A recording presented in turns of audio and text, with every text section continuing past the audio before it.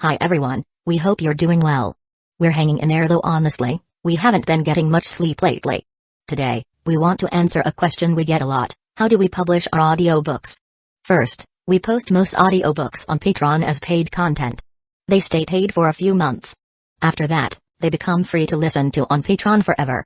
A few weeks later, we post them on other places like YouTube, Facebook, and Twitter, X. Lately, things have been a bit slow in terms of new members. So we'd love your help. Please share our site with your friends or in places like Facebook groups, Twitter, X, Discord, Reddit, or novel forums. Even one share can really help us grow. Thanks so much for your support. Chapter 1, Double Kamui did I really transmigrate? Blaine could only recall being hit by a dump truck, his vision going dark, and then suddenly waking up in another world. Just now, the system informed him that this was the world of Akame. At first, he struggled to accept it. After all, transmigration was something that only happened in novels and comics, right? But now, he had no choice but to face reality. His landing point in this world had been directly on top of a monster's head, startling it awake. It was a tiger-shaped special-class danger beast, massive in size and far more terrifying than an ordinary tiger. Its paws alone dwarfed Blaine's entire body, and its gleaming claws were at least a meter long. Blaine's double Kamui was about to prove useful. That's right, the Mangekyō Sharingan's Kamui. And not just in one eye, both eyes had it. This was the special ability granted to him by the system upon transmigration. The moment the beast lunged at him, Blaine swiftly activated the intangibility ability of his right eye's Kamui. The danger beast's gaping maw, lined with jagged fangs, passed through him harmlessly.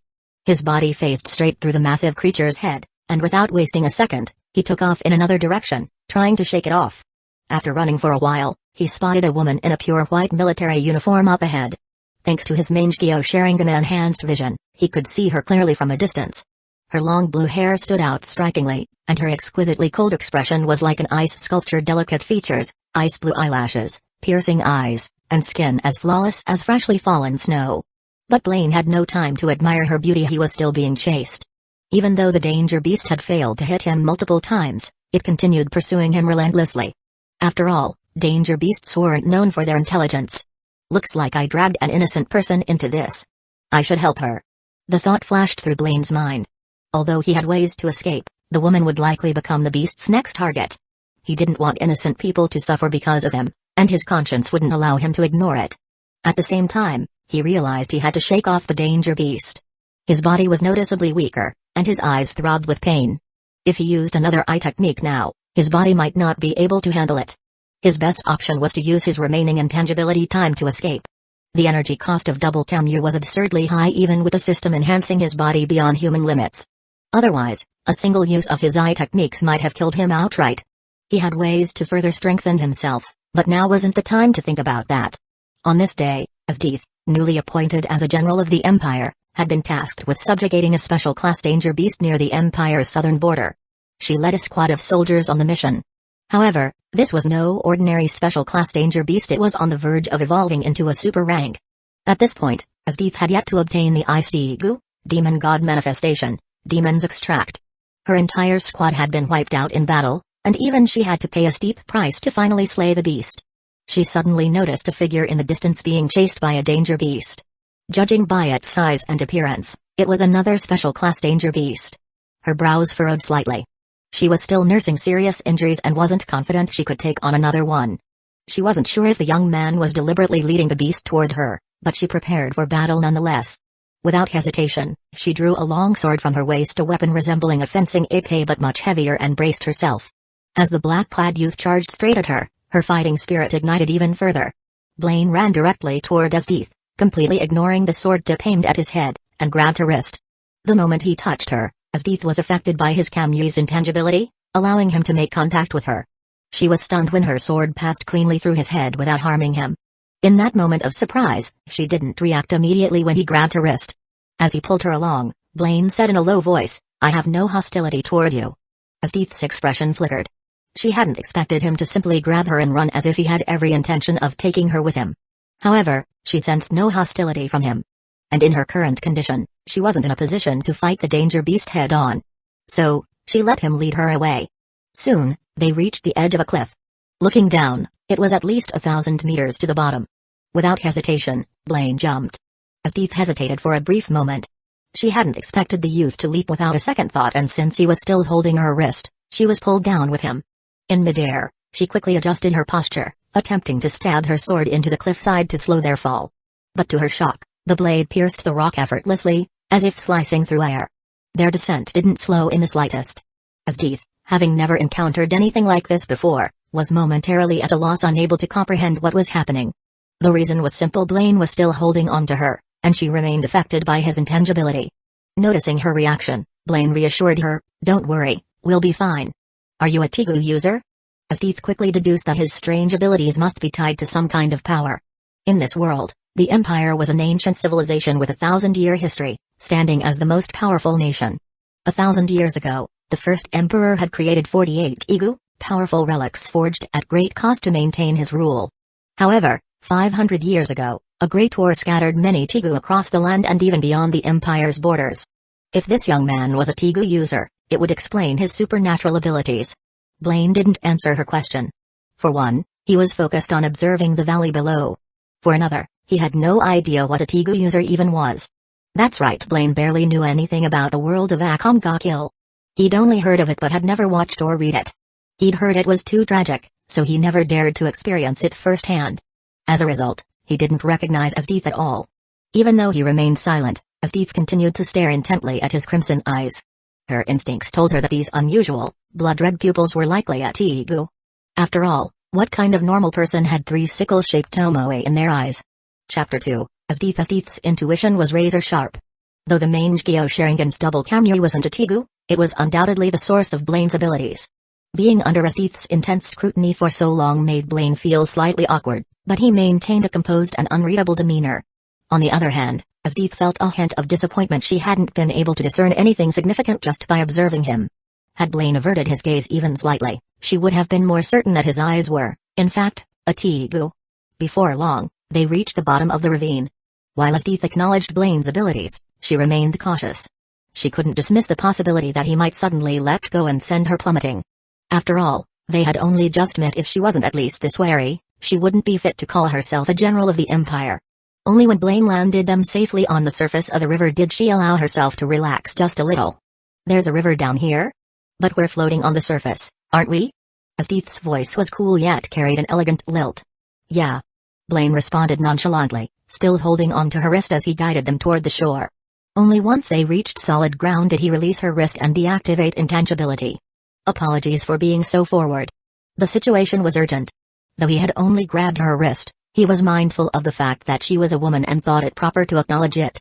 However, Asdeath didn't seem to care about such trivialities. She walked over to a large rock and drove her sword into it, testing its solidity. Seeing that it pierced through effortlessly without leaving a single scratch confirmed that everything had returned to normal. This also reaffirmed that, while her sword wasn't a Tegu, it was far from ordinary. The sheer quality of the blade was evident. It could slice through solid rock without sustaining even the slightest dent. This very sword had accompanied her through countless battles until the day of her final stand. "Looks like things are back to normal. So, it really was your ability," Asdeath said, turning her gaze toward Blaine. For the first time, Blaine took a good look at her. He hadn't had the chance or the inclination to do so before. Beyond her striking beauty, she carried herself with a commanding presence. She stood at around 1.7 meters tall, and with her high-heeled boots, she wasn't much shorter than him. Her military uniform was clearly not standard issue for an ordinary soldier, and the aura she exuded radiated dominance and power. Blaine briefly wondered if high-heeled boots would be a hindrance in battle, but he kept the thought to himself. Even without knowing her identity, it was clear from her sheer presence alone that she was no ordinary person.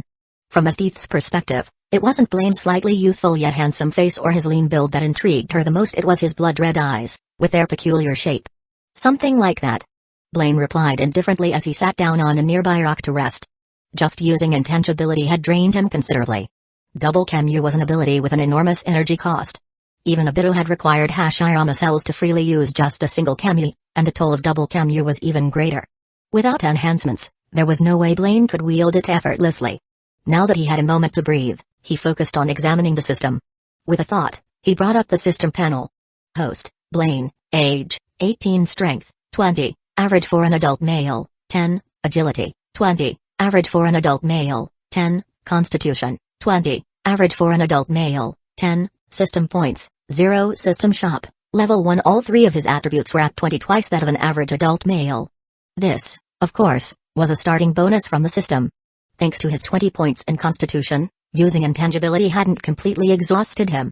His double Kamui had been modified by the system. Since he had no chakra in this world, he wouldn't have been able to use it otherwise. Instead of consuming chakra, the ability now drained his body cells. The higher his constitution, the more active his cells became, granting full body regeneration and increased endurance. This regeneration applied to his body, injuries, and even his eye power, meaning as long as he wasn't instantly killed or blinded, he could recover over time. Strength dictated his physical power. Agility affected movement speed, reaction speed, and perception. But in the end, system points were the most important. They were necessary for upgrades through the system shop. According to the system, he could earn points by hunting danger beasts or defeating enemies. Without this explanation, he wouldn't have even known what a danger beast was. The system had also provided their ranking, from weakest to strongest, Class 4, Class 3, Class 2, Class 1, Special Class, Super Rank. The stronger the danger beast, the more points he could earn. For now, Blaine simply sat and rested, allowing his body and eye power to regenerate. As for the tiger-shaped Special Class danger beast from earlier, it likely wasn't foolish enough to jump down after them. If it did, all the better. Falling from this height would either kill it outright or cripple it, making it easy prey. The sun's already setting. We should camp here for the night. As Teeth finally said. During her previous battle against the Special Class danger beast, her horse had been killed, leaving her unable to return to the capital quickly. With years of experience hunting danger beasts, she knew traveling at night was unwise. Many were at their most dangerous after dark, while humans were far more vulnerable. Besides, she was still recovering from her injuries. Resting here wasn't a bad idea. You're a soldier of the Empire, aren't you? Blaine asked casually. All he knew about Akame was that it took place in an empire and that the empire itself was far from benevolent. That was the extent of his knowledge. That's right. To be precise, I'm a general. My name is Asdeath. And you? Asdeath's tone was gentle. Though ruthless toward her enemies, she was known to be kind and approachable toward her subordinates and the Empire's civilians. Since Blaine had just saved her, it was only natural that she wouldn't be hostile. Blaine. As he answered, Blaine became more cautious. From what little he knew, the Empire wasn't exactly a force for good. There was no telling whether its generals were trustworthy. With his naturally cautious personality, he wasn't about to let his guard down. Blaine, huh? I'll remember that. Asdeath, on the other hand, found her first impression of him quite favorable. His name suggested he was from the Empire rather than a foreigner. The fact that he didn't recognize her despite her high status implied that, like her, he might have come from the Empire's borderlands rather than the capital, where her name was well known. For him to be out here, encountering a Special Class danger beast, he was likely hunting it, which showed courage. And, of course, he had just saved her life. Chapter 3, Hunting Dangerous Beasts. Just then, the river suddenly surged, its surface no longer as calm as before. Something was clearly wrong. Blaine suspected that another danger beast was about to appear. Oh, just in time. Asdeath, on the other hand, seemed already certain of the danger beast's presence. Without hesitation, she drew her long sword from the rock, sending her silver blue hair whipping through the air as an intense battle aura erupted from her. In the next moment, a massive fish-shaped danger beast leaped out of the water. It was at least 4 or 5 meters long, its disproportionately large head lined with rows of razor-sharp teeth. Its gaping maw lunged toward the nearest target. Asdeath. Level 3 danger beast. A cold, arrogant smile curled Asdeath's lips, tinged with confidence and disdain.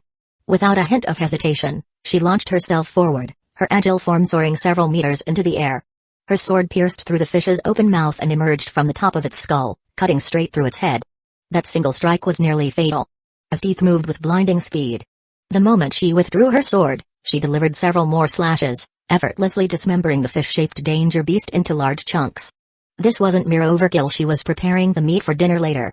An ordinary observer wouldn't even be able to track her movements with the naked eye. But Blaine was far from ordinary. Through his Mangekyō Sharingan, Asdeath's actions appeared significantly slowed, as if playing out in slow motion. He couldn't help but think that Asdeath was truly formidable, and for some reason, she gave him a strangely dangerous feeling. Well, that takes care of dinner, but there sure are a lot of danger beasts around here. Asdeath let out a slight sigh. Several more danger beasts had already surrounded them. It seemed this area was teeming with them. Fortunately, none were Special Class danger beasts, meaning there was no real pressure in dealing with them. Even without a Tegu, Asdeath's raw physical prowess and combat skills were formidable. At that moment, Blaine began to move as well. He yanked out one of the massive teeth from the fish-shaped danger beast. As expected of a danger beast, even a single tooth was about a meter long, looking exceptionally hard and razor-sharp. "What are you doing?" His teeth immediately asked, curious about his actions. "Using its tooth as a weapon," Blaine replied plainly. He couldn't afford to rely too much on the double Kamui's dojutsu just yet. While his left eye's Kamui offensive ability could instantly kill any of the danger beasts before him, he had just used intangibility earlier.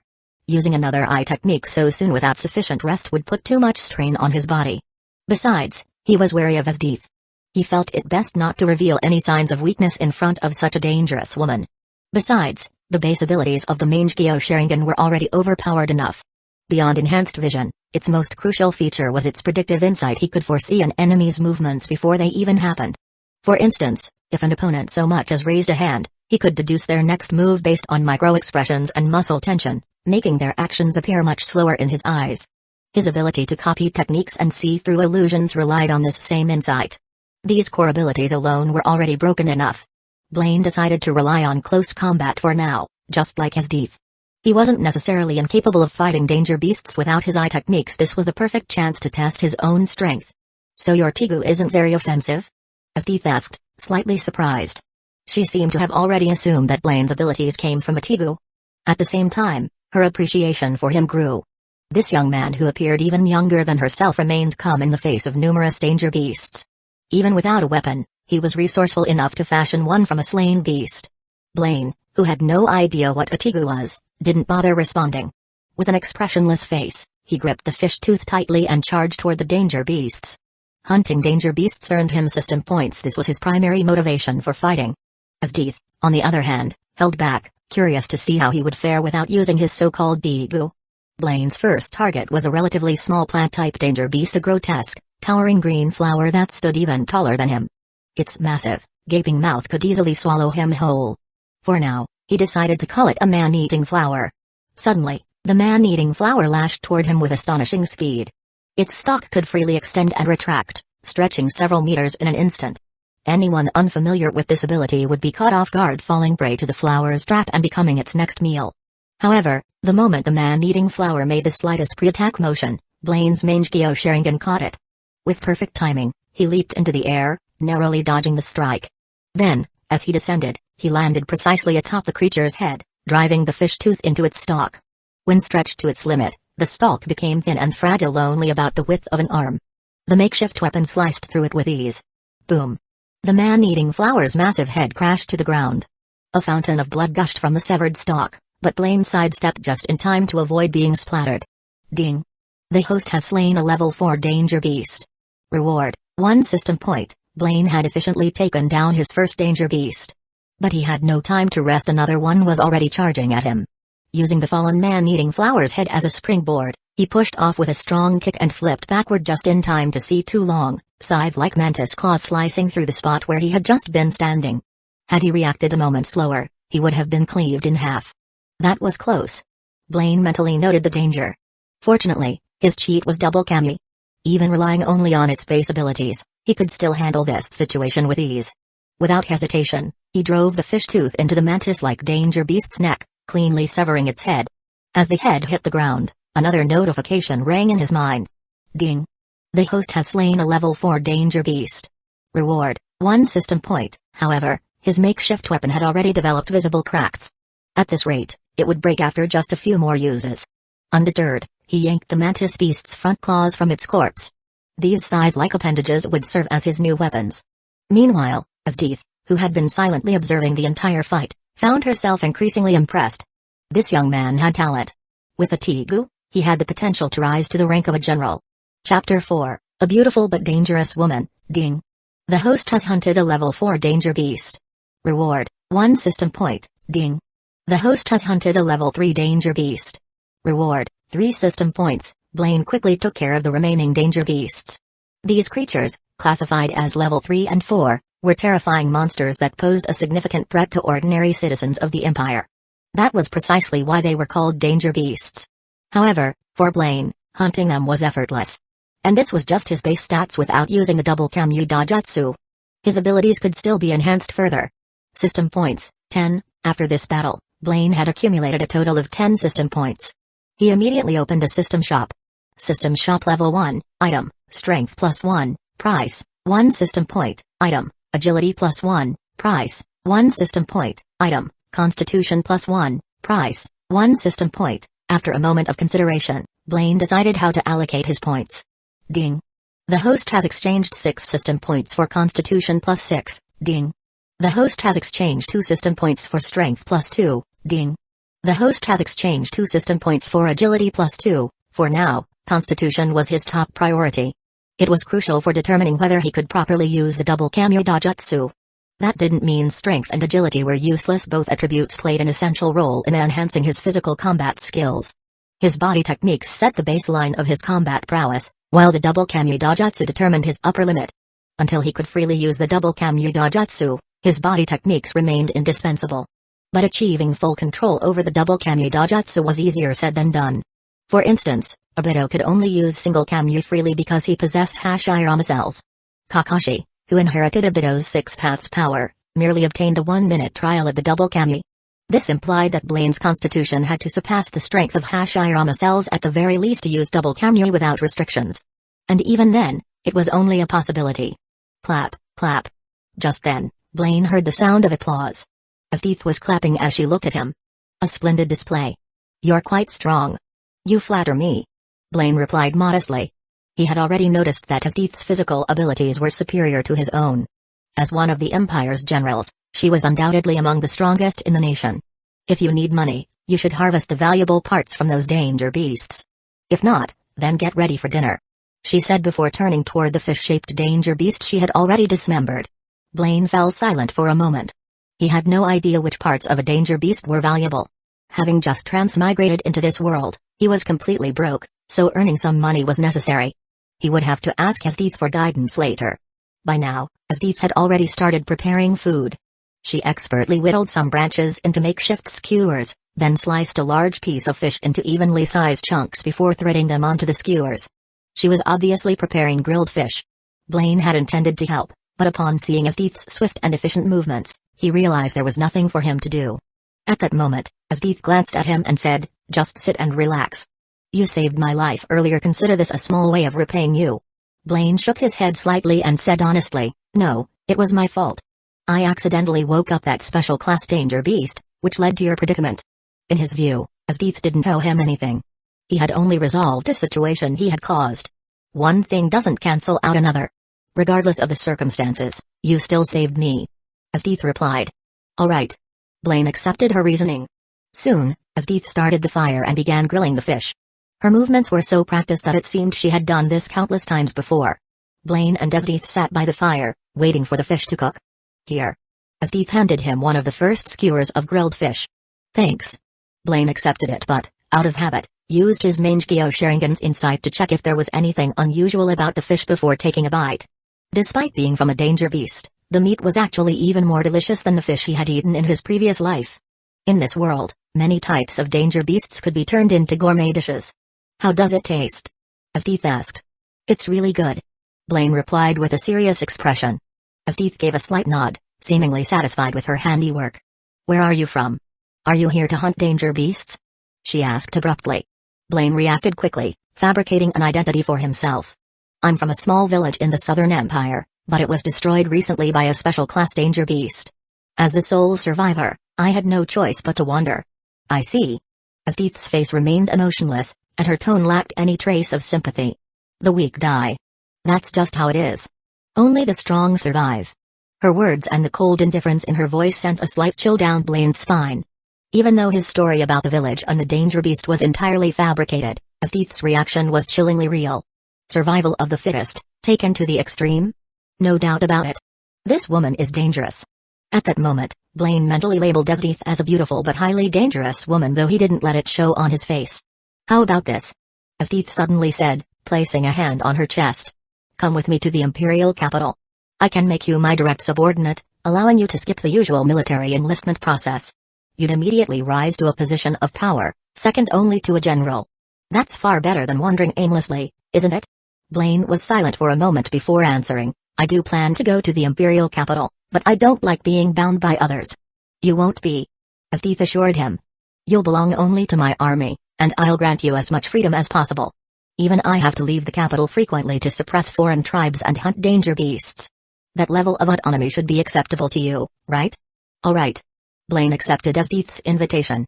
He didn't know much about this world yet. Even if Asdeath hadn't invited him, he would have chosen to go to the imperial capital, the most important stage of this world. From there, he could slowly piece together what kind of place this truly was. Chapter 5, aiming to become a general. Of course, Blaine didn't fully trust Asdeath. Once someone earned the label of dangerous, it wasn't easy to remove. However, Blaine had his own trump card, the double Kamui. At the very least, he had no worries about protecting his own life. So, he didn't fear Asdeath. Good. Then we'll spend the night here and head back to the imperial capital first thing in the morning. Asdeath said. Blaine asked, since you're a general of the empire, why are you out here alone? I originally came with a squad of soldiers to hunt a special class danger beast, but the intel was wrong. Its strength was far beyond expectations, and during the battle, we also attracted several Class 1 and Class 2 danger beasts. In the end, I managed to take down the target, but I was the only survivor. Asdeath explained briefly. I see. Sorry, I shouldn't have asked that. Blaine apologized. It's nothing. It's a bit of a shame, but they were too weak, so they died. That's all. Asdeath was completely indifferent. Her deep-rooted belief in survival of the fittest made her regard the deaths of her soldiers as insignificant. Blaine remained silent. There was no point arguing with Asdeath over this topic. I'm full now. Could you teach me which parts of these danger beasts are valuable? He asked, shifting the conversation. Of course. But you don't know this already? Asdeath looked slightly surprised. Given Blaine's earlier display of skill, she had assumed he came from a tribe that hunted danger beasts for a living. Blaine shook his head. Before my village was destroyed, I rarely dealt with danger beasts, so I don't know much about them. In that case, I'll teach you. Asdeath stood up, walked to the corpses of the danger beasts Blaine had killed, and drew her long sword from the scabbard at her waist. First, this man-eating flower. Its valuable part is the golden section in the pistol. It has high pharmaceutical value. Demonstrating as she spoke, Asdeath used her sword to extract the golden pistol and handed it to Blaine. As a general, she had a high salary and numerous rewards. Unlike Blaine, she had no need for extra money. Next, she proceeded to explain and demonstrate how to extract valuable materials from each danger beast. Blaine quickly realized that Asdeath had extensive knowledge in this area. Curious, he asked, you seem very experienced with this, and even earlier, when you were grilling fish, you were incredibly skilled. Did you grow up hunting danger beasts? Yes. I was born into the Pardas clan, a tribe specialized in hunting danger beasts. We've been doing it since childhood. Asdeath explained. But later, my clan was wiped out by the northern tribes. Just like you, I was the only survivor. After hunting every danger beast in the region, I got bored and decided to enlist in the Imperial Army. Her tone remained completely indifferent, as if recounting an insignificant event. It was as if the annihilation of her entire clan wasn't even worth remembering. Blaine found her both frightening and somewhat pitiable. Perhaps it was that experience that shaped her extreme belief in the law of the jungle. But with such a mindset, she probably wouldn't appreciate his sympathy. In fact, she might find it strange. I see. For a moment, Blaine didn't know what to say. You can sell these materials for money in the imperial capital, but don't worry about finances. You'll have a generous salary soon enough. Asdeath added. As for the remaining danger beast corpses, they were of no further use. Night fell. Neither Blaine nor Asdeath planned to travel in the dark. Although Blaine's Mangekyō Sharingan allowed him to see clearly at night, using intangibility earlier had drained him significantly. Resting was the better option. Since Asdeath carried nothing but her weapons, both of them simply lay down on the ground to sleep. But it was still early, and with nothing else to do, they started chatting. How old are you? You look young. Asdeath asked. 18. You're not much older yourself. Blaine replied. He didn't mind chatting with Asdeath. There was nothing else to do, and casual conversation might help him gather useful information. It also felt natural he wouldn't come across as having any ulterior motives. Then you're 2 years younger than me. Asdeath noted. 20? That's impressive. Becoming a general at such a young age is no small feat. Blaine praised. There are other generals around my age, actually. One of them is only 4 or 5 years older than me. Asdeath said. The person she was referring to was Najunda. At this time, Najunda had yet to defect and was still Asdeath's colleague, often accompanying her on military campaigns. Of course, since Blaine had never even heard of Asdeath before, he certainly didn't know Najunda either. You have the potential to become a general too. I hope you'll aim for that as your goal. Asdeath added. Me? I guess I could give it a try. Blaine kept his answer vague. For now, he had no clear stance. Since he didn't fully understand this world yet, he could only take things one step at a time. Asdith was undoubtedly dangerous, but at least she wasn't hostile toward him. She was worth observing. Late at night, when it was time to sleep, both Blaine and Asdith simply lay on the ground. Blaine's physical endurance far surpassed that of an ordinary person, and Asdith was even more resilient. Sleeping outdoors posed no problem for either of them. However, their sleep wasn't particularly restful. They had to remain alert in case of sudden danger beast attacks. Blaine also kept his guard up against Asdith. At the slightest movement, he would wake instantly. Fortunately, the night passed without incident. It wasn't until early morning that a danger beast suddenly appeared and disturbed their rest. Asdith reacted first, swiftly cutting down the Class 2 danger beast with just a few strikes. Perfect timing. Now that it's morning, we should get going, she said, flicking the blood from her blade before turning to Blaine. All right. Blaine nodded. With that, the two of them set off toward the imperial capital, a city that had thrived for over 1,000 years. Chapter 6, Jaai City. Before setting off, Asdith adjusted her military cap. Her cap closely resembled those worn by the British Royal Navy, adding a touch of allure to her already striking appearance. Blaine also thought the cap suited her well. We're currently in the Empire's southern border region, far from the imperial capital. If we rely solely on walking, we'll waste too much time. Let's head to the nearest city, Jaai, and get 2 horses, Asdith said. Blaine nodded in agreement. On their way to Jaai City, they encountered several more danger beasts. Outside the imperial capital and major cities, danger beasts could be found almost anywhere. City walls weren't just built to defend against rebels, foreign invaders, and hostile tribes, they also served as protection against these deadly creatures. Working together, Blaine and Asdith swiftly eliminated the danger beasts. Ding. The host has hunted a level 4 danger beast. Reward, 1 system point. Ding. The host has hunted a level 3 danger beast. Reward, 3 system points. However, due to Asdith's overwhelming strength, Blaine only managed to take down 2 danger beasts. The rest were killed instantly by Asdith.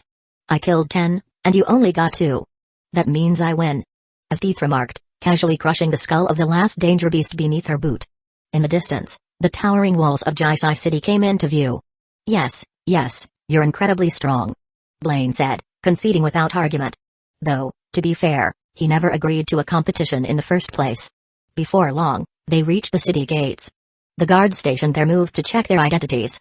Asdith, having only recently been promoted to general, was well known in the imperial capital, but in a remote city like Jaai, her fame hadn't spread as widely.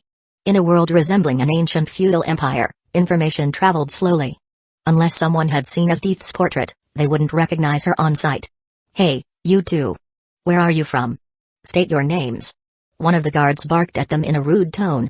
Before Blaine could respond, Asdith grabbed the guard by the hair with one hand and effortlessly slammed him to the ground. Before the man even had time to react, Asdith's high-heeled boot came down, shattering the bridge of his nose with a sickening crunch. Ag! The guard let out a blood-curdling scream. The other guard stood frozen in shock, never expecting anyone to cause trouble here. Who the hell is that woman? She's gorgeous, but she's absolutely ruthless. She just attacked a city guard like it was nothing. I want to say well done. Those bastards abuse their power all the time. Last time, a guy got beaten half to death just for speaking up. They even tossed him outside the walls to be eaten alive by danger beasts. I just feel bad for such a beauty. That scumbag governor won't let her off the hook. But we better keep our voices down. If we get caught talking about this, we're dead. The commotion quickly drew the attention of bystanders coming in and out of the city. Many began whispering among themselves. Blaine, seeing that he didn't need to intervene, simply stood by and watched the scene unfold. Within moments, all the guards at the gate surrounded them. Yet, both Blaine and Asdith remained utterly calm, unfazed by the situation. Asdith had absolute confidence in her strength. Blaine, on the other hand, was not only strong himself but also knew Asdith's true identity. You don't have anything to prove you're a general? Blaine quietly asked. I do, but I never bring that kind of thing when I'm out hunting, Asdith replied coldly. Blaine sighed. So, what now? If it comes to it, we'll just slaughter them all, Asdith said, her voice laced with chilling indifference. A dangerous smile appeared on her beautiful face, a mix of excitement and cruelty. Blaine was momentarily speechless. Jaai City was within the Empire's territory, meaning it technically belonged to the same nation Asdith served.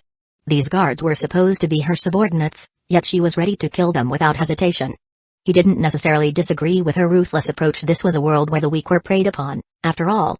But Asdith's interpretation of survival of the fittest was extreme. Wait. I think she might be General Asdith. Just as Asdith was about to draw her sword and start killing, one of the guards finally recognized her. He had seen her portrait by chance.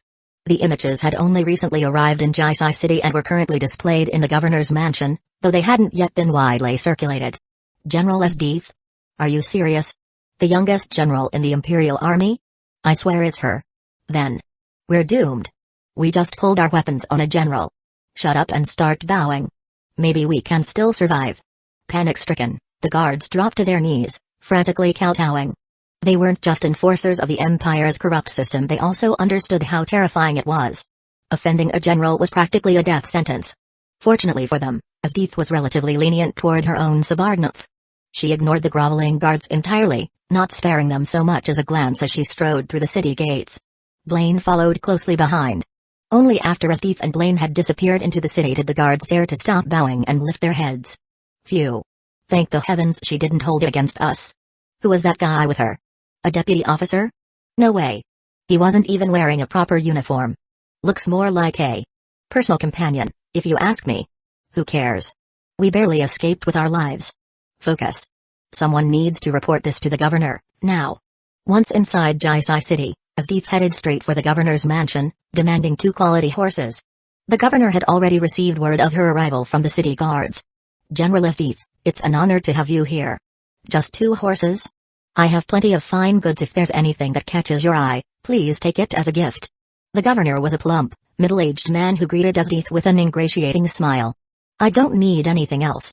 Asdith replied coolly, tossing a pouch of coins onto his desk. She never accepted bribes, nor did she want to owe favors to men like him. Of course, of course. The governor didn't dare argue and quickly ordered his men to bring over 2 of the best horses. Blaine and Asdith mounted their new steeds and continued on their way. However, just as they were about to leave the city, a disturbing scene caught their attention.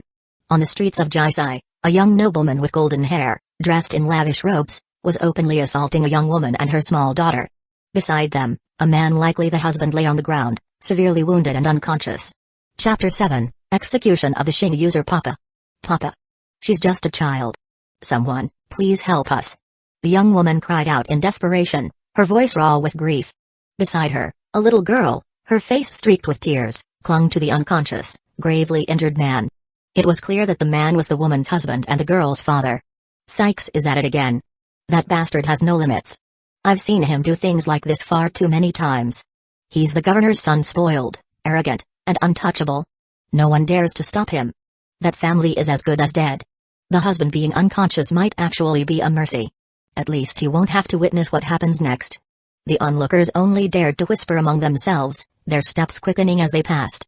No one wanted to stay and watch the horror that was about to unfold. Sykes had already begun tearing the woman's clothes, while one of his guards held the little girl. It was clear she would suffer the same fate soon. No matter how much the mother and daughter screamed, no one stepped forward to help. Not because they didn't want to, but because they couldn't. The governor controlled the strongest forces in Jaai City, and his son, along with his guards, wielded unchecked power. Opposing them meant certain death. And it wouldn't stop there. Anyone who dared to interfere wouldn't just lose their own life, their families would be dragged down with them. A quick execution would be a mercy.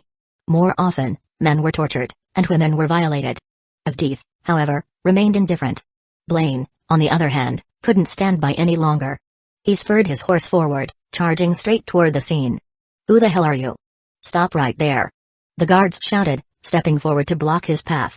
Blaine didn't slow down. In fact, he only urged his horse to go faster. Sykes, who was moments away from fully stripping the woman, was forced to leap aside to avoid being trampled. His face twisted in irritation as he turned to glare at the blood-red-eyed young man on horseback. Blaine pulled his horse to a stop in front of the woman, though the little girl was still in the grip of a guard. You little bastard. You dare stand against me? Sykes sneered, his expression darkening. Blaine didn't waste words on filth like him. Without a word, he dismounted. Sykes' face contorted with fury. His eyes filled with murderous intent as he barked, cut him down. At his command, the guards immediately drew their weapons, swords, axes, and spears glinting in the sunlight. Someone actually dared to step in? That young man is brave. But it's pointless. He won't change anything. He'll just die along with them.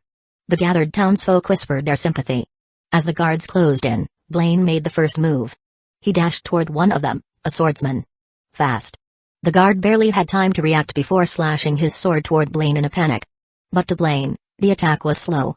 Effortlessly, he sidestepped the blade. Then, with a powerful knee strike, he drove his knee into the man's gut. Crack. The swordsman's face twisted in agony. His body convulsed as he doubled over, retching. His strength vanished instantly. Seizing the moment, Blaine snatched the sword from the guard's grip and, without hesitation, slit his throat. The remaining guards hesitated, now realizing that this young man was no ordinary fool. Not far away, as Deeth watched the scene unfold, a flicker of surprise in her eyes. She hadn't expected Blaine to intervene for mere civilians. "You useless trash." Sykes, furious at his guard's incompetence, cursed as he stalked toward Blaine. "So, you've got some skill. Let's see if you can entertain me." His face twisted into a sadistic grin. He enjoyed the thrill of crushing others. A massive, dark green warhammer materialized in his hands. The craftsmanship alone made it clear this was no ordinary weapon. Blaine immediately recognized it as something unusual. The very next moment, Sykes moved. Exploding forward with unnatural speed, he swung the hammer straight for Blaine's skull. But Blaine's Mangekyō Sharingan tracked his movements with ease. Leaning back, he dodged the lethal strike then retaliated. Sykes suddenly felt a sharp pain as Blaine's sword slashed across his abdomen. He staggered, shocked at how fast his opponent had reacted. But the pain only fueled his rage. "You little bastard. I'll turn you into a stain on the ground." With a roar, Sykes' hammer suddenly expanded to more than 10 times its original size. The immense weight strained his arms, causing his veins to bulge and burst. But he was too crazed to care. His only focus was crushing Blaine. Blaine could react fast enough to see the attack coming, but physically dodging the colossal hammer's wide swing was another matter. Realizing this, he activated intangibility. Boom. The hammer slammed into the ground with earth-shaking force, sending tremors through the street. The ground where it landed caved in from the impact. It was a horrifying display of destructive power. Ha ha ha ha ha. Sykes threw back his head and cackled. He was convinced he had smashed Blaine to pulp. Then, his laughter abruptly stopped. A cold blade pierced straight through his throat. His eyes widened in sheer terror. Blaine stood before him completely unharmed. Impossible. He had seen that attack land. He had felt the impact. Yet Blaine was standing right there, without a scratch. What the hell is he? Sykes never got an answer. Blaine stomped on his chest, pinning him to the ground. Then, without a shred of hesitation, he drove his sword into Sykes' heart. Sykes convulsed briefly, his face frozen in terror. Then, he stopped moving. Ding. The host has executed a Shing user. Reward, 10 system points. Shing were weapons created by an emperor 500 years ago in an attempt to replicate the legendary 48 Digu. The attempt failed. These inferior copies were far weaker than the originals and were mockingly referred to as Shing. However, even as failures, Shing still vastly outclassed ordinary weapons. The Warhammer's ability to enlarge more than tenfold had been one of its unique properties. As Deeth's eyes gleamed with interest. She had witnessed it clearly. Blaine had taken the full force of the hammer without dodging. And yet, he emerged from the impact completely unscathed, like a ghost passing through solid matter. Then, in one seamless motion, he had struck Sykes down. Blaine's Tigu is truly formidable, she murmured to herself. Chapter 8, teased by Deeth. It seemed that Blaine's Tigu could also affect others. Deeth recalled their first encounter when Blaine had used intangibility on both of them. Sykes was actually killed? Who was that young man? Could he be a Tigu user? Sykes' warhammer was an incredibly powerful Shing, yet that young man defeated him so easily. Even if he's not a true Tigu user, he's at least strong enough to fight one. He got exactly what he deserved. That scum terrorized people for far too long. He finally met someone who wouldn't tolerate his tyranny. The townspeople were both shocked and delighted that Sykes had been slain. However, none of them dared to celebrate too loudly, fearing potential retaliation. After killing Sykes, Blaine turned his cold gaze toward the remaining guards. They had all been his accomplices, and just moments ago, they were ready to cut him down.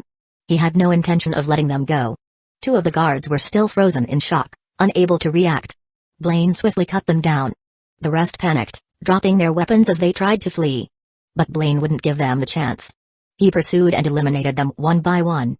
Their desperate, uncoordinated escape only sealed their fate. If they had scattered in different directions, they might have had a chance after all. Even with his superior speed, Blaine wouldn't have been able to chase all of them down. Meanwhile, Deeth showed no reaction to Blaine's slaughter of Sykes and his men. She certainly wasn't about to reprimand him. In her mind, the weak being killed by the strong was simply the natural order of the world. Once the fight was over, Blaine approached the young woman and her daughter. "It's over now. Take him to get treated, he should survive. Here, take this." He tossed them a bag of coins. The him he referred to was the bloodied, unconscious man, the young woman's husband. As for the money, Blaine had picked it off one of the dead guards. He didn't need it, but this nearly shattered family did. "Thank you. Thank you so much." Even after quickly adjusting her clothes, the young woman still looked disheveled. Sykes had nearly torn them to shreds. But at this moment, she didn't care about her appearance. She only cared about expressing her gratitude to her savior, bowing repeatedly. Her daughter followed suit. Blaine smiled softly, a sincere, unguarded expression of relief. Then, the mother and daughter helped the injured man to his feet and left. Blaine turned to mount his horse, but before he could, he noticed Asdith striding toward him with an imposing air. His expression immediately grew serious. He had never lowered his guard around her, not for a second. Was she upset that he had acted on his own? That he had killed so many people, including the governor's son? After all, Asdith was an imperial general. It would be entirely reasonable for her to side with the governor of Jaai over a stranger she had just met. A governor wasn't a minor official in the empire. Blaine braced himself, fully prepared for a battle. But when Asdith reached him, he sensed no hostility. Then, suddenly, she raised her right hand. Blaine's Mangekyō Sharingan immediately tracked her movement. She was reaching for his chin. It wasn't an attack. Because of that, Blaine didn't waste his energy activating intangibility. Instead, he instinctively took a half step back. However, Asdith immediately closed the distance, gently pinching his chin between her thumb and forefinger. Blaine blinked in confusion. "What are you doing?" He had expected her to confront him. Instead, she was teasing him. He couldn't wrap his head around it. All around them, the watching townsfolk erupted into murmurs. Is this a public seduction? But that guy is crazy strong. How is he the one getting teased? Look at her uniform, it's not just any military outfit. Could she be an officer of the Empire? Maybe they're just a couple flirting? If that ice-cold beauty is an Imperial officer, no wonder that guy dared to kill the governor's son. Feeling the odd stares from the crowd, Blaine, who had been indifferent just moments ago, suddenly found himself feeling a little embarrassed. "Smile again." Asdith's tone was firm, almost commanding. "What?" Blaine was completely lost now. "I want to see a more genuine smile," she said bluntly. "The one you had just now. It moved me a little." The natural smile he had shown when speaking to the mother and daughter had stirred something in her. She didn't understand why. Up until now, Asdith had never thought about things like love. The concept had simply never entered her mind. She had no idea what this strange, subtle feeling meant. All she knew was that she wanted to see Blaine's real smile again, not just a faint one, but a true, wholehearted smile. A smile? Blaine was even more confused now. Did I smile just now? He vaguely remembered unconsciously smiling in relief. But being asked to force a smile? That wasn't something he could do. He wasn't the type to smile often. Occasionally, he might do it instinctively, but forcing it felt unnatural. Besides, a Mangekyō Sharingan wielder smiling? Wouldn't that just make him look like one of those deranged Ecchi lunatics? Of course, that was just his own perception. He had never actually seen what his own smile looked like. "This is kind of difficult for me," he admitted awkwardly. "Really?" Asdith tilted her head slightly, then murmured, "Are you embarrassed because of all the people watching?" Blaine opened his mouth to correct her misunderstanding, but before he could, she had already decided that was the case. "Well then," she said casually, "we don't have to rush. Once we're back in the Imperial capital, you won't have to be shy in my room." "Wait, that's not—" Blaine started to protest, but Asdith didn't give him the chance. "Besides," she continued, "it seems we have a little problem right now." Blaine turned his head and saw them. From all directions, a large number of guards were closing in. It was clear why. Sykes, the governor's son, was dead. Chapter 9, He's mine. As the guards from the governor's mansion surrounded the area, Governor Sevier arrived in a rage. They didn't yet know who had killed Sykes, but they were about to find out. "Sykes!" Sevier ran to his son's lifeless body, his grief-stricken voice echoing through the square. "Who killed my son?" His bloodshot eyes burned with fury, his presence alone sending a chill through the crowd. No one dared to move. No one dared to meet his gaze. After all, Sevier was even more terrifying than his son. "Who saw the murderer? If anyone dares to protect them, you'll all die." His voice was laced with venom. He intended to find the culprit by any means necessary, even if it meant rounding up and torturing every single person in the area until someone confessed. The color drained from the faces of the townsfolk. Many of them had seen exactly who had killed Sykes. But to them, That young man had done the right thing. They didn't want Blaine to suffer revenge, but if they kept quiet, Xavier would turn his wrath on them first. They were just ordinary people. Torture terrified them. It was only a matter of time before someone broke under the pressure. Before that could happen, Blaine stepped forward. "It was me." "What? Got you?" Xavier's face twisted in shock. He had assumed Blaine was simply one of Esdeath's subordinates. Until this moment, he hadn't even considered the possibility that Blaine was the one responsible. "General Esdeath." Xavier snarled, turning to her. "That brat is your subordinate. You owe me an explanation." His fury was uncontrollable, but he still addressed Esdeath with respect. In the Empire's hierarchy, a governor ranked below a general. Even so, he wasn't entirely beneath Esdeath. He didn't have to bow and scrape before her. And no matter who Blaine was, Xavier wanted justice for his son. Esdeath didn't answer. Instead, she walked towards Xavier. A faint smile played on her lips, one that carried a dangerous edge. No one else seemed to notice. No one except Blaine. But he didn't say a word. He was curious to see how Esdeath would handle this. Xavier assumed Esdeath had come to negotiate. In his mind, he was already thinking about how to deal with the young man who had killed his son. Beheading him was too merciful. No, he wanted him slowly, brutally tortured to death. Only then could he begin to ease his rage. Esdeath stepped right up to him. Up close, Xavier couldn't help but admire her. Her beauty was unparalleled. Her figure, her poise, her aura, everything about her was utterly captivating. A vile thought entered his mind. If he played his cards right, maybe he could use this situation to his advantage. Maybe he could take liberties with her. Lust flickered in his eyes. And Esdeath saw it instantly. A moment later, her sword was in her hand and it pierced straight through Xavier's right eye. It happened so fast that Xavier didn't even realize what was happening. He prided himself on being the strongest in Jaai City, far stronger than Sykes. He was a shendu user. But against Esdeath, who wielded neither a Tigu nor a shendu, he was utterly powerless. After all, Esdeath hadn't needed a legendary weapon to rise to the rank of general. She had done it through sheer ability alone. And in the near future, once she obtained a Tigu, she would become the undisputed strongest in the Empire. For a split second, Xavier was stunned. Then the pain hit. An agony unlike anything he had ever experienced. "Ag!" he screamed, clutching at his destroyed eye as blood poured from the socket. "You thought you could order me around?" Esdeath's voice was deathly cold. The very air around him felt like it had frozen. "And no. That's not ag." Before he could finish his sentence, Esdeath drove her blade into his other eye. Total blindness. For a man like Xavier, who had lived in luxury, indulging in every pleasure imaginable, this was a fate worse than death. But Esdeath wasn't finished yet. As he collapsed to his knees, writhing in agony, she lifted her boot and stomped down on the back of his skull. Hard. With a sickening crunch, his head caved in like a crushed melon. Xavier was dead before he even hit the ground. The guards surrounding Blaine and Esdeath stood frozen in horror. Some of them were trembling so badly that their weapons slipped from their hands, clattering onto the cobblestone. Esdeath didn't even spare Xavier's corpse a glance. Instead, she turned to the remaining guards and said coldly, "He's mine. If you want to touch him, you'll have to go through me first." The weight of her gaze sent a shiver down their spines. It was not a threat. It was a promise. That was all it took. Panic broke out. The guards scrambled to flee, tossing away their weapons to run faster. Esdeath let them go. She had no interest in wasting her time chasing down such pathetic prey. Blaine, however, was once again taken aback by Esdeath's ruthlessness. Even a governor and imperial official was nothing to her.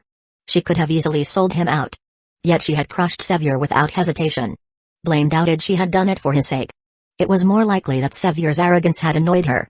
And that lustful look in his eyes had sealed his fate. Now that the governor is dead, no one is left to govern Jaai City.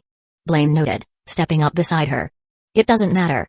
The imperial capital will send someone to replace him," Esdeath said dismissively. "But won't this cause problems for you? This whole situation started because of me. I should have handled it alone." Blaine had no intention of dragging her into his mess. Esdeath, however, merely smirked. "It's no problem. If anyone gives me trouble for this, I'll just kill them too." She spoke as if it were the simplest thing in the world. And besides, she turned to Blaine, her smirk widening slightly. "You're mine. That means this concerns me too." Chapter 10, Shingu Dual Blades don't say things that can be easily misunderstood, Blaine said, feeling slightly speechless. He could tell that Esdeath definitely didn't mean it that way, so he didn't give it any further thought.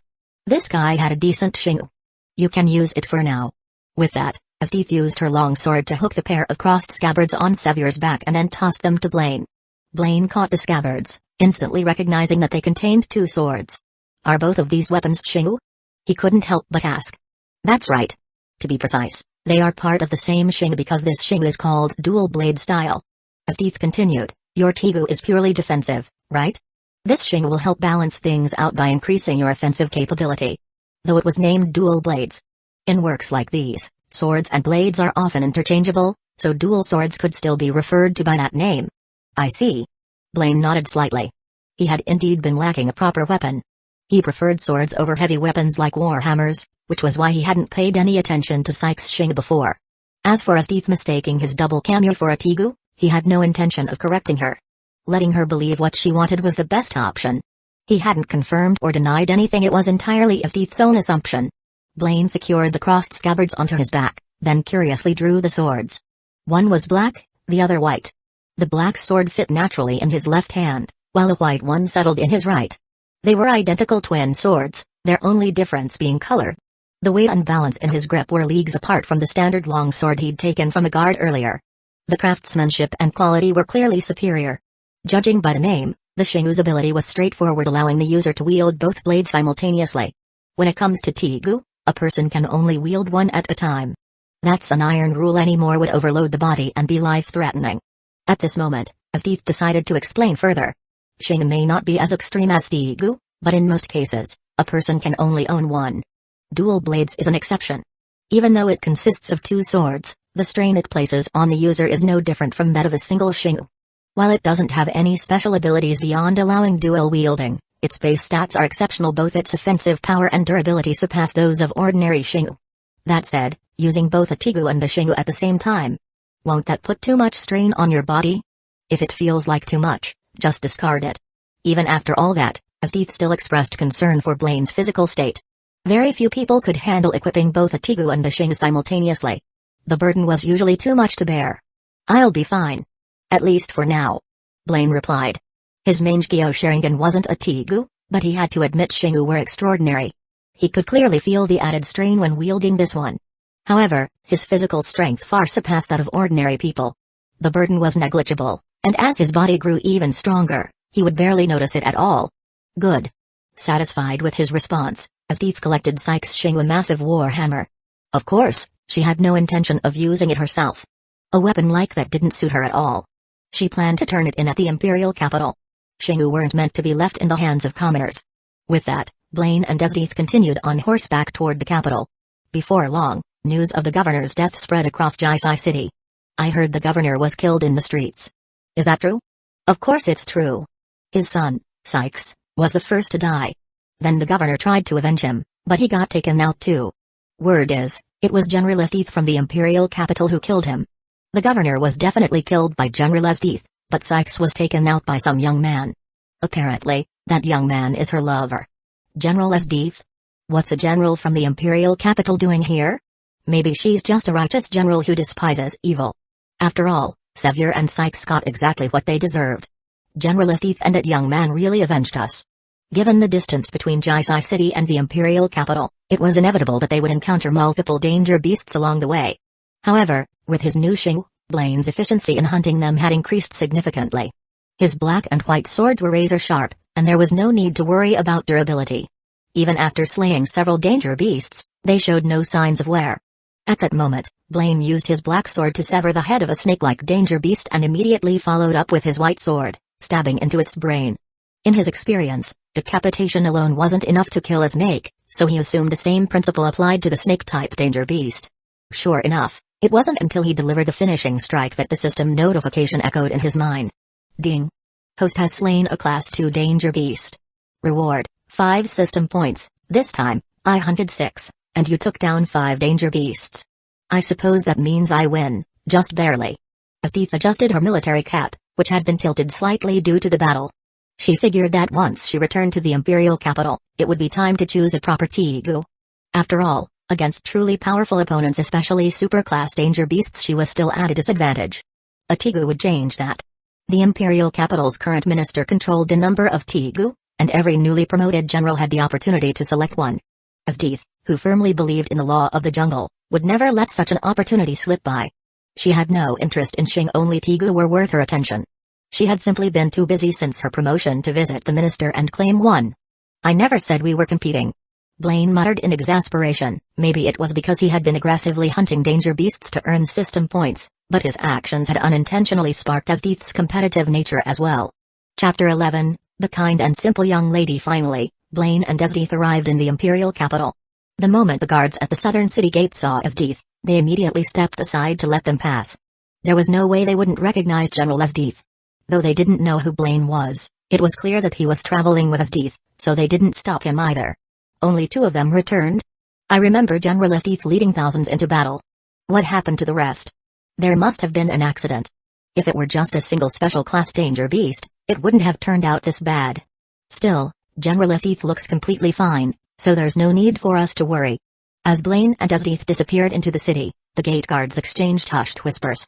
Upon entering the imperial capital, the contrast was immediately apparent. It was far more prosperous than Jaai City.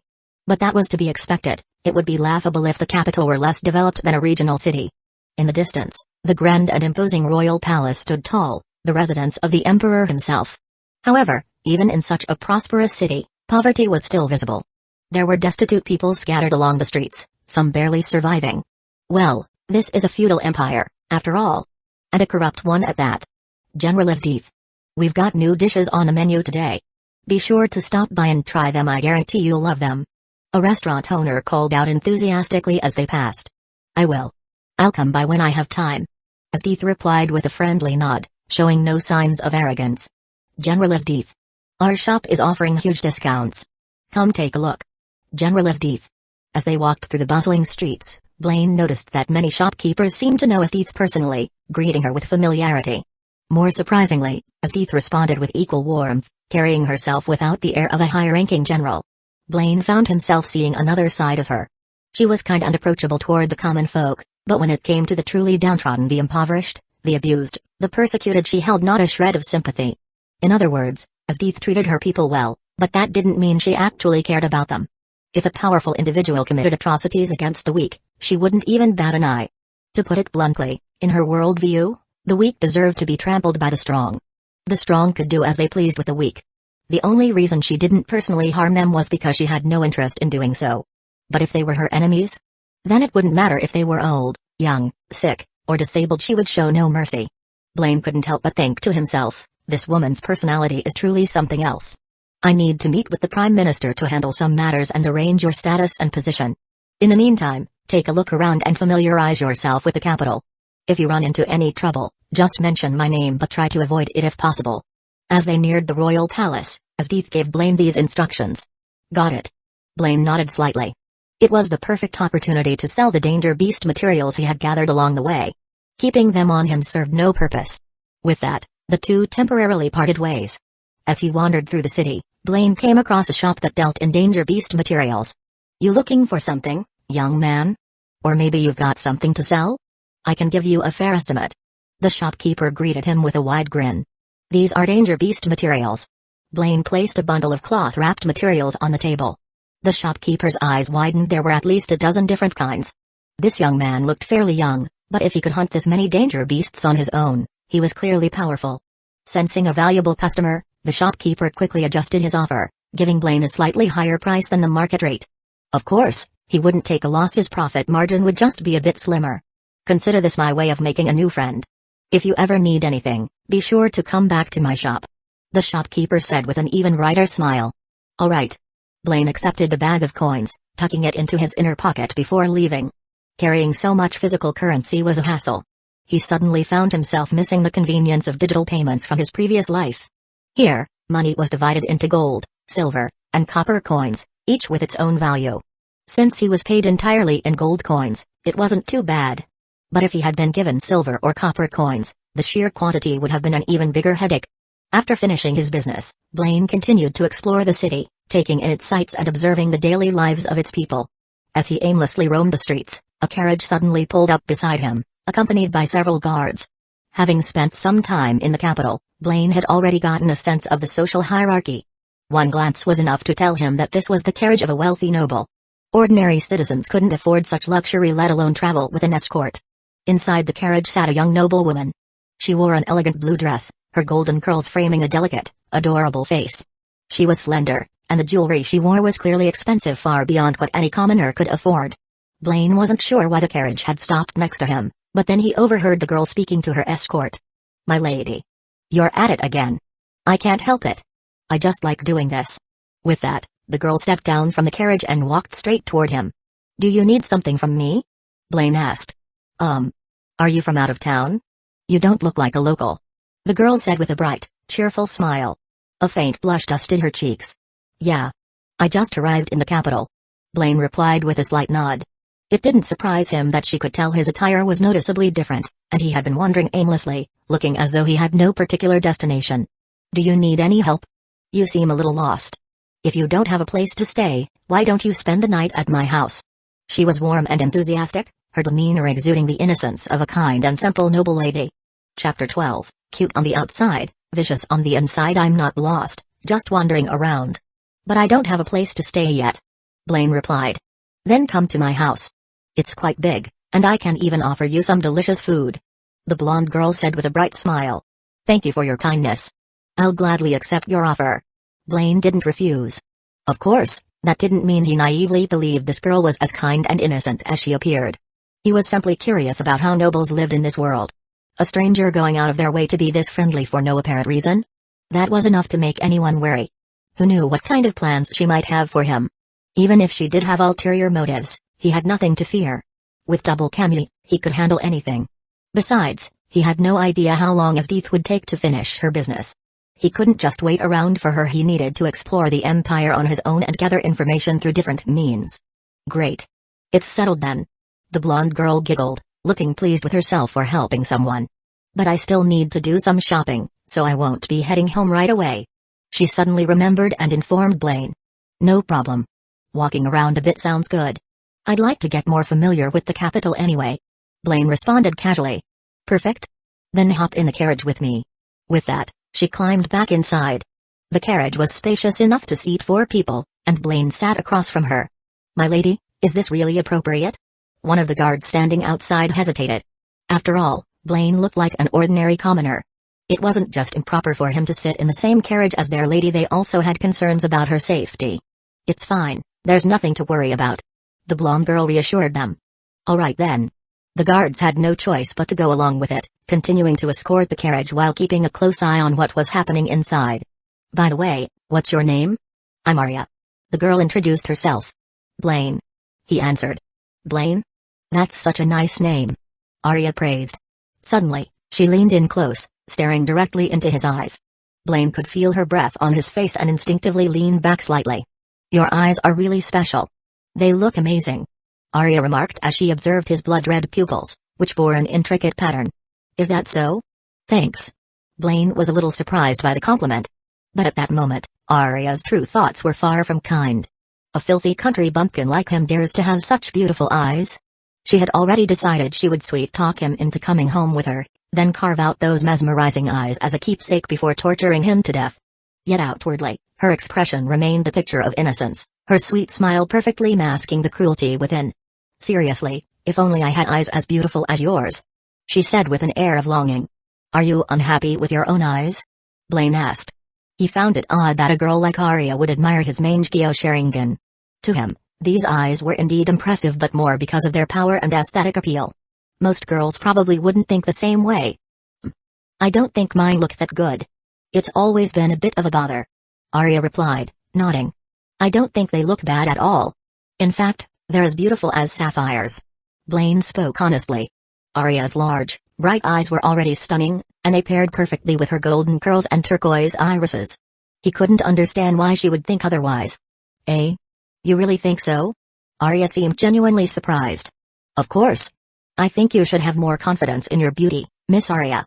Blaine nodded. Arya fell silent for a moment, her previously smug expression briefly freezing. Moments ago, she had been entertaining the idea of ruthlessly torturing him to death, yet now, something inside her wavered, just for a second. But only for a second. The hesitation vanished as quickly as it came, and she soon regained her usual bright smile. "You're right. I should be more confident." "Thanks, Blaine," she said cheerfully. The carriage came to a stop in a busy shopping district. As soon as Arya stepped out, she excitedly hurried toward a clothing store, two of her guards following close behind. Blaine, on the other hand, had no interest in shopping, so he remained by the carriage. One of the guards was left behind as well, tasked with watching over the vehicle. Seemingly bored, the guard struck up a conversation with Blaine. "See that palace over there? As an outsider, you probably don't know what our emperor is like." He gestured toward the grand structure in the distance. They were deep within the imperial capital now, and the royal palace sat at its very center, surrounded by towering walls. Ordinary citizens likely had no chance of ever stepping inside. "I'd like to hear more." Blaine was genuinely interested. He knew little about the emperor and wanted to learn more about how the empire was run. The emperor is actually just a child. He doesn't rule the empire. The one pulling the strings from behind the scenes is the prime minister. The guard's expression darkened. He's the one responsible for the empire's corruption and darkness. The imperial capital is an even crueler place than you might think. Then, lowering his voice, he added, "But you'd best keep your mouth shut about this. Even though it's common knowledge, if the wrong person hears you talking, you might just lose your head." Blaine gave a small nod. "I understand." This was useful information. And the Prime Minister the guard mentioned, he was likely the same one as Death had referred to earlier. Blaine also couldn't shake the feeling that the guard was subtly warning him about something. If the capital was truly as corrupt and ruthless as the guard described, then was Arya's kindness genuine? He hoped he was overthinking things. But still, he made sure to stay on guard. Not long after, Arya emerged from the store. She wasn't carrying anything herself, but her two guards were practically drowning in bags, their arms and even heads piled high with purchases. With a sweet and innocent smile, Arya waved at Blaine. "Blaine, come over here. Let's go shopping together." Chapter 13, Flirting with Other Girls. All right. Blaine accepted Arya's invitation. "Then let's go. Next, we'll check out that shop." Arya looked adorable, her eyes sparkling with excitement. "My lady, wait for us." The two escorts hurriedly chased after them after placing all of Arya's purchases in the carriage. "Blaine, is there anything you want? I can buy it for you," Arya asked. "Not for now. I'll just have a look," Blaine replied. As they continued, Arya entered store after store, buying an absurd amount of goods. It was as if she bought anything that caught her eye, like she was stocking up rather than shopping casually. With her family's wealth, she had no reason to hold back. The ones suffering, however, were her two escorts, who were struggling to carry all the purchases back and forth.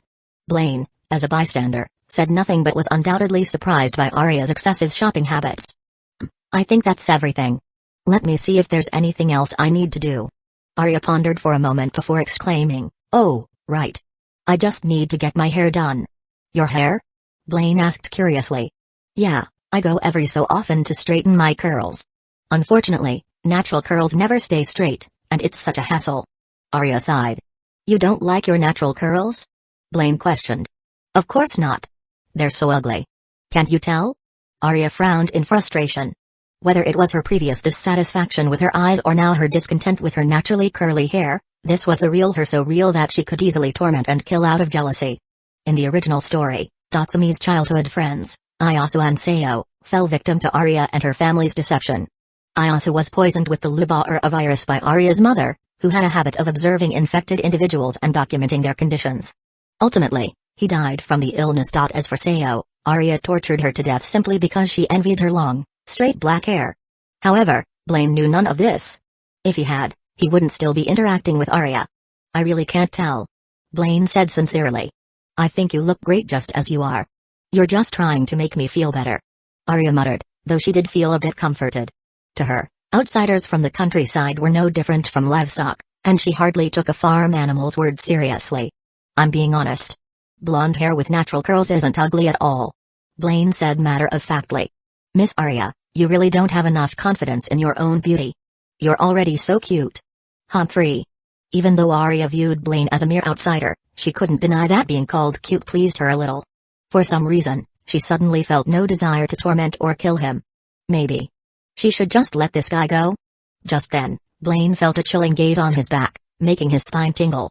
Instinctively, he turned around only to meet his Death's icy stare. Her beautiful face was cold and slightly shadowed with displeasure, as if something had upset her. "Blaine, what's wrong?" Arya asked, noticing his sudden reaction. Following his gaze, she turned around and locked eyes with his Death. Instantly, Arya felt suffocated. Terror drained the color from her face as she quickly looked away. She recognized the woman immediately, General Esdeath. But why was she here? And why was she looking at her with such a terrifying expression? You seem to be enjoying yourself, flirting with other girls, Esdeath remarked as she approached, her voice carrying a strange undertone. She had just received her imperial arms, the ice-based Igu, demon god manifestation, demon's extract, from the Prime Minister. Igu were incredibly powerful weapons, but they required compatibility with their users. If the affinity was lacking, they couldn't be wielded properly. Esdeath's Igu, created from the blood of a legendary superclass danger beast from the northern lands, was a blood-based weapon. Many had tried using it before her, but even a small sip of the blood drove them insane with bloodlust. Esdeath, however, not only resisted the Tigu's madness but also drank the entire container of blood without hesitation. It was a perfect match because she was already consumed by an inherent thirst for slaughter. Demon God Manifestation, Demon's Extract was hailed as one of the strongest Igu, though much of that reputation stemmed from Esdeath's own overwhelming power and mastery over it.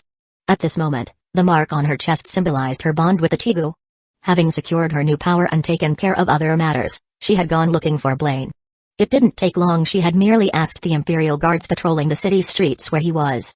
And then, she had seen him. Shopping. Walking side by side with some blonde girl. The sight inexplicably irritated her. I'm just showing her around while familiarizing myself with the capital, Blaine said calmly. Arya suddenly realized that Blaine actually knew General Esdeath and their relationship was clearly unusual. Otherwise, why would Esdeath look at her that way? Wait. If he knew General Esdeath, then was he really just some random foreigner? Would a mere stupid outsider have the chance to associate with someone of her stature? But at this point, she no longer cared about Blaine's origins. Esdeath was now standing before her. Even though Esdeath had approached for Blaine, Arya was still terrified. She knew she wasn't entirely uninvolved in whatever was happening. Under the sheer weight of Esdeath's presence, Arya's body froze. She couldn't even bring herself to breathe properly. No matter how wealthy her family was, they were still just merchants. They had no power to stand against the overwhelming might of General Esdeath. Chapter 14, Vice Captain of the Imperial Capital Security Force. Let's go. I'm done here. With that, Esdeath prepared to leave with Blaine. Where to next? Blaine asked. I'll take you to get acquainted with your new position. As they left, Esdeath didn't spare Arya a single glance. She wasn't entirely sure why she felt irritated, but the reason was simple at this point: she had no real concept of love. Romantic feelings had never crossed her mind.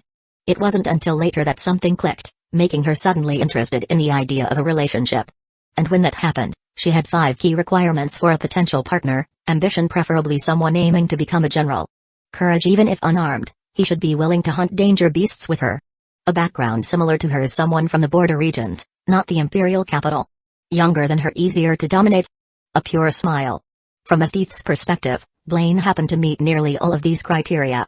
The only thing missing was the pure smile. He had only ever shown a genuine smile once, that in Jaai City, and that single moment had left an impression on her, though not strong enough to be considered love at first sight. Still, since she had yet to understand romance, she wasn't aware of what these feelings meant. She just knew she found the blonde girl annoying for some reason. For Arya, however, being ignored by Esdeath was a relief. She had been scared out of her wits moments ago, her face still deathly pale. Seeing Esdeath walk away without doing anything to her, she let out a heavy sigh of relief. My lady. We should leave. Quickly. One of the guards whispered nervously to Arya, his voice trembling. After all, who wouldn't panic at the sight of General Esdeath? Arya nodded quickly and quietly slipped back toward the carriage. Meanwhile, Esdeath's presence had drawn the attention of nearly everyone in the area. She was immensely popular in the imperial capital, not just for her beauty, but for her overwhelming strength as a general. More importantly, she was known as the most approachable general in the empire, treating commoners far better than most nobles did. Wasn't that Lady Arya? I heard her family is not exactly normal. They trick newcomers into trusting them, then lock them up and torture them. I've heard that rumor too. Looks like she tried to lure in another young man, but it turns out he's someone General Esdeath knows? That must be it. That guy's definitely no ordinary person. Just look at how casually he talks to Esdeath. He doesn't act like one of her subordinates. That crazy noble nearly got herself into serious trouble this time. While the crowd continued murmuring amongst themselves, Arya's carriage quickly sped away, loaded with her excessive shopping haul. My lady, we really almost offended someone untouchable this time. The guards were still shaken by their encounter with Esdeath. As Arya's personal guards, they were well aware of her family's twisted hobbies, something they never dared to question. They were just hired hands, and none of them were foolish enough to risk their jobs or their lives over a misplaced sense of justice. The only one with any conscience was the guard who had spoken to Blaine earlier.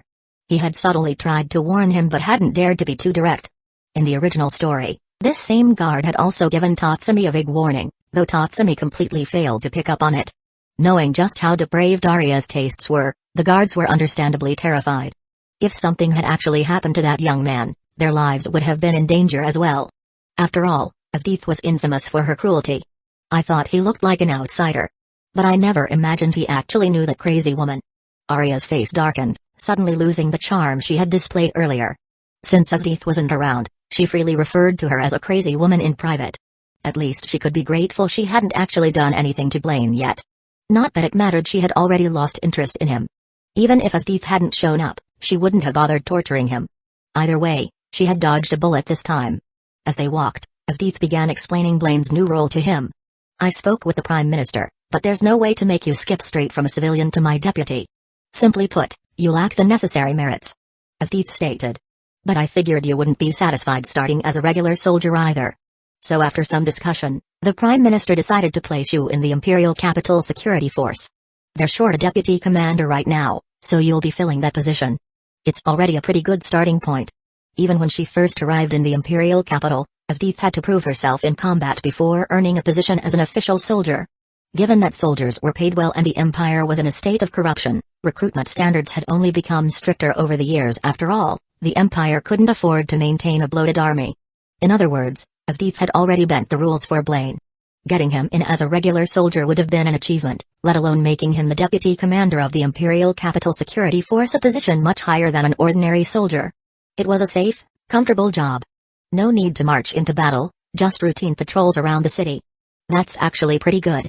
Thanks, Blaine said, recognizing how much effort Asdith had put into securing this for him. This is just your starting point. Asdith replied. With your abilities and potential, I have no doubt you learn the merits needed to become a general soon enough. It was clear this was what she wanted for him. To rise through the ranks, to reach for the same goal she had once set for herself. Yeah, I'll do my best, Blaine answered. He wanted to see more of the Imperial capital. More of the Empire itself. If he became a general, he would have a broader perspective, more insight into the workings of the world around him. Only then could he decide what he truly wanted to do in this world. But let me make one thing clear, Asdith said suddenly. You may not be joining my campaigns just yet, but you're already mine. If you ever need anything, come to me. And another thing, I don't want to see a repeat of today's events. Her tone shifted as she reached out, pinching Blaine's chin and tilting it up slightly. Do you understand? Chapter 15, The Empire's Strongest. Hearing the unmistakable authority in Asdith's voice, Blaine couldn't help but feel a little helpless. He had figured it out, Asdith was the embodiment of a queen.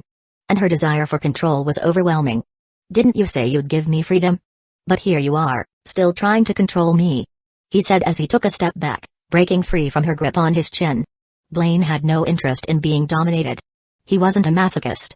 I meant relative freedom, not absolute freedom, Asdith said coolly. Besides, do you even know what that woman's true nature is? That woman? You mean Arya? Blaine asked, curious. It seemed like Asdith knew something about her. That's right. Her name is Arya, and she's a repeat offender.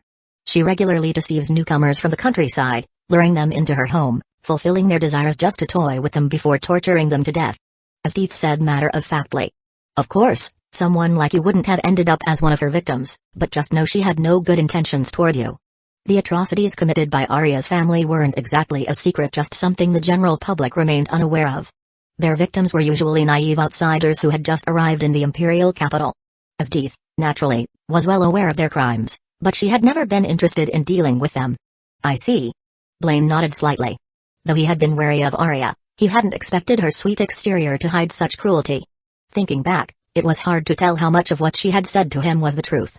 Still, now that he was about to become the deputy commander of the Imperial Capital Security Force, he might just have the chance to deal with that twisted noblewoman. But surely others know about this too. Has no one ever done anything about them?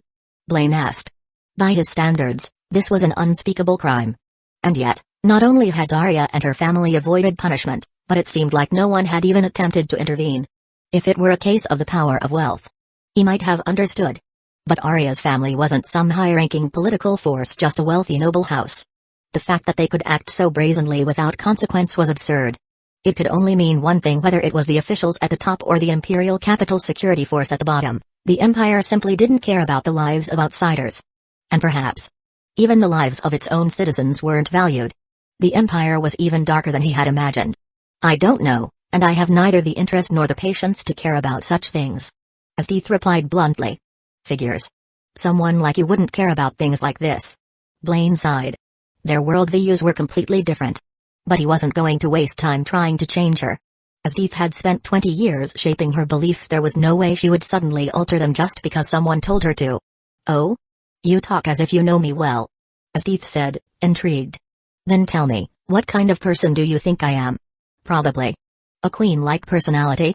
And someone who strongly believes in survival of the fittest. Blaine answered honestly. You're not wrong. Asdith made no attempt to deny it. You believe in survival of the fittest so strongly, is it because of your childhood experiences? Blaine asked. Maybe. If my father and the rest of my clan had been strong enough, they wouldn't have been slaughtered by the northern tribes. Isn't that a simple truth? She replied, as if it were the most natural thing in the world. But Blaine wanted to argue but ultimately chose not to. Then again, you're right. He said.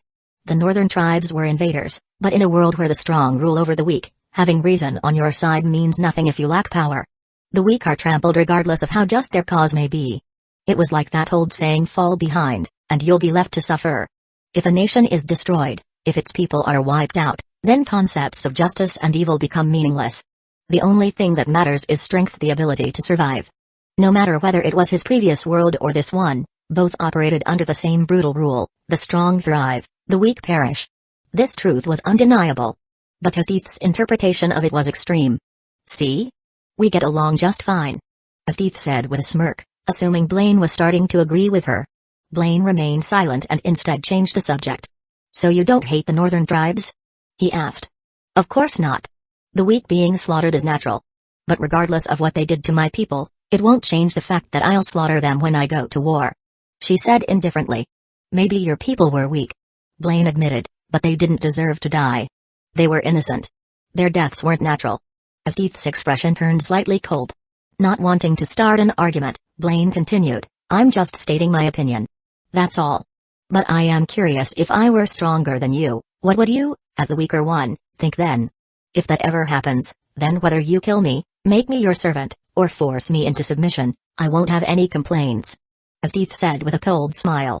But unfortunately for you, that won't happen. I will be the strongest in this empire. She wasn't boasting. If anything, she was the only one truly qualified to say those words. Now that she had obtained the Ice Tigu, her absolute strength was inevitable. What she didn't realize was that Blaine wasn't bound by the rules of this world. As a transmigrator, he was an anomaly, one she couldn't predict. We'll see about that. Blaine said with a faint smile. He wasn't planning anything strange. But he was certain of one thing: dealing with Asdith in the future was going to be troublesome. And the best way to handle trouble was to be stronger than it. Just then, Asdith suddenly changed the topic again. Without warning, she reached out and gently touched Blaine's face. You can smile, can't you? Why not smile a little brighter? Her sudden shift in demeanor completely shattered the previously tense atmosphere. In an instant, the conversation's intensity vanished, replaced by something entirely different. Chapter 16, The Justice Girl, Saru. Molested again. Feeling the cool, soft touch on his face, Blaine realized just how cold Asdith's hands were. With a speechless expression, he moved her hand away. If you want me to smile on command, I won't be able to. Still, he couldn't help but notice the subtle changes in her. It wasn't just her hands, there was a faint chill radiating from her entire body. It was barely perceptible, but Blaine's sharp senses picked up on it. She hadn't felt like this before. Then there was the mark on her chest. He had noticed it earlier but hadn't said anything about it until now. That mark on your chest. It wasn't there before, was it? Blaine finally asked. He suspected that whatever was changing about Asdith had something to do with that mark. Could it be related to the Tigu she had just obtained? That's right. I received my Ice Tigu today. After drinking a full pot of blood, this mark appeared. Asdith explained. Blood? So there are Tigu that use blood too? Blaine was a little surprised. He had always assumed Tigu were physical weapons: blades, swords, spears, hammers, and so on. But now, a blood-based Tigu had entered the mix. This is my first time seeing one as well, but the 48 Tigu are all unique and unpredictable. You don't seem very familiar with them, do you? You should take some time to study ancient records. If you ever face another Tegu user, you don't want to be caught off guard by an unknown ability. As Death suggested. Yeah, I'll look into it. Blaine nodded.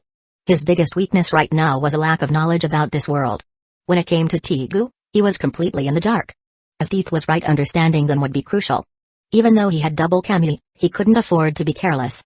He still didn't know if there was a Tegu out there capable of countering it. Blaine had since parted ways with Death and was on his way to report to the Imperial Capital Security Force. As he walked through the streets, someone suddenly called out to him. Excuse me. Are you Blaine? Hearing his name, he turned his head. Standing before him was a young girl with orange hair tied in a high ponytail, bright orange eyes, and a cute appearance. She was dressed in a gray breastplate and shoulder armor, standard gear for the security force. Despite her friendly and cheerful smile, Blaine had learned his lesson from Arya. In a place like the Imperial Capital, he wasn't about to take people at face value. That's me. He replied.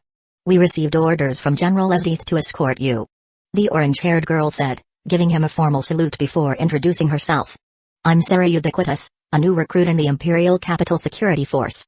At this point, it seemed that Sarah had not yet obtained her biological Tegu, magical beast transformation, Hekatenkai's. Otherwise, she would undoubtedly have Koro with her. I'm new here too. No need to be so formal. Blaine said. That's different. You're the vice captain. I'm just a rookie, we're in completely different leagues. Sarah corrected him. Alright then. With that, Blaine and Sarah set off toward the security force headquarters. Along the way, Sarah eagerly struck up a conversation, her cheerful energy apparent. Vice Captain Blaine, what made you join the Imperial Capital Security Force? You must have some noble ideals, right? She was clearly curious. The security force members didn't know much about Blaine's background. All they knew was that he had been appointed by the Prime Minister and personally recommended by General Esdeath. As a result, many assumed he was some kind of rising talent. Nothing that noble, really. Blaine felt a little awkward, unsure how to answer. The truth was, he had simply taken the position as a means to learn more about the world. Come on, you're just being modest, aren't you? Sarah grinned, unconvinced. I, on the other hand, joined the security force to uphold justice and eliminate all evil. Her expression turned serious, her gaze filled with conviction. She wasn't joking. That's an admirable goal, Blaine said. But only if her sense of justice was truly just and not something twisted. Of course, he didn't know anything about her yet. From his perspective, if she genuinely had a strong sense of justice, maybe she could bring some light to the darkness of the Imperial Capital. That wouldn't be a bad thing. Right? Sarah beamed, clearly pleased that the vice captain had acknowledged her sense of justice. Before long, they arrived at the security force headquarters. Vice Captain Blaine, we're here, Sarah announced. Looking around, Blaine noticed that all the security force members wore the same breastplate and shoulder armor. This uniform was clearly a symbol of their unit. There weren't any complicated formalities. Since he had already been assigned the role of vice captain, all that was left was to meet the captain and familiarize himself with the rest of the team. And apparently, Sarah was assigned to assist him with that. Blaine was starting to think she was just a rookie doing errands. Vice Captain Blaine, I'll take you to meet Captain Ogre first, Sarah said. Captain Ogre is incredible. He even has a nickname, Ogre the Demon. Criminals are terrified of him. If I had his strength, I'd be able to carry out justice even better. That's why I'm trying to become his apprentice. Is that so?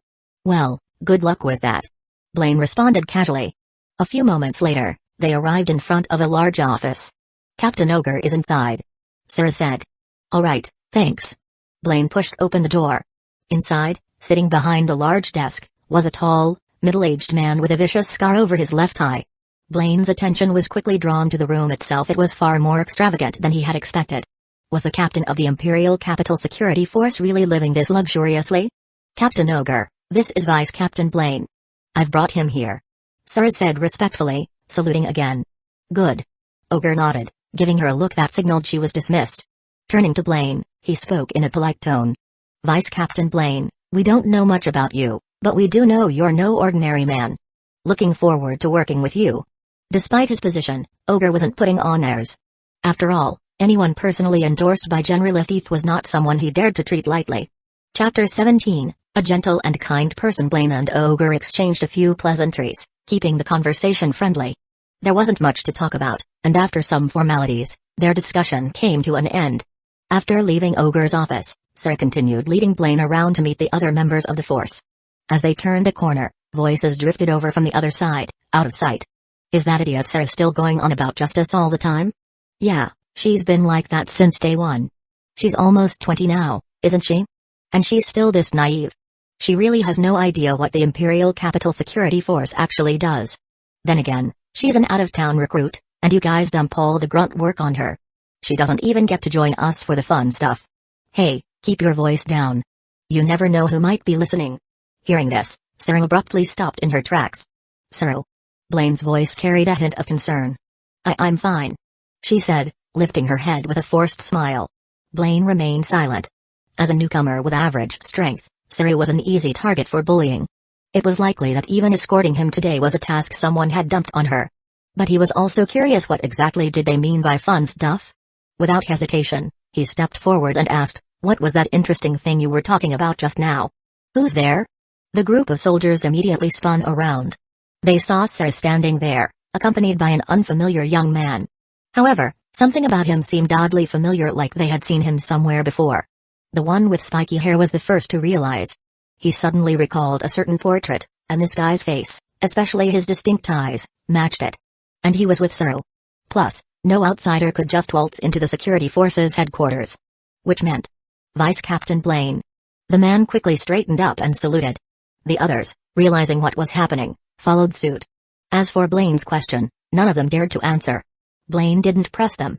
He figured that, given some time, he'd find out for himself what the security force was really up to. Instead, he continued, by the way, do you guys make a habit of picking on Sarah? Cold sweat immediately formed on their foreheads. And no. I've never done anything like that. Some shook their heads frantically. Others looked guilty, avoiding eye contact. It better stay that way, Blaine said casually. He hadn't actually done anything to them, but the message was clear. From now on, they'd think twice before messing with Sarah. Even bad-mouthing her in private would come with risks. Sarah, realizing that Blaine was standing up for her, was visibly surprised. For a moment, she simply stared at him, stunned. Then, gratitude welled up in her heart. Ever since she arrived in the Imperial capital, this was the first time someone had treated her with such kindness. Afterward, she continued leading Blaine through the security force headquarters.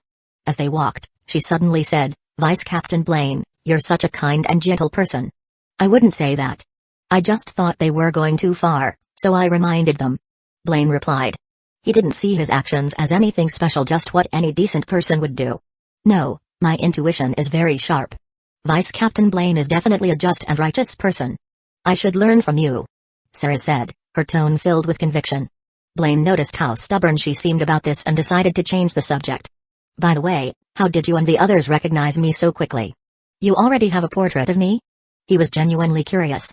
This was his first time meeting the security force members, and technology in this world wasn't advanced enough for cameras to exist. Yet Sarah had recognized him instantly, and so had those soldiers. Yeah. General Esteth gave us a portrait. I happen to have it right now, Sarah replied. She actually had one made? Let me see. Sarah nodded and pulled a rolled-up piece of parchment from her uniform, handing it to him. Blaine unrolled it and was immediately stunned. The artwork was abstract. To put it bluntly, it was only slightly better than a child's doodle. The only truly recognizable features were his blood-red eyes and the rough depiction of double Kamui. The portrait was crude, but the facial features were somewhat similar. With his distinct Mangekyō Sharingan, it wasn't hard to identify him from it. Who drew this? Blaine asked, though he already had a strong suspicion. No idea. I just know that General Esteth had it sent over, Sarah said. Got it. Yeah, it had to be Esteth's masterpiece. He never would have expected someone as dominant and powerful as her to be absolutely terrible at drawing. Not that he planned on saying anything about it. After settling into his role at the security force, Blaine went to see Ogre again. He had unfinished business. Captain Ogre, are you aware of a noble family that lures in outsiders and kills them? Blaine asked directly. Oh yeah, now that you mention it, they haven't paid their protection fee this month. About time we sent someone to remind them, Ogre said nonchalantly. Blaine's brow furrowed. Protection fee? You know they prey on innocent people, and you're protecting them. Of course. Who cares about some country bumpkins? As long as we're getting paid, what's the problem? Ogre grinned. That noble pays us a hefty sum every month to indulge in their little hobbies. Honestly, it's a pretty sweet deal, don't you think? Blaine was silent for a moment. Then, standing up, he said in a cold voice, too bad. I'm dealing with them soon. Ogre froze, taking a second to process what he had just heard. Then his eyes widened in shock. What? You're joking, right? I don't joke about things like this. With that, Blaine turned and walked away. Ogre sat there, his expression darkening. This brat didn't take the ogre seriously at all. Chapter 18, The Change in Saru. Although this kid might be someone valued by the Prime Minister and Generalist Eth, that was only a possibility. From his interactions with him, Ogre saw nothing more than a naive young man, willing to eliminate a noble who brought significant benefits to the imperial capital just for the sake of some useless outsiders. Wasn't that the behavior of a reckless fool? At this moment, Ogre had already decided to kill Blaine. As a local tyrant, he had only been polite to Blaine out of respect for Generalist Eth. But now, this kid dared to disrespect him so blatantly he was practically asking for it. Ogre had plenty of ways to make someone disappear without a trace. As the captain of the Imperial Capital Security Force, he had done such things more times than he could count. Generalist Eth was often away on military campaigns, leaving her little time to oversee matters in the Imperial Capital.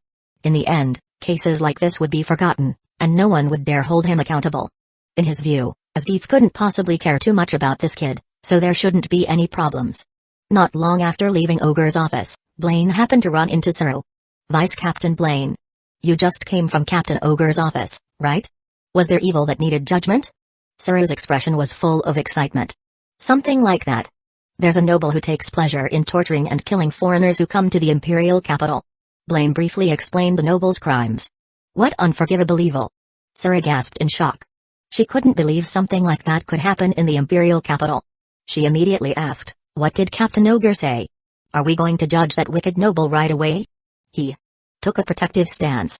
That noble regularly pays protection money to the security force. Blaine replied. What?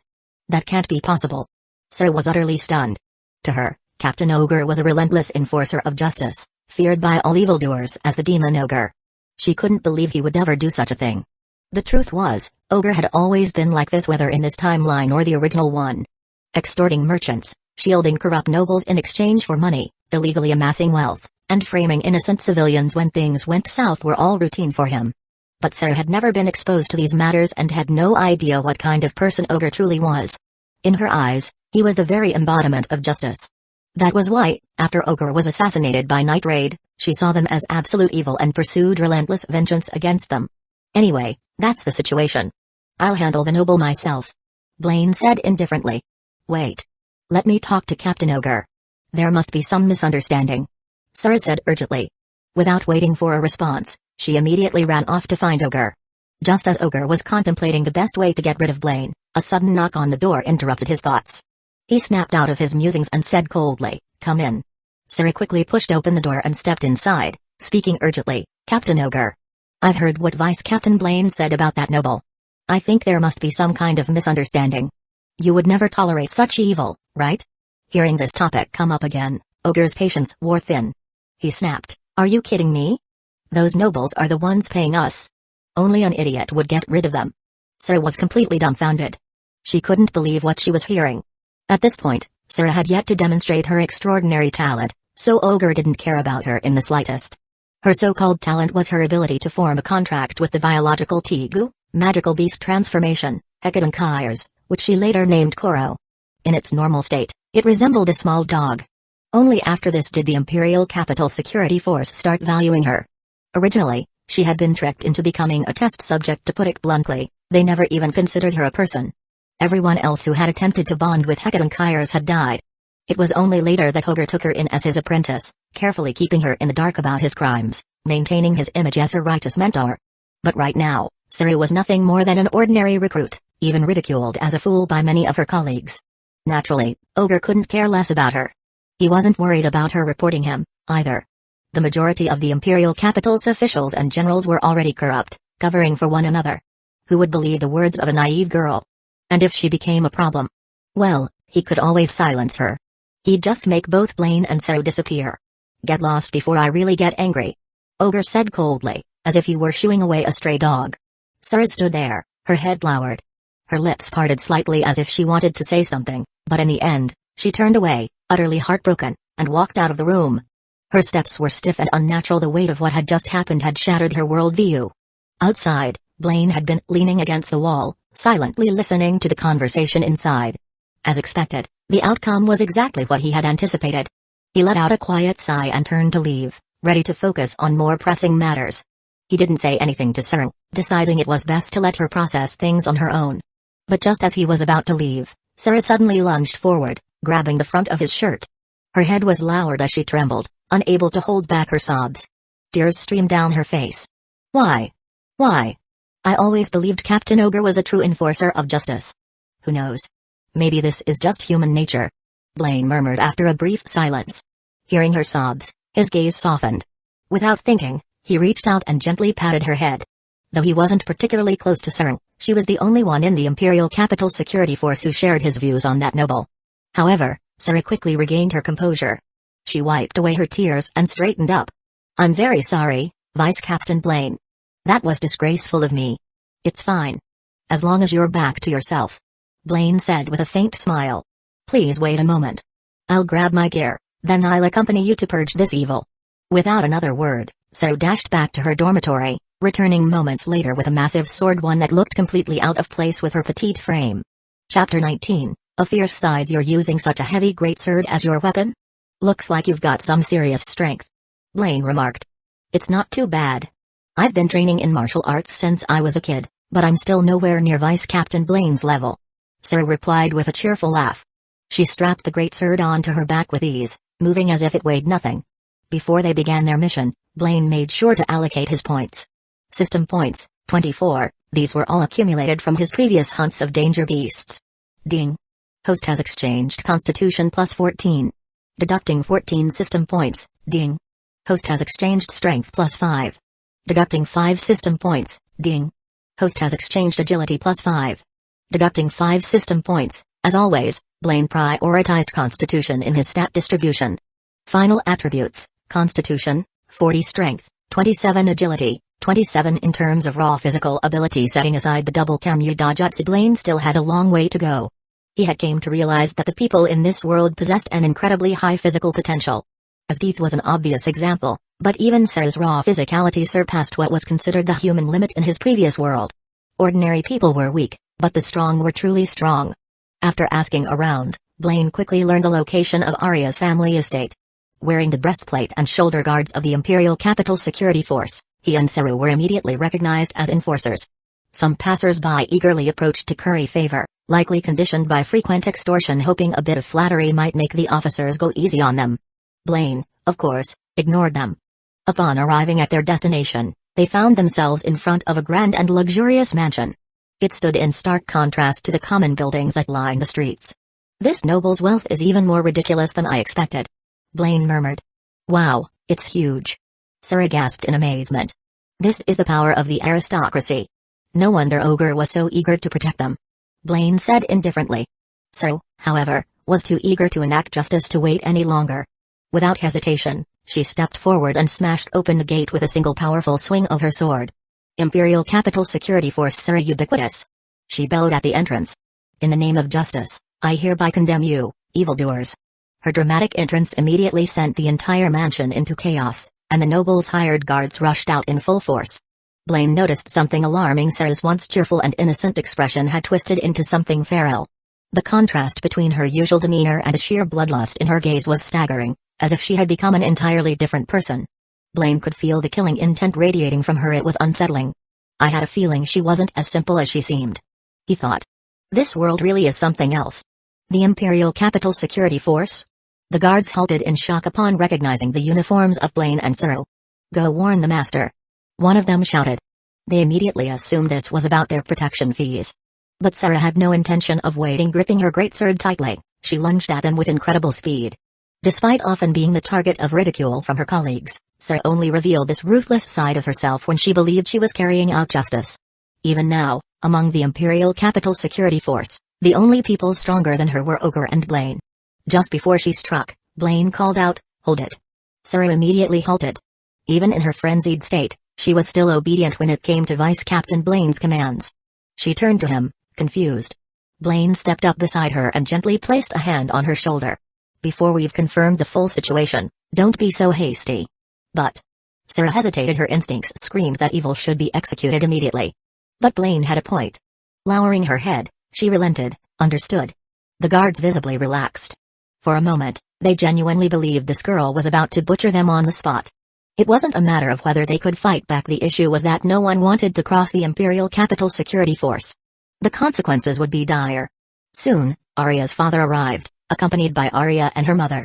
Arya's father had the appearance of a kindly gentleman, and her mother was a refined beauty with a warm, gentle demeanor. At a glance, they looked like an ordinary, affluent noble family. It was hard to imagine them as murderous psychopaths. But based on what Blaine had learned, there was little doubt that they were exactly that. "Blaine? What brings you here?" Arya asked, immediately recognizing him. "Arya, do you know that gentleman?" her mother asked curiously. "Yes, we met not long ago," Arya replied. Arya's father took a step forward and addressed them with a polite smile. "May I ask what brings you two here today?" "If it's about the protection fee, we'll pay it right away." "Protection fee?" Blaine raised an eyebrow. "So you're admitting your crimes?" Sarah's expression immediately darkened. "Vice Captain Blaine, can I execute them now?" she asked eagerly. "Not yet." Blaine flicked her forehead with a light hand chop. "Ugh." The impact snapped Sarah out of her murderous trance, and her expression returned to normal. Blaine had stopped her because he knew she was likely to kill them on the spot. For now, the bigger priority was locating any surviving victims. According to his intel, there were many, and they were still being held captive somewhere. Arya and her mother's faces paled with fear. The orange-haired girl beside Blaine had looked ready to slaughter them where they stood. Blaine, however, didn't waste any more time on pleasantries. "Based on your actions, you are under arrest," he stated flatly. "Now, take me to the victims." What victims? I don't understand what you're talking about." Arya's father visibly broke into a cold sweat, his eyes darting nervously. His guilty reaction betrayed him immediately. Seeing the criminals still trying to lie their way out, Sarah's fingers tightened around her sword hilt. She was itching to execute them on the spot. But she couldn't disobey Vice Captain Blaine's orders. Chapter 20, Justice, Executed. "If you insist on denying the truth, then we'll have no choice but to use force," Blaine said coldly. Arya's father hesitated for a moment, his expression wavering, but then his eyes turned ruthless as if he had made up his mind. He raised his hand, signaling the guards around them. His face twisted into something cruel and menacing, his previous gentle demeanor nothing more than a facade. "Kill them all." At his command, the guards surrounded Blaine and Saru. Blaine's gaze darkened as he shook his head in disappointment. He no longer restrained Saru and instead gave her a simple reminder: "Take care of yourself. Try not to get hurt." "Yes." With that, Saru unleashed her so-called justice without restraint. Though the guards were far stronger than ordinary people, they were no match for someone chosen to serve in the Imperial Capital Security Force. Wielding her massive sword, Saru carved through them effortlessly, heads rolling one after another. Wait. We were just hired. They're the ones responsible." Some guards, overwhelmed with terror, dropped their weapons as their legs gave out beneath them. Kneeling on the ground, they pleaded desperately for mercy. "You are all accomplices. Once tainted by evil, the only redemption is death." Saru's expression remained ice-cold, utterly devoid of mercy. Ever since the day bandits slaughtered her parents, she had developed an unyielding hatred for evil. Justice, executed. No matter how much they wept and begged, Saru swung her great sword without hesitation. With her merciless rampage, Blaine hardly needed to lift a finger. Within moments, the guards had either been slain or lost their will to fight. Arya and her parents stood frozen in terror. The orange-haired girl's strength was beyond anything they had imagined. She had single-handedly wiped out all the guards they had hired. Attacking the security force is another crime to add to your list. "If you don't start talking, I won't be able to stop her," Blaine said, his tone indifferent. He was, of course, referring to Saru. By now, nearly all the guards had been slaughtered. The few that remained wouldn't last much longer. Once they were gone, Arya and her parents would be next. After all, in Saru's eyes, they were the embodiment of evil. Realizing what was about to happen, Arya's father broke down. "All right. I'll talk. I'll take you to the place. Then lead the way. Now," Blaine ordered. At that moment, Sarah had already finished off the remaining guards. Bloodlust still clouding her mind, she didn't seem to notice that Arya's family had surrendered. Gripping her sword tightly, she charged straight at them. "Why isn't she stopping?" Arya's father shouted in panic. Arya and her mother clung to each other, trembling. Before Sarah could strike, Blaine stepped in and caught her wrist. Sarah blinked, snapping back to reality. "Vice Captain Blaine? They're still useful," Blaine explained. "Fine." Though reluctant, Sarah withdrew her sword. Blaine and Sarah followed Arya's family to a forested area outside the palace. In the middle of the wood stood a large building, which at first glance looked like a warehouse. However, the moment they opened the doors, it became clear this was no ordinary storage facility. The space was filled with an array of horrific torture devices, some still occupied by victims in various states of suffering. Corpses dangled from hooks on the ceiling, some headless, some missing limbs, others barely clinging to life. Along both sides of the room, rows of iron cages held prisoners with festering, reddened flesh, ravaged by disease. This was the work of Arya's mother, who took pleasure in infecting them with the loba or virus, her favorite pastime. Blaine's stomach churned at the sheer brutality. Saru, on the other hand, remained unfazed. A sight like this didn't scare her, it only strengthened her conviction to eradicate all evil. "Why did you do this to them?" Blaine asked, his voice heavy with disgust. Arya's father scoffed. "What's the big deal? These country bumpkins are nothing more than livestock, a waste of resources. We can do whatever we please with them." "Exactly." Arya's mother ratted gleefully. "Why treat livestock like humans? I love infecting them with a luba or a virus, watching their condition worsen day by day, and recording it in my diary. It's simply addicting." Arya remained silent, her emotions conflicted. She had never expected that the young man she had taken an interest in would bring about her family's downfall. Some of the words he had spoken to her that day still lingered in her mind. She had been raised in this environment, her beliefs molded by her parents. "Vice Captain Blaine, can we pass judgment now?" Sarah asked coldly. To her, these three were beyond salvation. "Let the court handle them. And while we're at it, we can take down Ogre as well." Keeping them alive had its uses.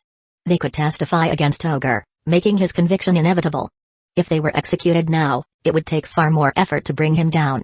Moreover, allowing Saru to carry out an unauthorized execution could lead to legal complications. It was best to avoid unnecessary trouble. The court's verdict was swift. Arya's parents were sentenced to public execution by beheading for their countless atrocities.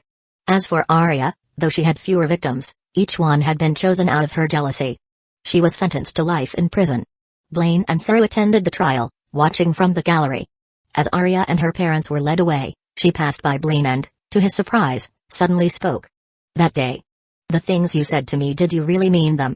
Or were you just trying to fool me?" Blaine hesitated before understanding what she was referring to. After a brief pause, he nodded. "I meant every word. Your eyes and hair are beautiful. You're already cute, there was never any reason to envy others." "I see. Thank you." A faint, complex smile lingered on Arya's lips as she was led away. Chapter 21, Tegu Experiment. As a result of this case, Ogre, the current captain of the Imperial Capital Security Force, found himself in deep trouble. Arya's family had exposed him in court, implicating him in sheltering them from justice. That brat acted so fast. And that damn kid Saru was with him too. Since some officials in the court were also colluding with Ogre, he quickly learned the details of the situation and knew that Blaine and Saru were responsible. His expression was dark and grim.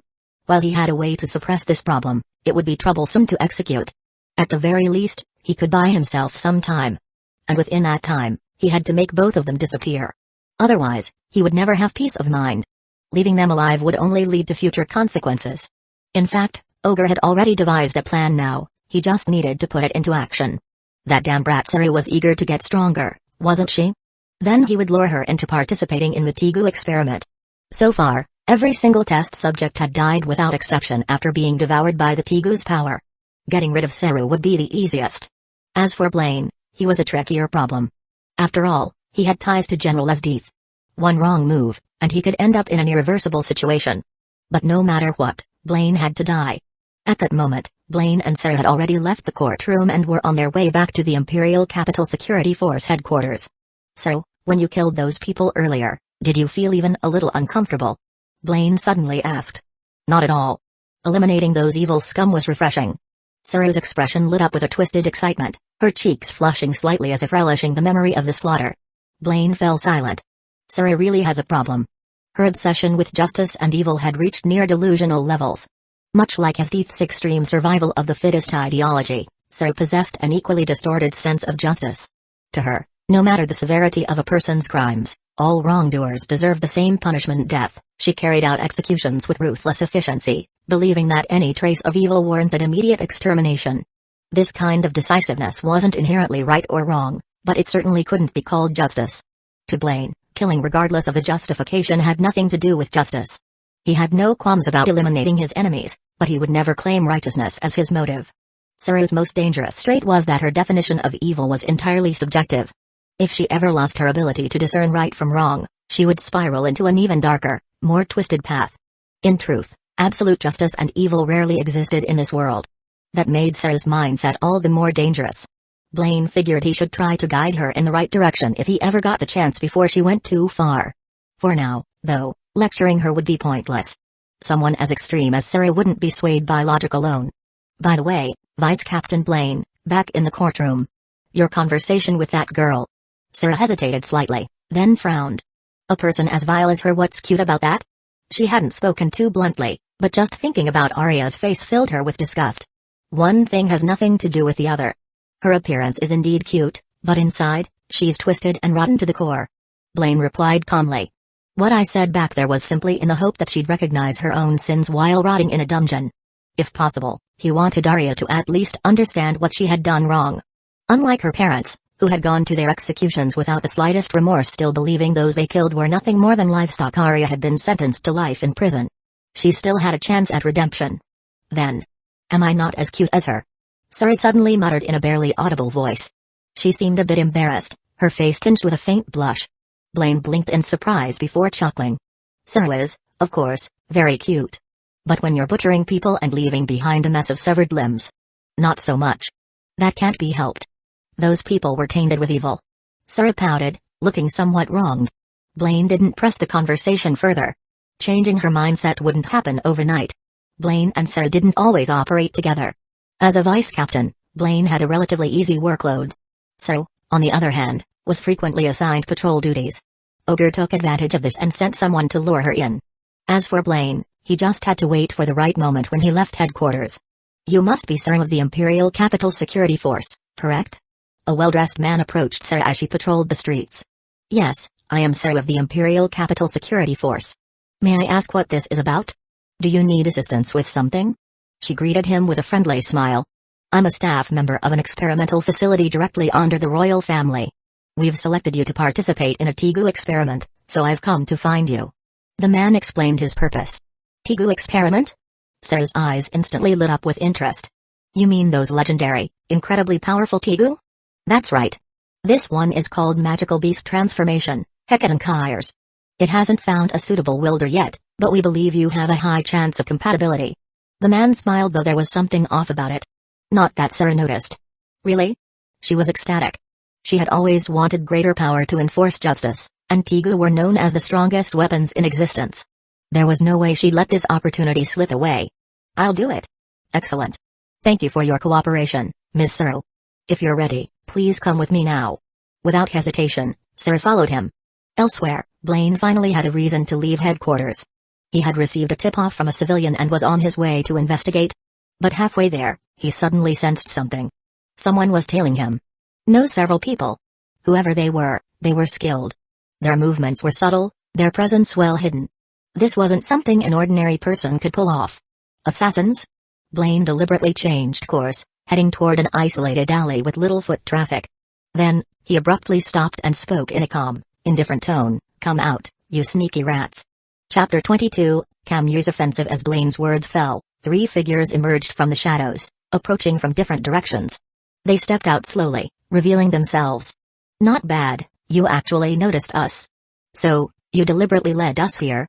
As expected, our assassination target isn't simple. But unfortunately for you, we're your opponents. Their voices carried a tone of arrogance, making it clear they didn't take Blaine seriously. Oh? I take it you're Ogre's assassins. Blaine said calmly. At the moment, Ogre was the only person in the capital who had serious conflict with him. The assassins didn't deny it. A burly, bald man with a scruffy beard sneered, since you already know, just accept your fate. Maybe we'll grant you a quick death. A heavily made-up woman, wearing a revealing outfit, cracked a leather whip against the ground with a sharp snap. Enough talk, let's finish this and collect our reward.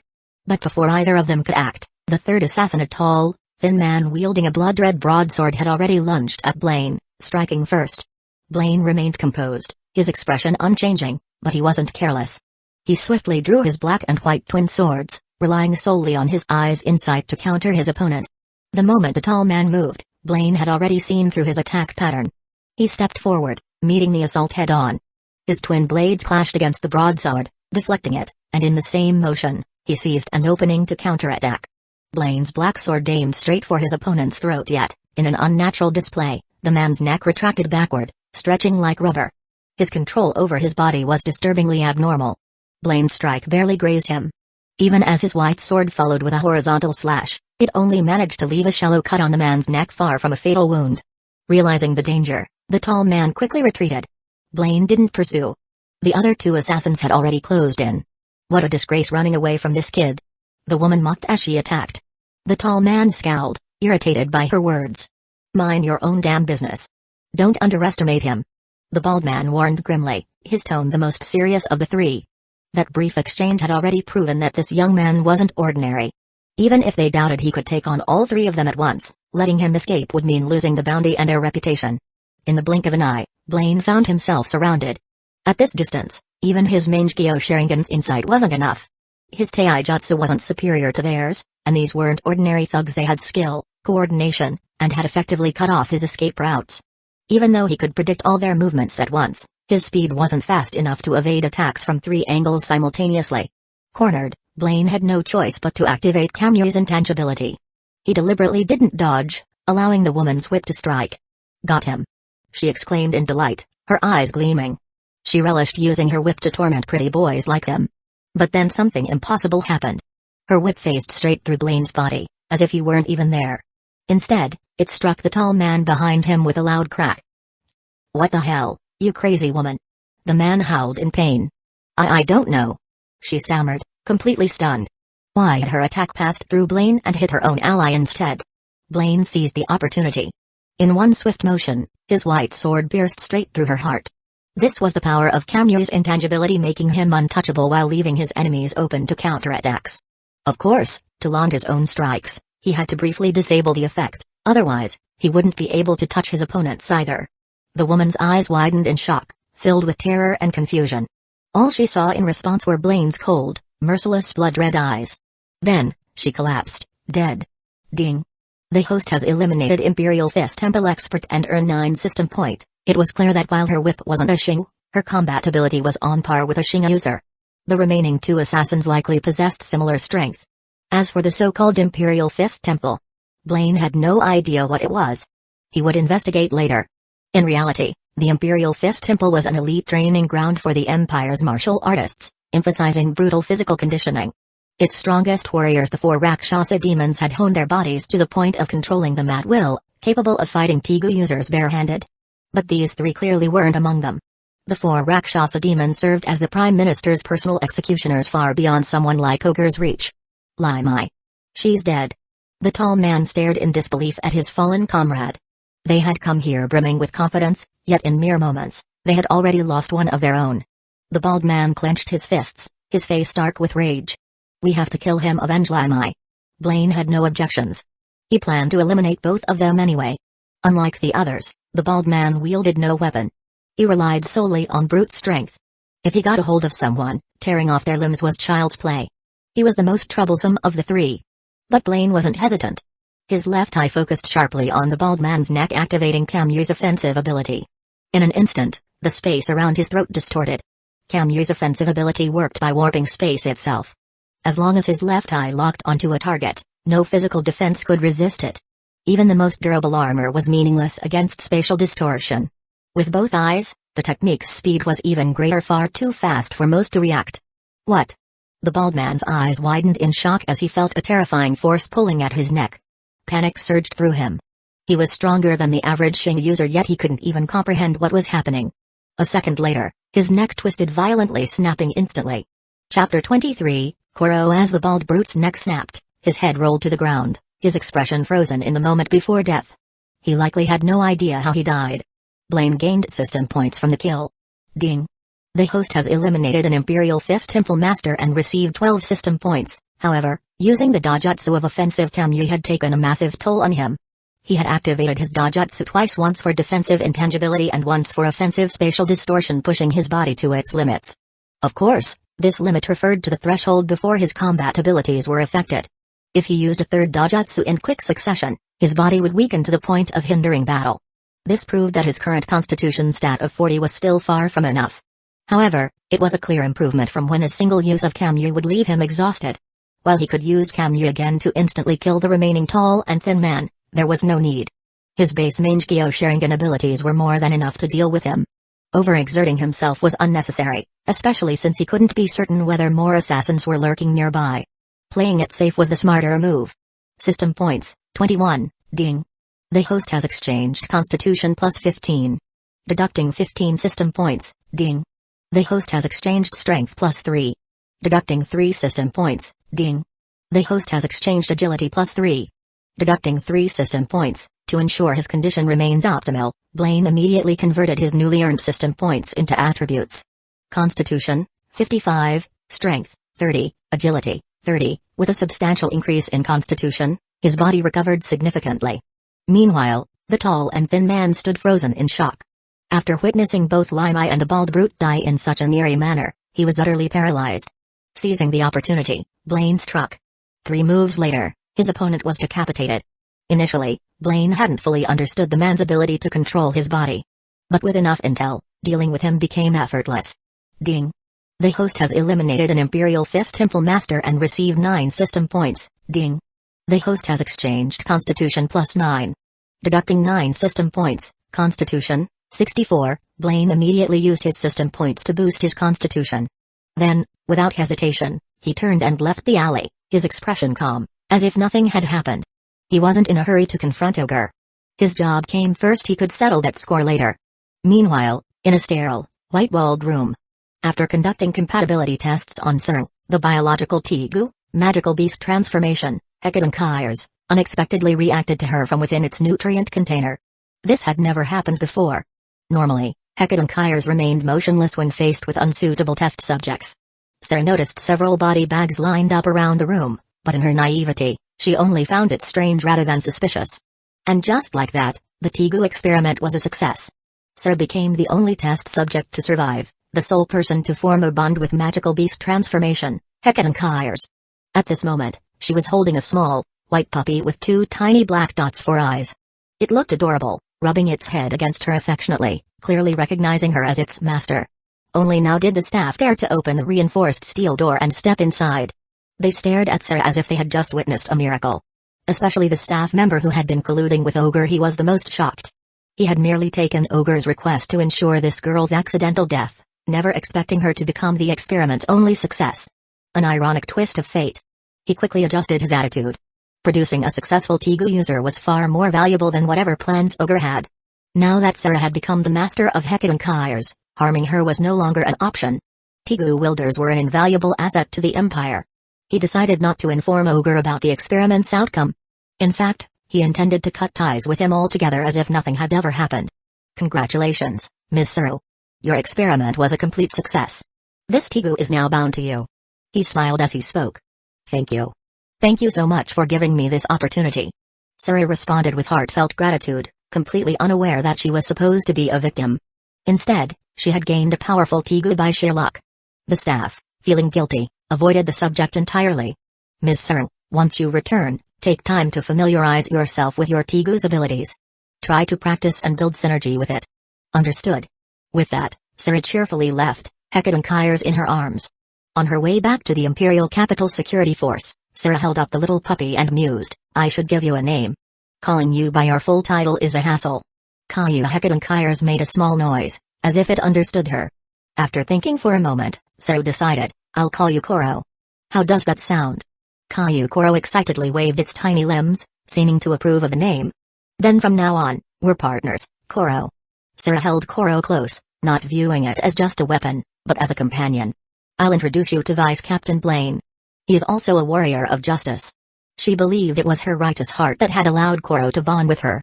So naturally, she was convinced Koro would also like Vice Captain Blaine. With that in mind, she quickened her pace toward the Imperial Capital Security Force headquarters. However, after searching for a while, she couldn't find Blaine anywhere. Left with no choice, she went to ask Ogre. Ogre was stunned to see Suru alive. Did the assassin not make a move yet? How incompetent. Although he was aware of Ecchi, he had never seen what it actually looked like. So he failed to recognize the small puppy at Suru's feet as the legendary Tegu. After all, no one had ever successfully bonded with it, so he simply assumed the staff hadn't initiated the experiment yet. Moreover, Koro was timidly peeking out from behind Suru, its small frame hardly exuding the presence one would expect from a Tigu. "You're looking for Blaine?" Hearing her question, Ogre burst into laughter, his voice dripping with mockery. "He's probably been torn to pieces by now. But if you want, I can show you his corpse." "What?" For a moment, Sarah was speechless. Then, realization hit. Her expression contorted into a vicious snarl, her voice dropping to a chilling tone. "Koro. Prepare to judge the guilty." Chapter 24, Sarah takes a master at Sarah's command. Koro's body suddenly began to grow enormous. The Tigu Hecadonkaiers had the ability to gigantify, drastically increasing both its strength and defense. As long as its core remained intact, it would continue to regenerate, no matter how much damage it took. Koro also had a secret technique, Berserk Mode, which made it grow even larger, its body packed with bulging muscles, enhancing its power to an extreme degree. However, the side effect was severe. It would be completely immobilized for months afterward. To Sarah, Vice Captain Blaine was the person she held dearest, the embodiment of the justice she revered above all else. Ogre had already been tainted by evil. But now, he had also killed the most important person in her life, Vice Captain Blaine. She could never allow such evil to continue to exist. As Ogre watched Koro, now dozens of times larger, towering behind Sarah, his smirk instantly froze. What the hell is that? He hadn't yet realized that this was the Tigu Hecadonkaiers. Sarah didn't waste any words and ordered Koro to attack. Snapping out of his shock, Ogre finally grasped the situation. This was a beast-type Tigu, most likely the rumored magical beast transformation, Hecadonkaiers. This damn brat actually managed to bond with a Tigu? But there was no time to dwell on it. Koro was already lunging at him. Ogre immediately drew his sword to defend himself. But deep down, he knew he stood no chance. Tigu were simply too powerful. Even though his sword was no ordinary weapon, it was nothing compared to a Tigu, not even on par with a Shingu. His martial skills were formidable, but against a Tigu, they were meaningless. And worse, his opponent wasn't just Koro, there was also Sarah. Ogre's entire focus was locked onto Koro, and in that split second, he failed to notice Sarah. Koro's overwhelming strength forced Ogre back again and again. Seizing the moment, Sarah leaped onto Koro's back, using its head as a springboard. She flipped through the air, sword in hand, and slashed downward, aiming straight for Ogre's head. Only then did Ogre realize that Sarah was also a combatant, but it was already too late. Pushed to his limits by Koro, he had no strength left to block. In the next instant, Ogre's head was split open. "Koro, devour the wicked." Sarah's voice was cold and unwavering. Without hesitation, Koro opened its massive jaws and swallowed Ogre's corpse whole. With the battle over, the ferocity in Sarah's expression faded.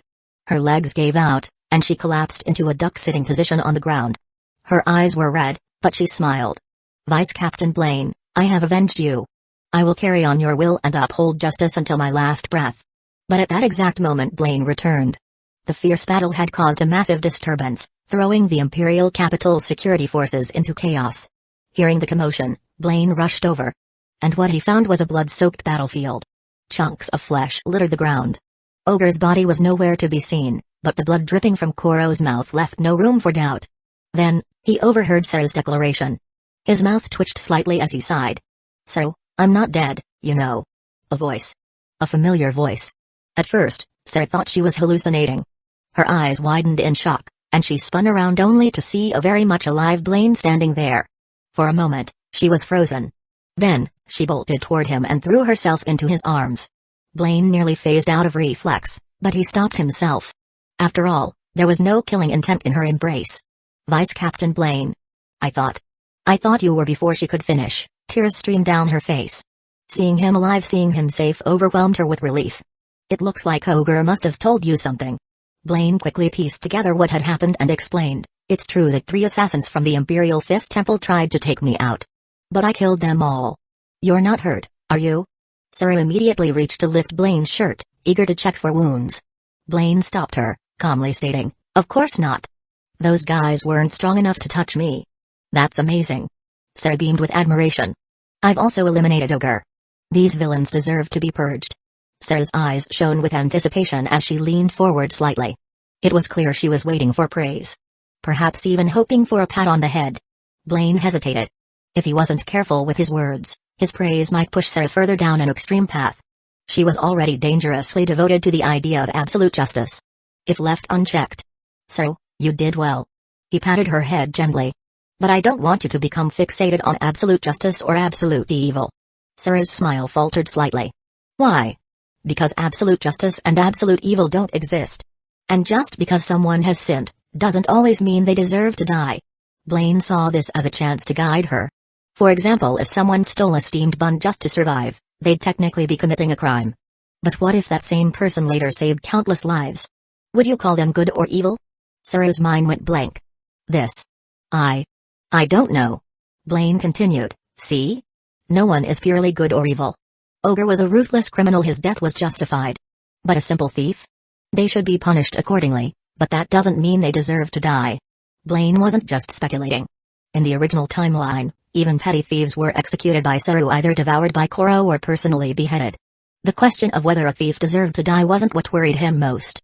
It was the fear that Saru's black and white sense of morality would spiral further, blinding her to shades of gray. If that happened, tragedy would follow. I understand. Saru lowered her head slightly. Blaine wasn't sure if she truly accepted his words, but at least she wasn't arguing. Frankly, he was probably the only person she'd even consider listening to. If anyone else had tried to tell her this, she might have just cut them down on the spot. Blaine sighed. I know this might be hard for you to accept, but I really do want to help you. If you ever need to talk, you can always come to me. Yes. Still hugging him, Sarah squeezed him even tighter. Then, out of nowhere, Vice Captain Blaine, can you be my master? I feel like I still have a lot to learn. Chapter 25, The Revolutionary Army Become My Disciple? Blaine was slightly surprised. He hadn't expected Sarah to make such a request. Is that not allowed? Sarah asked softly. It's not that I can't, but I honestly don't have much to teach you. If you don't mind that, then I have no objections. Blaine replied frankly. His strength came from the double Kamui and the system's enhancements, so he felt he had nothing to teach Saru. What was he supposed to do, teach her how to allocate skill points? But Saru didn't care in the slightest. She immediately declared, then from now on, I'll call you master. Blaine nodded slightly. At that moment, his attention turned to the small dog beside Saru, which let out a satisfied burp. Ogre had likely ended up as this creature's meal. So, this is? Blaine asked. Oh, right. I should introduce you, master. This is Koro, my new partner, I just met him today. Sarah said, picking up Koro. He's cute, but he looks a bit different from an ordinary dog. Blaine had an instinctive feeling that Koro was no ordinary creature. That's because he's a Tegu. Apparently, he's called Magical Beast Transformation, Hekadonkai's, but that name's too much of a mouthful, so I just call him Koro. Saru explained. A Tegu, huh? Blaine was a bit surprised. This was his first time encountering a biological Tegu.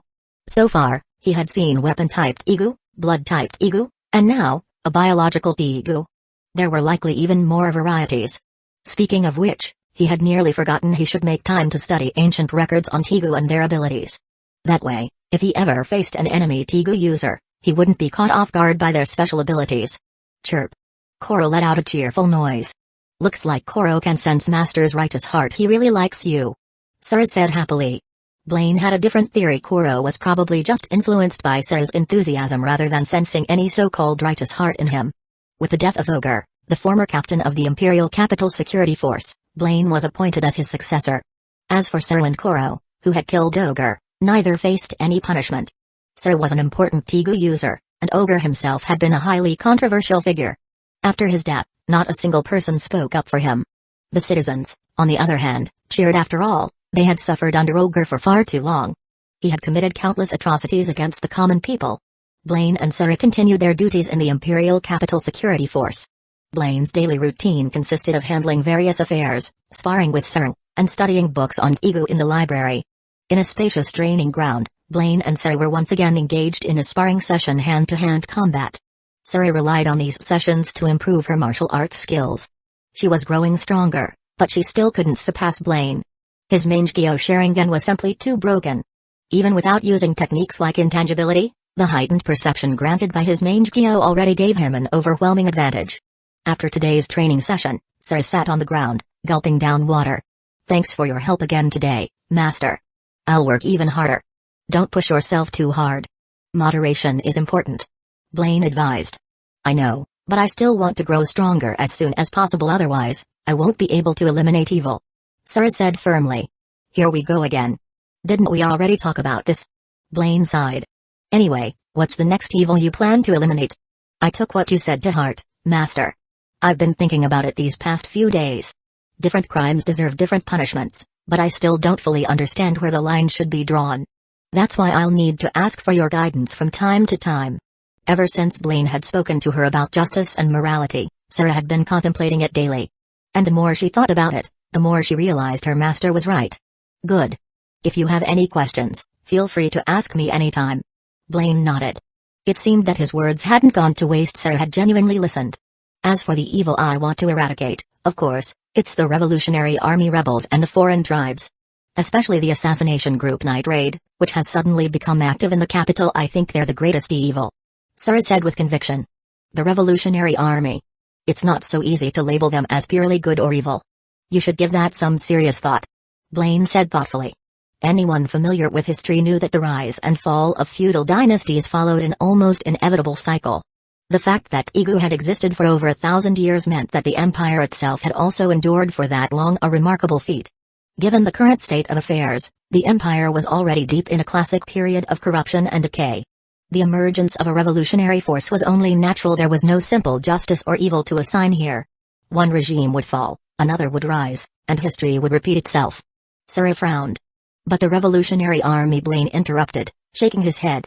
Actually, from what I've seen, most of the Revolutionary Army's members are impoverished civilians who have suffered under the Empire.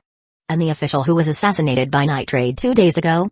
He appeared to be a just and upright man, but in reality, he had dealings with Ogre. He was a corrupt official. Blaine continued, of course, we can't take things at face value. Whether it's your perspective or mine, let's hold off on making final judgments for now. We'll see things with our own eyes first, then decide. Sir nodded obediently. Understood. I really should consult with you more often, Master. I still have so much to learn. As for the foreign tribes, that depends on the situation. Blaine said. In most cases, they're invaders pillaging, slaughtering, and seizing land. That's hardly justifiable. No matter how much turmoil exists within the Empire, foreign forces have no right to interfere. He recalled that as Deeth's entire tribe had been massacred by the invading northern tribes, there was no need to debate whether they were justified or not. From his perspective, it wasn't a matter of justice or evil. If one's homeland was invaded, retaliation was a given no matter the distance. Enemies had to be eliminated. I see. I heard that General Deeth recently led a campaign against the foreign tribes. And after that, General Najunda defected, taking a group of rebels and joining the Revolutionary Army. But General Deeth hunted down all of the rebels. Only Najunda managed to escape with the help of the Revolutionary Army. Sarah recalled. Blaine mused. I'm guessing she saw something during the campaign against the foreign tribes. After all, as Deeth was ruthless, she showed no mercy to her enemies. Najunda had likely witnessed something during the war that she simply couldn't accept. Chapter 26. As Deeth's return, there was no clear right or wrong in these matters. If as Deeth didn't show cruelty to the foreign tribes, those same tribes would turn around and massacre innocent civilians along the Empire's borders.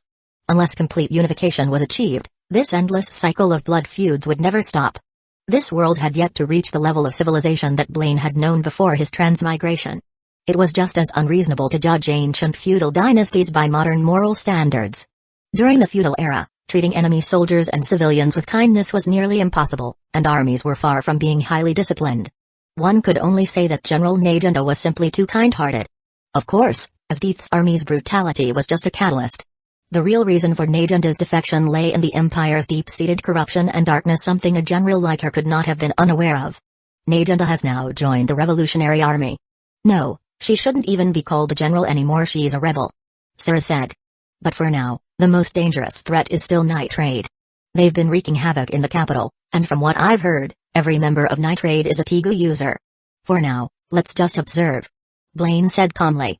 Unless they start indiscriminately killing innocents or come looking for trouble, there's no need to consider them enemies just yet. As long as Night Raid was truly targeting corrupt officials and criminals, Blaine had no reason to oppose them. The darkness of the Empire was caused by those very people. Blaine wouldn't mind seeing them all eliminated. That day, someone arrived at the palace, requesting an audience with the Prime Minister. Inside the Grand Hall, the current Prime Minister was feasting greedily. His name was Honest, the true mastermind behind the Empire's corruption and decline. He appeared obese, but beneath the fat was a powerful physique. In his youth, he had undergone strict training, which allowed him to maintain his health despite his excessive drinking and gluttony. Lord Honest, Ogre, the captain of the Imperial Capital Security Force, has been killed. The ones responsible were Vice Captain Blaine and a Tegu user named Saru. Judging by Blaine's actions, it doesn't seem like he's on our side. The man kneeling before Honest was a high-ranking official, clearly someone who had been associated with Ogre. He was also one of the many corrupt bureaucrats in Honest's faction. I already heard about it. Ogre's death is truly heartbreaking. It's made my appetite surge. I had to eat 2 extra sausages just to cope with the grief. Honest said, eyes glistening with crocodile tears as he spoke nonsense, never once pausing from his feast. The official, long accustomed to Honest's bizarre behavior, remained unfazed. But don't concern yourself with Blaine. He was personally recommended by General Esdeath. Honest said, his expression shifting in an instant, faster than flipping a page in a book. I also heard that Ogre hired 3 masters from the Imperial Fist Temple to assassinate Blaine, only for all of them to be slaughtered instead. No wonder Esdeath values him so highly. He's probably quite the capable killer. Honest and Esdeath had a mutually beneficial relationship. Honest knew that Esdeath cared only for war and had no interest in politics, which made her trustworthy in his eyes. He needed Esdeath to defend the Empire from external threats and to solidify its rule. At the same time, he saw her as a counterbalance to Great General Do. Great General Do was the highest-ranking commander of the Empire's military. Before Esdeath rose to power, Do had been known as the Empire's strongest warrior. Even after Esdeath's rise, they were still considered equals in strength. This made Honest wary of Do's influence. Meanwhile, Esdeath had no interest in politics. She only cared about power and combat. Honest had given her full military authority, even granting her a Tigu, allowing her to indulge in battle and bloodshed. Esdeath had always been interested in fighting Do, which made her more than willing to cooperate with Honest. Blaine, as someone personally recruited by Esdeath, naturally had Honest's favor, certainly more than someone like Ogre. In fact, Honest hoped that the people under Esdeath's command would become even stronger, making it easier to counter Do's influence. Is that so? The official immediately panicked. I was foolish. I didn't realize he was someone General Esdeath valued. He knew all too well how unpredictable Honest was. One wrong word, and he could lose his life. But Honest barely spared him a glance. Instead, he muttered to himself, let's have him transferred to the Assassination unit. Expand their numbers to deal with Night Raid and the Revolutionary Army. Understood. The official dared not say another word, fearing he might accidentally offend Honest. As he left the palace, tail between his legs, Esdeath walked in from outside. She didn't even spare the fleeing man a glance. Esdeath, just in time. That Blaine you recommended has been making things rather interesting lately. Honest said, welcoming her with a grin. Oh? Let's hear it. Esdeath replied, intrigued. Unlike the other officials who had to kneel before Honest, Esdeath stood as his equal. The former captain of the Imperial Capital Security Force, Ogre, was killed a few days ago. That fool hired 3 experts from the Imperial Fist Temple to assassinate Blaine, only to end up dead himself. Your recommendation was clearly well placed. Honest said. Of course. Those 3 alone never stood a chance against him. Esdeath said, showing not the slightest surprise. She had already known Blaine was powerful. Also, it seems he's taken on an apprentice, someone named Suru. This apprentice of his is quite interesting as well, having successfully bonded with the Tigu Hecatonchires. Honest added, half speaking to Esdeath, half musing to himself. Now that I think about it, this Tigu user might be a good fit for the assassination unit as well. Suru? Esdeath had no idea who that was, but the name sounded feminine. Her gaze grew sharp. A woman? Seems like it. I don't know much, but from what I've heard, she's a little girl who never stops talking about justice. Honest said, waving dismissively. As someone who almost never left the palace, Honest only knew about Blaine and Sarah through his subordinates. I see. I'll pay a visit to the Imperial Capital Security Force. Esdeath said. With that, she turned and left. Honest watched her go, a flicker of confusion crossing his face. Huh? Why does it feel like Esdeath is in a bad mood today? Maybe it's just my imagination. Chapter 27, Confused about Love. Not long ago, General Esdeath led an army to crush the southwestern foreign tribes. In just a few days, she returned with a resounding victory, a feat no previous general had ever accomplished. Of course, this excluded General Do, who rarely left the imperial capital, as his primary duty was guarding the palace. With this latest triumph, Esdeath's reputation soared once again. As she walked through the streets, she was constantly surrounded by admirers. Before long, she arrived at the Imperial Capital Security Force headquarters. Is that General Esdeath? Why is she suddenly here? Could it be because of what happened to Captain Ogre? But that doesn't make sense. Captain Blaine is under General Esdeath's command now. Don't bring up Captain Ogre. If Captain Blaine hears you, we'll be in trouble. Esdeath's presence immediately drew the attention of the surrounding guards. She casually stopped one of them and asked, do you know where Blaine is? The soldier, awed by her presence, quickly responded, "Captain Blaine should be at the training ground. I'll notify him right away." "No need. I'll go find him myself," Asdith said indifferently. Meanwhile, Blaine was in the middle of his usual training session with Suru. During a break, he flipped through a book he had found in the study, a pictorial guide on Igu. Books detailing Igu were rare, and this was the only one he had come across that contained illustrations. Though it only documented a dozen or so Igu, even that much knowledge was incredibly valuable. The first Igu listed was National Defense Machine God, Hueco Taser. The first and strongest Igu, known as the Supreme Igu. Only an emperor of royal blood can wield it. It is said to possess godlike power, but few have ever seen it.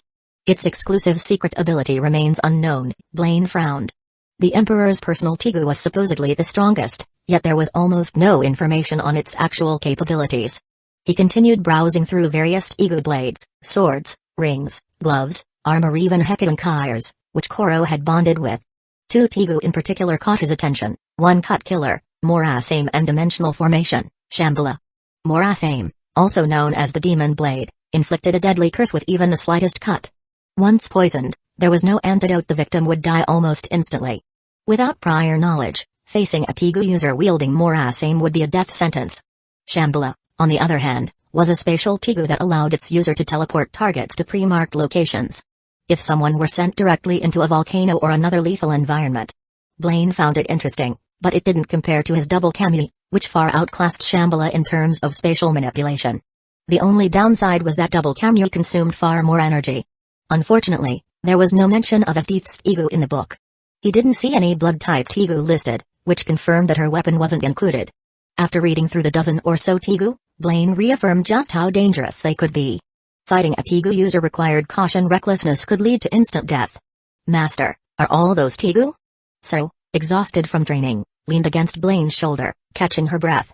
Koro lay motionless on Blaine's lap, looking more like a stuffed animal than a living creature. Just then, the training hall doors burst open with a loud bang. Blaine looked up only to see Asdith standing in the entrance, having kicked the doors open. "You? What are you doing here?" Blaine asked, slightly surprised. He hadn't seen Asdith in a while, and now she had suddenly appeared. Asdith didn't answer. Instead, her icy blue eyes flickered as they locked onto the orange-haired girl leaning against Blaine's shoulder. The temperature in the room seemed to drop. Realizing Asdith had entered, Suru immediately stood up and saluted. "General Asdith." Koro rolled off Blaine's lap and hit the ground with a thud. Asdith ignored Suru entirely and walked straight up to Blaine. "Didn't I already tell you? I don't want to see this happening again." Blaine blinked, momentarily confused. Then, it hit him. "Wait, you were serious about that?" If Asdith hadn't brought it up, he would have completely forgotten. Suru, utterly lost, looked back and forth between Blaine and Asdith in confusion. "Of course, I was serious," Asdith stated without hesitation. "All right, but we were just taking a break. This isn't the same as last time," Blaine explained. "That's right. Master and I were training so intensely that I almost collapsed from exhaustion," Suru added with a grin. Blaine's mouth twitched. "Please don't phrase it like that, it's way too easy to misinterpret." Asdith, however, remained unaffected. Her mind went straight to the logical assumption that Blaine and Suru had simply been sparring. "By the way, why are you so against me interacting with other women?" Blaine finally asked. "Yeah, why?" Asdith muttered, her expression momentarily lost in thought. She genuinely didn't know. She had no experience with romance, nor did she understand her own emotions. "You don't know either? Okay." Blaine sighed. He had briefly considered the possibility that Asdith had feelings for him, which would explain her behavior. But he quickly dismissed the idea. Asdith was a complete battle maniac. Someone like her wouldn't be interested in romance. And now, his assumption was proven correct. Good thing he hadn't gotten ahead of himself, otherwise, it would have been really awkward. Blaine decided not to dwell on it. Maybe Asdith was just an overbearing queen with a strong sense of control. "So, do you know why?" Asdith suddenly asked him. "How the hell would I know? Even you don't know," Blaine said, exasperated. Asdith fell silent. As she thought about it, she realized something strange. She wasn't acting like her usual self. Something had changed. Her emotions shouldn't be affected by trivial matters like this. So why was she feeling this way? Asdith couldn't figure it out. But the more confused she became, the more she wanted an answer. And the only possible answer had to be connected to Blaine, because it was his presence that had made her feel this way in the first place. Chapter 28, Akame and Kurome. Asdith pushed aside the messy thoughts in her mind. The Prime Minister seems to want you transferred to the assassination unit, she said to Blaine. What kind of place is that? A department for carrying out assassinations? Blaine asked. Something like that. Their main targets are rebels like Night Raid, which has been making a lot of noise recently. I don't know the details, but the assassination unit operates under the intelligence agency. As Deith explained casually. In any case, it's technically a promotion. You've been climbing the ranks pretty fast. At this rate, it won't be long before you replace Najunda as a general. So, am I expected to go there in the next couple of days? Blaine asked. He was intrigued by this new role. It would give him a chance to interact with the so-called rebels, in other words, the Revolutionary Army. Blaine wanted to determine where he truly stood.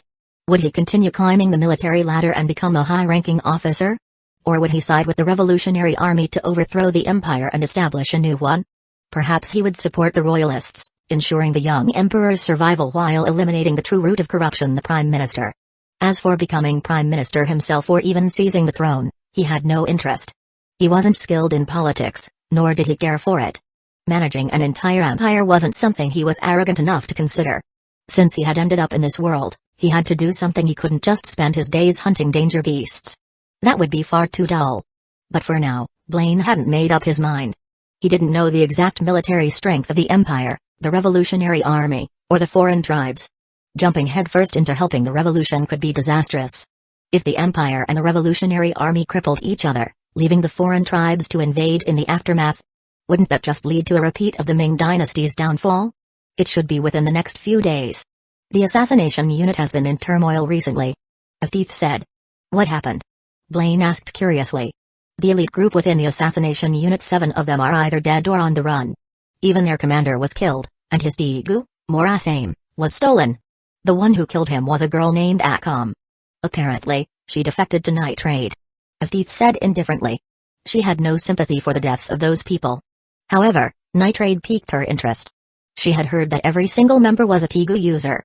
And as Deith loved fighting strong opponents. Even Najunda had been allowed to escape on purpose. As Deith could have killed her before the Revolutionary Army arrived, but she wanted Najunda to return stronger. It would make for a far more enjoyable battle. That was just as Deith's twisted sense of fun. Morasame. Blaine had just read about that ego in the book earlier. So, the elite forces of the assassination unit are basically gone? No wonder they want me and Sarah to go there. Blaine muttered. Pretty much. I heard there's still a Tegu user named Kurom in the assassination unit. She didn't defect. But the rest of the members aren't worth much. As Deith said bluntly. Still, this is a good opportunity. The assassination unit is in shambles right now. If you make an impact, you'll climb the ranks even faster. That makes sense. Blaine turned to Saru. What about you, Saru? Do you want this? My opinion? Saru blinked, as if the thought had never crossed her mind. To her, obedience to the Empire was absolute. The idea of having a choice in the matter had never even occurred to her. Of course I do. I want to fight alongside Master and carry out justice. Right, Koro? Saru looked at her partner. Chirp. Koro jumped up, letting out a cheerful noise. Then it's settled. I should be returning to the front lines anyway. As Deith said before turning to leave. Her priority was still war. Nothing else mattered more. After all, she hadn't even figured out what she really felt about Blaine. As for Saru working with Blaine in the assassination unit, as Deith didn't mind. As long as she didn't have to see Blaine getting close to another woman, she wouldn't feel that strange discomfort again. It wasn't as if she would go so far as to forbid him from interacting with other women altogether. As Deith left, Saru watched her go with admiration. General Deith is incredible. She never stops hunting down evil. Then, turning to Blaine, she asked curiously, Master, you seem really close to General Deith. Have you known her for a long time? Not really. We only met recently. Blaine replied. Eh? Really? Saru looked surprised. It feels like you two have a special connection, though. She wasn't sure what exactly made it seem that way, but something about their dynamic felt different. The next day, Blaine received an official summons. A replacement would be sent to take over his and Sarah's positions in the security force. They were to report to the assassination unit immediately. Since both of the unit's previous commanders had been killed by Akame, Blaine was assigned as the new leader. Saru would be his assistant. Their job was to train the remaining members of the assassination unit, most of whom were under 20, around the same age as Blaine and Saru. Blaine had already received a personnel file and was reviewing it on the way to the unit's base. The file contained names, weapons, strengths, weaknesses, and background information. And one detail stood out. Every single member of the assassination unit was an orphan. So they specifically select orphans to be trained as killers. Blaine mused. Classic. Scanning the list, he noted that there was only one other Tegu user in the unit. A few had shendu, but the majority wielded ordinary weapons. The Tegu user was Akame's younger sister. Her Tegu, March of the Dead, Yatsufusa, allowed her to control the bodies of those slain by it, effectively turning them into puppets. She could command up to 8 corpses at a time, and they retained the abilities they had in life. However, the more puppets she controlled, the weaker her own combat ability became. All things considered, it was an incredibly powerful Tegu. Akame and Kirim, huh? Blaine muttered to himself, deep in thought. Chapter 29, The Empire's Assassination Corps. The base of the Empire's assassination unit was shrouded in a heavy atmosphere due to the series of recent events. The elite group of 7 had once been the most promising, chosen from a batch of children subjected to rigorous assassination training as the top performers. But now, not a single one remained either dead or gone. Most notably, Akame had outright defected, taking the Tegu Morasame with her. The only members left in the assassination squad were those who originally ranked below the top 7. With their current weakened state, they faced the very real danger of being abandoned by the Empire. If their future performance was deemed unsatisfactory, the Empire would likely discard them and train a new generation instead. And being abandoned meant facing punishment. The rules of the assassination squad were ruthless. Anyone who became too weak would be dealt with. Simply put, if they lost their usefulness, they would be eliminated. And if the entire unit was abandoned, their fate would be far worse than simple punishment. What do we do now? Our only real hope is Kirim, right? She can wield a Tegu. She's far stronger than the rest of us. But our enemies aren't just a single Tegu user. Akame is among them, and she has Morasame in her hands. There's no other way. We have to take things one step at a time. I heard that 2 people from the Imperial Capital Security Force will be sent to assist us today. I wonder how strong they are. The Security Force? They don't even have a single shendu user, let alone a Tegu user. We can't count on them. We're on our own. In the base, a few dozen members of the assassination squad gathered, discussing their grim situation. Their best bet was Kirim, the wielder of the Tegu Yatsufusa. She was ranked 8th, the strongest among those outside the Elite 7. To be precise, Kirim had originally been tied with Akame for 7th place. Akame had carried Kirim through the trials, but the elite squad did not allow familial bonds. As a result, Kirim was removed from the elite ranks and given the 8th position. None of the current assassination squad members knew about this, not even Kirim herself. At that moment, Kirim sat alone in a corner, lost in thought. No one dared to approach her, sensing her foul mood. It was clear why. Her sister had betrayed the Empire. Kirim couldn't understand Akame's decision and resented her for it. From now on, she would have to see her sister as an enemy. Meanwhile, Blaine and Saru arrived at the base of the Empire's assassination corps, their carriage coming to a halt before a looming building. Are you Blaine and Saru? A staff member approached to receive them. He wore a white lab coat, suggesting he was part of the research division. Blaine gave a slight nod. Saru, on the other hand, was much more enthusiastic. Yes. I'm Saru from the Imperial Capital Security Force. Alright. From now on, you will be in charge of the enhanced team. There will also be times when we require your cooperation. The staff member spoke directly, wasting no time on pleasantries. Blaine simply nodded, saying nothing more. He had already learned the general structure of the assassination unit. The corps had been divided into an elite team and an enhanced team. The elite team was already gone, so there was no point dwelling on it. The enhanced team, on the other hand, consisted of those who had been deemed weaker than the Elite 7.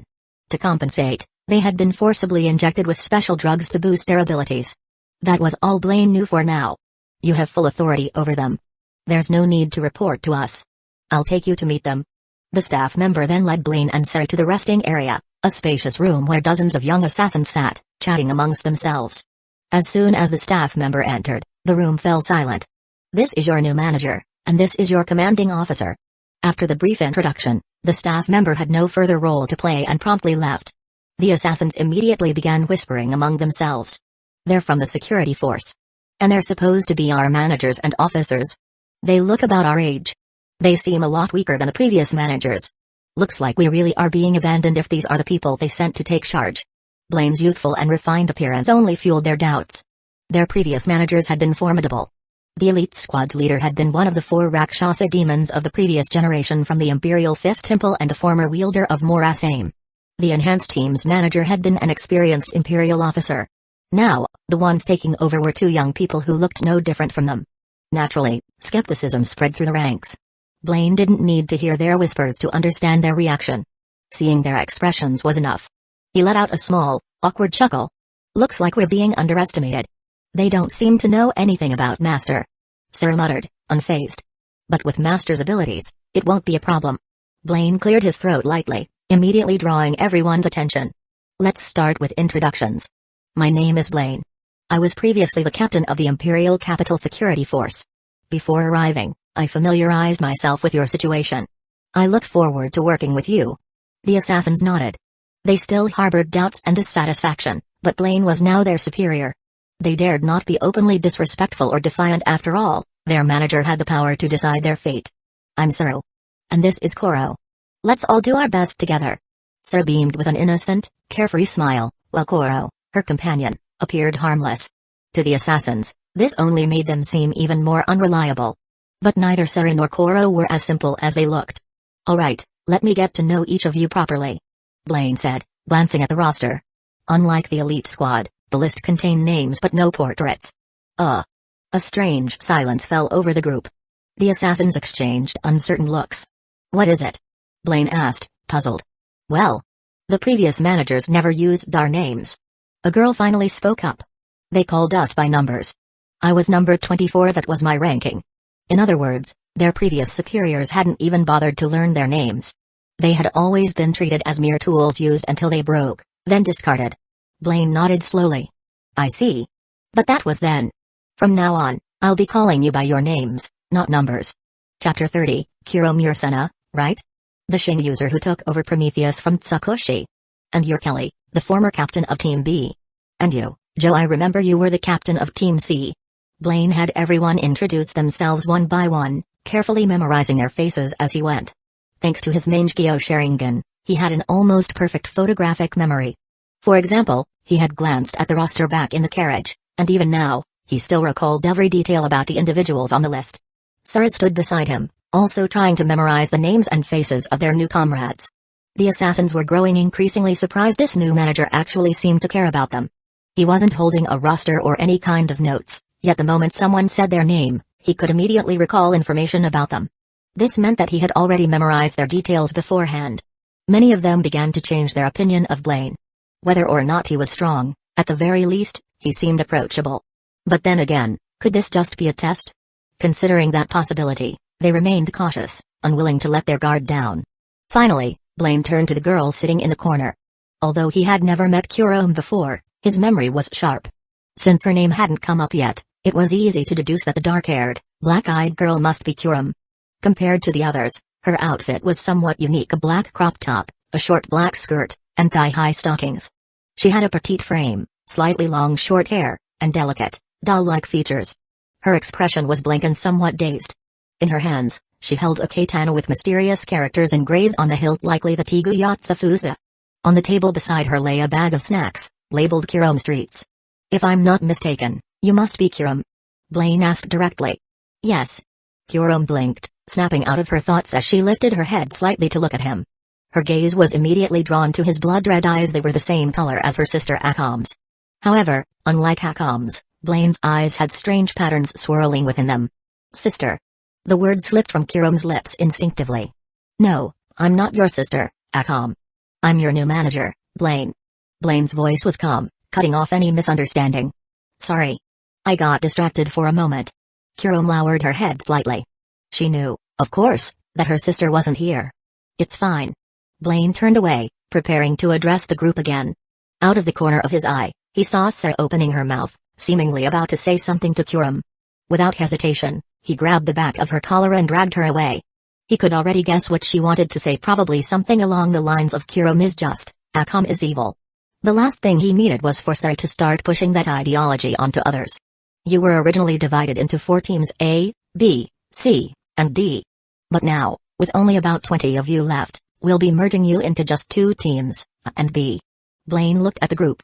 For now, I'll be in charge of Team A, and Sura will handle Team B. We'll see how it works out. The original team divisions hadn't been based on strength. The squads had been fairly balanced, and he planned to keep that balance while redistributing them. As for captains, Kurom will lead Team A, and Kelly will remain the captain of Team B. Blaine continued, if anyone has objections, feel free to speak up. Most of the group shook their heads, while a few remained silent. They were too used to obeying orders to question them. Blaine waited a few moments, but no one spoke. Alright, then that's settled. Starting tomorrow, we begin our first training session under my command. At his words, the expressions of nearly everyone turned serious. Every previous training session had resulted in injuries, sometimes even deaths. Their former managers had been strict. If someone got hurt, the entire team would be punished with imprisonment. And if an injured person couldn't recover quickly enough, they would be disposed of without hesitation. Everyone nodded solemnly, mentally preparing themselves for another round of hellish training. That night, Blaine and Sarah remained at the Assassination Squad's base. Blaine spent some time finalizing the next day's training plan. Early the next morning, Blaine and Sarah led the squad out of the Imperial capital, heading toward a designated location. Commander Blaine, what's our training exercise this time? Midway through the journey, Kelly, the captain of Team B, approached and asked. Hunting danger beasts. Blaine replied casually. Hunting danger beasts. Kelly looked surprised. The others also showed varying degrees of shock. Their past training had almost always been about assassination, killing people, many of whom were even stronger than Shin users. By comparison, hunting danger beasts seemed much easier. However, none of them dared to relax just yet. If the mission required them to hunt special class or even super class danger beasts, it wouldn't be easy at all. That's right. Blaine confirmed. For this training, the two teams will not be separated. He then elaborated, the targets you need to hunt are 22nd class danger beasts, 10 first class danger beasts, and 2 special class danger beasts. Blaine carried the map marked with locations where danger beasts were frequently spotted within the Empire. Outside human settlements, the land belonged to the danger beasts. Some areas had higher concentrations of them, while others were home to rarer, deadlier ones, special class or even super class beasts. Upon hearing the details, the assassin's eyes sharpened. Good thing they hadn't let their guard down. This was going to be brutal. At least they wouldn't have to split up. With Kurum, their strongest member, they had a better chance of surviving the challenge. Blaine glanced at Kurum. Even during training, she carried that bag labeled Kurum Streets. He found it a bit curious. Was it really just snacks? Sensing his gaze, Kurum blinked at him, tilting her head slightly. Then, as if realizing something, she suddenly pulled the bag closer to her chest, looking at him with a blank yet wary expression. I'm not sharing. Chapter 31, Special Class Danger Beast. I'm not going to take your snacks. Blaine spoke with a hint of awkwardness. Then, he and Sarah led the group into a dense forest, a place where danger beasts were commonly found, perfect for training. Upon arriving, Blaine came to a halt. Team A and B, don't stray too far from each other. He instructed. That way, you can provide support if needed. Sarah and I will only step in if your lives are in immediate danger. Otherwise, you're on your own. Yes. We understand. The group nodded in unison. That said, none of them put much faith in his words. Their previous managers had never cared whether they lived or died. Even if Blaine seemed different, they weren't about to let their guard down. Preparing for the worst was second nature to them. After that, Team A and Team B split up, though they remained within close proximity. Blaine had set identical training objectives for both teams. They each had to hunt 10 second-class danger beasts, 5 first-class danger beasts, and 1 special-class danger beast. Naturally, Blaine and Sarah accompanied them. Before long, Team A, led by Kurum, encountered a third-class danger beast. However, since third-class beasts weren't part of their training target, they didn't need to engage. You don't need to worry about this one. I'll take care of it. Blaine said immediately. The moment he finished speaking, he dashed forward at high speed, his twin swords flashing as they struck the creature's massive head. Ding! Host has slain a level 3 danger beast. Reward, 3 system points. By eliminating these lower-tier threats, Blaine not only ensured smoother training for the team but also gained system points in the process. The members of Class A widened their eyes slightly. Even though it was just a third-class danger beast, they could tell that their commander's combat skills were far from ordinary. He might be young, but he had some real ability. That said, they doubted he was stronger than Gazuki, the former manager of the elite squad. After all, Gazuki had been both one of the 4 Rakshasa demons and a Tegu user. Blaine's behavior also struck them as unusually kind. If it were their previous manager, they would have been forced to fight through everything in their path, making their training significantly more difficult. However, Blaine simply found it inefficient to let them waste energy on weaker beasts. Plus, the extra system points didn't hurt. Meanwhile, Sarah took a similar approach. Any 3rd and 4th class danger beasts outside the training objectives were swiftly eliminated by her. Justice, executed. Her face contorted into its usual crazed expression as she swung her sword, sending a danger beast's head flying. She looked more ruthless than the monster itself. Thanks to recent physical training, her hand-to-hand combat skills had improved, and her strength and speed had noticeably increased. Koro clung to her neck like an accessory, as if Sarah didn't see the need to let him waste energy on such insignificant evil.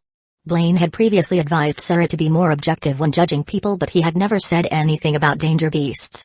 To her, they were all evil and needed to be eradicated. And honestly, danger beasts weren't something that required moral objectivity. They were a threat to humanity. Killing them was simply practical. Why do I feel like Officer Sarah looks a little terrifying? No wonder she became our commander. She's definitely not as simple as she seems. She's scary. I definitely don't want to get disciplined by her. Even these assassins hardened by years of killing felt uneasy watching Sarah in action. As time passed, both Team A and Team B began encountering second-class and first-class danger beasts. Blaine noticed something peculiar. All of them, almost simultaneously, retrieved small white pills from their pockets and swallowed them. So the enhanced team needs to keep taking drugs to maintain their abilities. Blaine made a mental note of this. His knowledge on the matter was still incomplete, so he wasn't entirely sure how the process worked. At first, Kurome didn't use Yotsufusa's ability to manipulate corpses. Instead, she fought the danger beasts with the sword itself. The corpse puppetry ability consumed a lot of stamina, so she only planned to use it when absolutely necessary, like against a powerful opponent. Still, as a Tegu, Yotsufusa was far superior to any ordinary weapon in sharpness and durability, making it incredibly effective even without its special abilities. After Team A took down 3 second-class danger beasts and 1 first-class danger beast, Blaine gained a clearer understanding of their individual strengths. Overall, Team A was solid. There was no obvious weak link.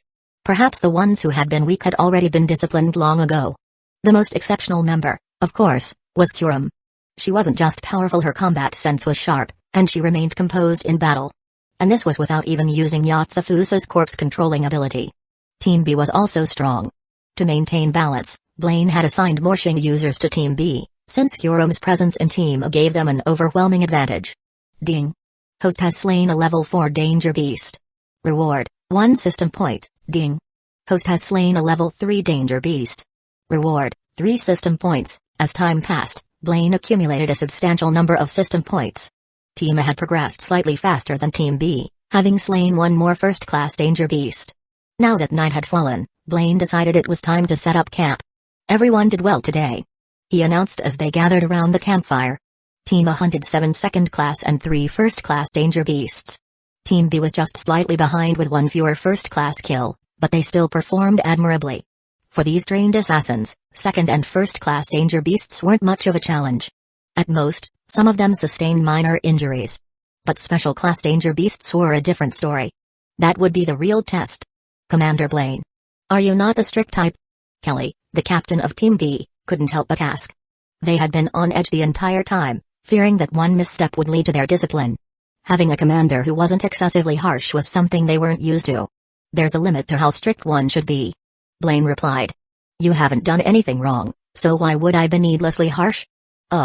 Kelly was momentarily at a loss for words. This commander was completely different from their previous ones.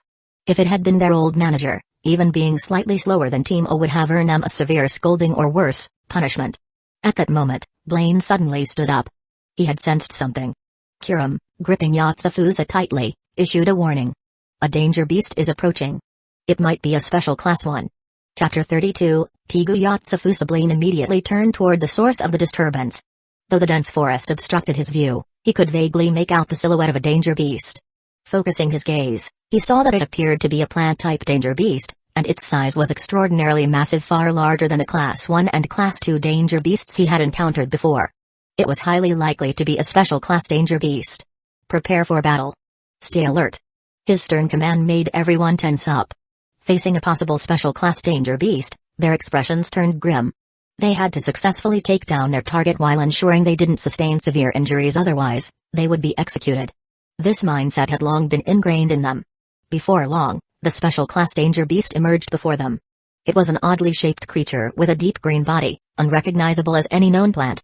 Towering over 10 meters tall, it had no obvious lethal appendages but could move swiftly using its unique root system. This is a verdant chrysis. It really is a special class danger beast. Sarah was the first to recognize it. Watch out for the venom it sprays, it's extremely toxic. However, Her warning came a moment too late.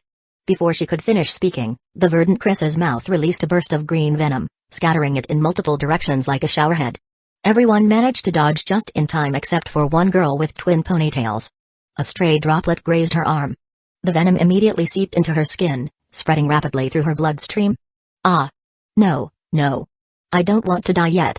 Dark green streaks began appearing across her skin, a clear sign of poisoning. A wave of weakness and pain overtook her body. In reality, the verdant Chris's venom was far deadlier than what she was experiencing. Ordinarily, within minutes, the victim's heart would fail, leading to death. Even if the antidote was administered in time, there would still be lingering after effects. The longer the delay, the more severe they would be. However, thanks to prior treatments, her body had a much higher poison resistance than the average person. She wouldn't succumb so easily, and the speed of her physical decline had significantly slowed. Yet, her greatest fear wasn't death by poison, it was the irreversible after-effects of the antidote. These after-effects could impair her physical abilities. If she fell below the required standards, she would be disposed of. Quick! Get the antidote for Yasha! Kelly shouted urgently. Fortunately, they had stocked up on antidotes, and one of them was effective against the green kith's poison. I got it. A young boy frantically rummaged through his backpack before finally retrieving the antidote. He hurriedly administered it to Yasha, who soon fell unconscious. I just hope the after-effects aren't too severe. If she can't meet the standard, she'll... The boy muttered anxiously. No time to worry about that now. First, we take down that damn beast. Kelly growled, his face dark. He had a bad feeling that they were about to lose another comrade. Yes. The boy gently laid Yasha on the ground and grabbed his sword, ready to join the fight. Kurum, seeing Yasha's condition, narrowed her eyes. A cold, murderous glint flickered within them. Yatsufusa. Determined to avenge her comrade, she activated the power of her Tegu.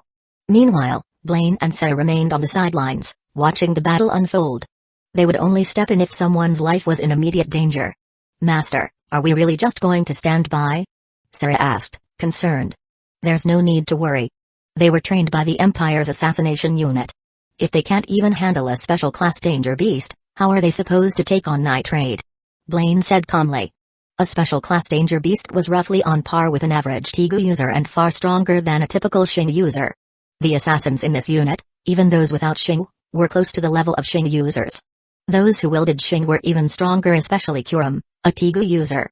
If they couldn't defeat a special class danger beast, they had no hope against Nitrate. At that moment, Kurum activated Yatsufusa's ability, summoning 5 corpse puppets in an instant. In life, these 5 had been named Natara, Doya, Wall, Enter, and Rokigu. At a glance, they didn't even look like corpses. But they were indeed dead, retaining only a faint trace of self-awareness derived from their final obsessions. They followed Kurum's orders without question. More importantly, they still possessed the full strength they had in life. Doya, dressed in the attire of the northern tribes, wielded twin pistols. Working in tandem with Senna, who used a gun-type Shinigami Prometheus. She fired precise shots that pierced the verdant Chris's mouth. Natara, a light blonde youth dressed in white with a white mask, focused solely on protecting Kurum. Since controlling the corpse puppets significantly weakened Kurum's own combat ability, his role was critical.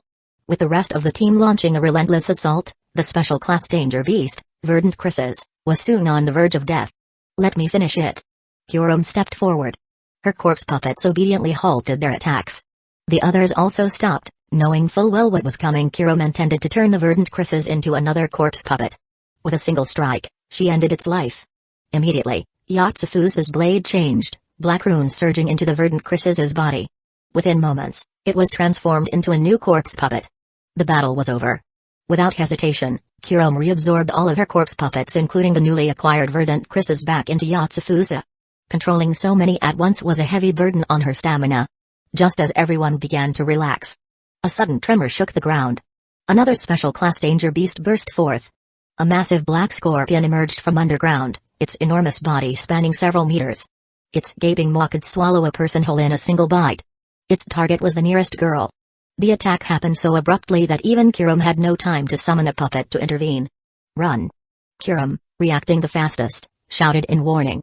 But it was too late. The scorpion was far quicker than its prey. The girl's face was filled with horror and despair as the monstrous creature lunged at her, completely unaware of the barely perceptible spatial distortion forming in front of her. Chapter 33, Teleportation. The moment the black giant scorpion burst out of the ground, Blaine immediately reacted. This was undoubtedly a special class danger beast, otherwise, it wouldn't have such a strong ability to conceal its presence. Just moments ago, Blaine hadn't sensed any trace of it underground. There was no question that the orphans' lives were in danger. He had to intervene. Running wouldn't be fast enough, so he decisively activated the Dojutsu of Double Kamui. Both his left and right eyes possessed the ability to open a space portal. It wasn't an ability exclusive to either eye, rather, one could open portals over long distances, while the other functioned at close range. Because he had both, Blaine could use them simultaneously. His right eye's Kamui transported him into Kamui space, while his left eye's Kamui opened a portal at a distant location. On top of that, Double Kamui significantly increased his teleportation speed, allowing him to move almost as if he were teleporting instantaneously.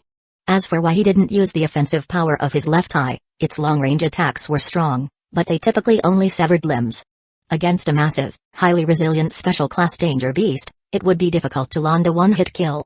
If he failed to kill the black giant scorpion instantly, not only would he have wasted his eye power, but he also wouldn't have time to save the girl. To ensure her safety, he chose to teleport himself over instead. In the blink of an eye, Blaine emerged from the distant portal, appearing as if out of thin air between the girl and the black giant scorpion. With a swift strike, his black and white twin sword slashed at the scorpion's head. The beast had no time to react to the sudden appearance of a human before it suffered a devastating blow. The defense of a special class danger beast was truly formidable, especially for one like the black giant scorpion, which was covered in a tough exoskeleton. Even with his attack, Blaine wasn't able to decapitate it in one strike. "Commander Blaine." The girl behind him finally reacted. "Get back to safety," he warned. She quickly retreated to her companions. The scorpion stiffened from the heavy blow to its head, but within moments, it started regenerating at a visible speed. Clearly, while it lacked particularly lethal attacks, its defense and regeneration abilities were an enormous problem. Blaine took advantage of the moment before its head fully regenerated and launched another attack. It wasn't often he had to use his Shingu's dual blades ability. His black and white swords danced in rapid succession, his movements fluid and practiced, like a true master of dual wielding. In a single burst of attacks, he not only severed the scorpion's head but also hacked off its two massive pincers. "Is it dead? That damn thing just burst out of the ground. It almost got us." But how did Commander Blaine get here so fast? Wasn't he with Commander Saru? She only just arrived. I have no idea. Everything happened so fast I didn't even catch his movements. It was like he teleported or something. That speed was insane. As the group was still recovering from the shock, Saru arrived with Koro, rushing to Blaine's side. In truth, only a few seconds had passed. Blaine's reaction and speed were just that fast. "Need my help, Master? The evil still isn't quite dead?" Sarah asked. She was right. Even after all this, the black giant scorpion was still clinging to life. Good thing Blaine hadn't used his left eye's long-range attack. At most, it would have twisted the scorpion's head off, and the girl would have been doomed. "No need," he said calmly. "I want to see if this thing can still regenerate when it's nothing but meat scraps." More importantly, he needed to personally kill it to earn system points. If Sarah took the final blow, all his effort would go to waste. His gaze hardened, and the speed of his slashes increased even further. In no time, the black giant scorpion was reduced to a pile of flesh. By the time he had sliced through half of its body, it was already dead. Ding. The host has slain a special class danger beast. Reward, 20 system points. Killing the black giant scorpion had been a hassle, but the rewards were worth it. System points, 46. Blaine opened his system panel and saw his newly accumulated points. Ding. The host has exchanged Constitution plus 26. Consuming 26 system points. Ding. The host has exchanged Strength plus 10. Consuming 10 system points. Ding. The host has exchanged Agility plus 10. Consuming 10 system points. Strength, 40. Agility, 40. Constitution, 90. With his points allocated, Blaine turned to the others and said, "Looks like we're having scorpion meat for dinner. Special class danger beast meat should be even tastier." The group had braced themselves for a reprimand, but instead, Blaine casually talked about food. Just then, Yasha, who had been poisoned by verdant Chris's earlier, began to regain consciousness. "Yasha, how do you feel?" Kelly asked immediately. The others gathered around, all concerned for her condition. Yasha checked her body and quickly realized she was far weaker than before. She covered her eyes with the back of her hand, unable to hold back her tears. With her current state, she no longer met the assassination unit's standards. When they returned, she would be disposed of. She didn't want to die. But that was the cruel reality. There had never been a single exception. Anyone who fell below the standard was executed. The moment they saw her expression, Everyone understood. The group fell silent, their faces filled with sorrow. Some turned away, secretly wiping away tears. Kurom also watched Yasha with a pained expression. Then, as if she had made up her mind, she drew Yatsufusa from its sheath. Before you get disposed of, I'll set you free. Just like Natrala. That way, we'll always be together. Her voice was chillingly emotionless, her expression frighteningly cold. She didn't want to lose a comrade, so she would keep her close in the only way she knew how. In other words, Kurom intended to kill Yasha herself using Yatsufusa and turn her into one of her corpse dolls. Kelly hesitated, wanting to say something but stopping herself. The others also looked conflicted but didn't speak up. They all understood. The death that came with disposal was cruel and humiliating. Compared to that, Kurom's way was almost merciful. At least Yasha would stay by their side, even in death. Even Yasha accepted it. Tears streaming down her face, she moved her hand away and nodded, giving Kurom permission. But just as Kurom was about to drive Yatsufusa into Yasha's heart, a hand suddenly grabbed her wrist. A confused and exasperated voice followed. What the hell were you thinking, you idiot? Chapter 34, Kurom really is an idiot, huh? Why? Did he just call me an idiot? Kurom's expression froze in shock, her eyes staring blankly at Blaine. She's not dead, yet you want to use Yatsufusa to turn her into a corpse puppet? Blaine looked completely baffled. You guys don't actually think I'm going to discipline her, do you? He was aware of the so-called punishment system, but it wasn't something imposed by the higher-ups. It had been put in place by the previous manager of the enhanced unit. In contrast, the former manager of the elite unit never enforced such a rule. None of the Elite 7 had ever been disciplined. They had either fallen to powerful enemies or left the Empire entirely. Aside from Akame, the so-called traitor. 2 other members of the elite unit, Nagasho and Pony, had vanished, taking the Shing Water Dragon Sword and Yakuto bottoms with them. If Blaine hadn't taken over the assassination squad, the punishment system would likely still be in place. No wonder Kurom and the others reacted so strangely. Commander, my body. I don't think I can hold on much longer. Please, I don't want to be disciplined.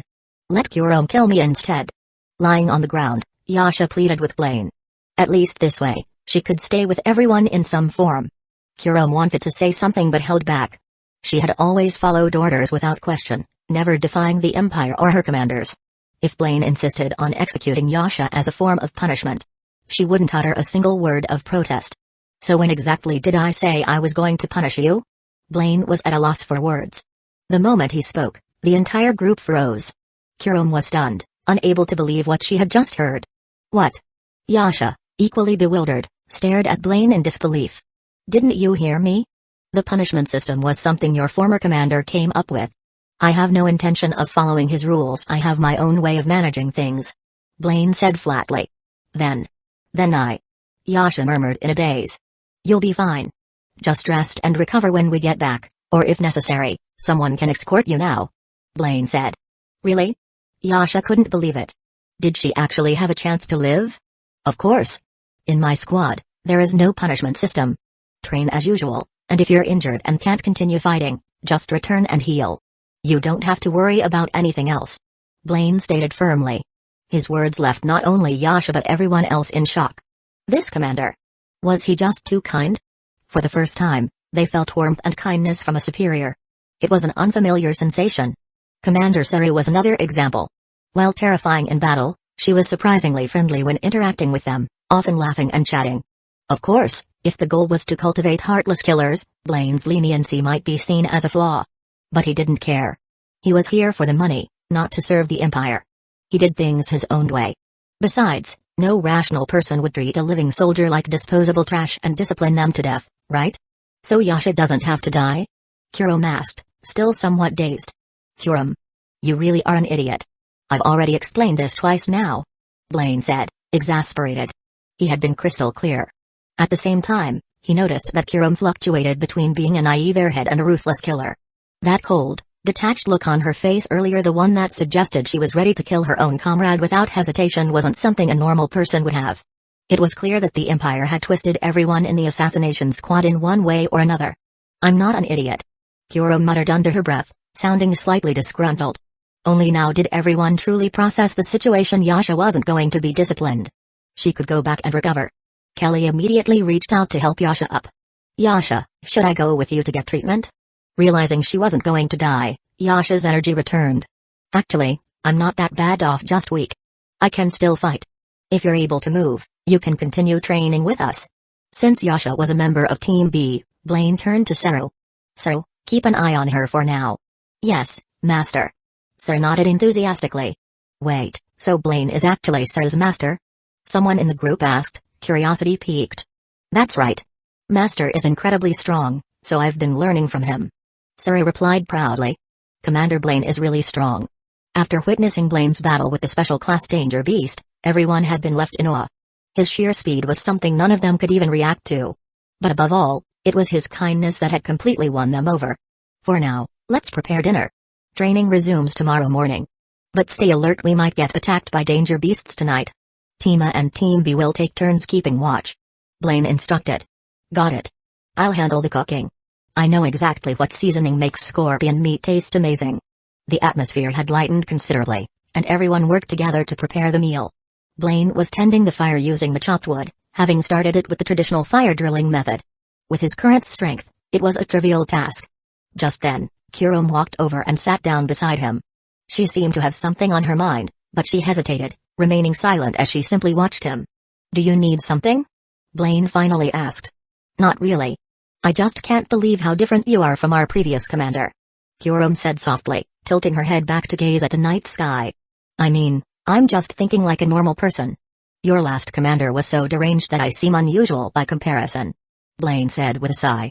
This empire had far too many twisted people. So much so that being rational now seemed strange. Kurom was silent for a while.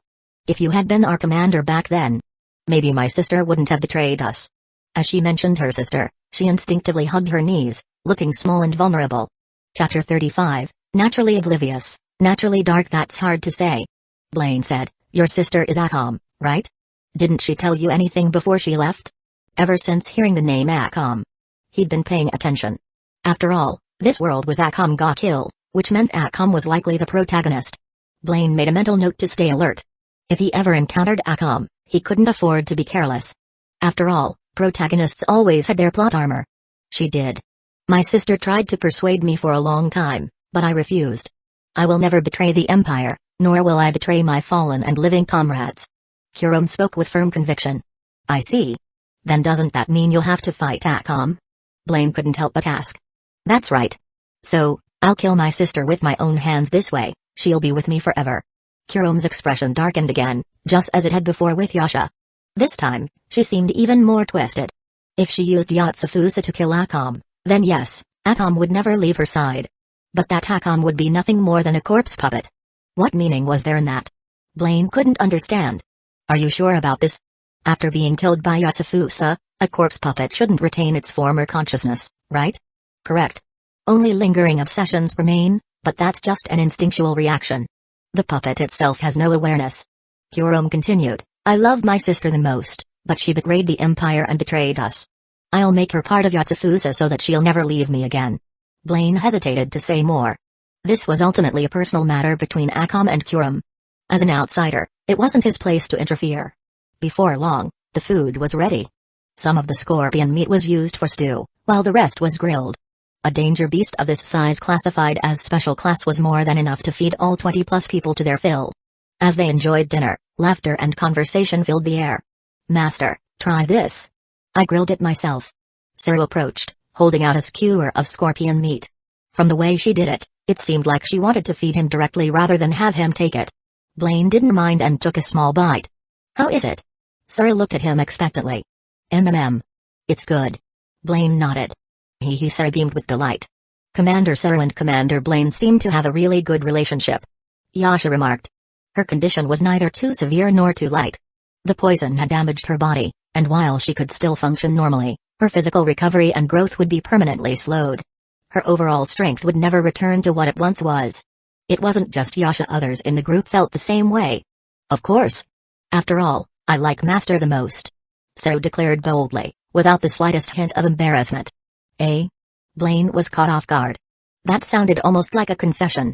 But when he saw Saru's innocent, straightforward expression, he realized she probably didn't mean it the way it sounded. Whoa. That's a confession, right? That was totally a confession. Commander Saru is amazing. She's so bold. Honestly, I'm kinda jealous. Makes me want to fall in love, too.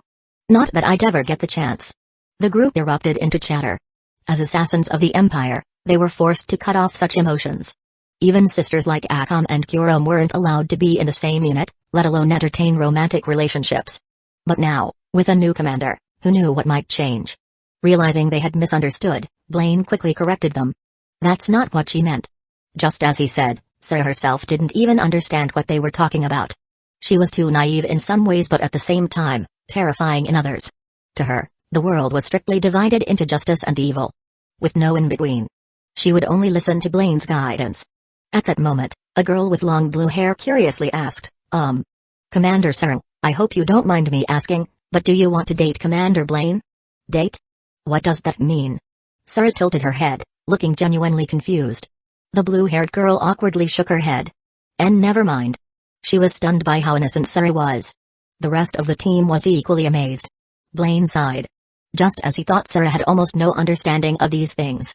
Meanwhile, Kurom remained completely uninterested in the conversation, silently eating her grilled meat as if nothing else mattered. As the night deepened, exhaustion set in. They had spent the entire day hunting danger beasts, and everyone was eager to rest. Team O would rest first while Team B stood guard, then they would switch roles at midnight. Blaine found a suitable spot, lay down, and closed his eyes. His sleep was always light, staying alert in case of any sudden threats. But with Sarah around, he felt somewhat reassured. As a teammate, Sarah was incredibly reliable. As an enemy? She'd be a nightmare. Towards the second half of the night, Sarah approached to wake him. Leaning close to his ear, she whispered, Master, it's time to switch. Blaine had already woken the moment she got near. Got it. He sat up immediately, fully alert. Team A and Team B swapped shifts, splitting into pairs to cover different positions. Blaine was paired with Kurom. He greeted her, How was your sleep? Did you get enough rest? Kurom yawned, looking drowsy. Not bad.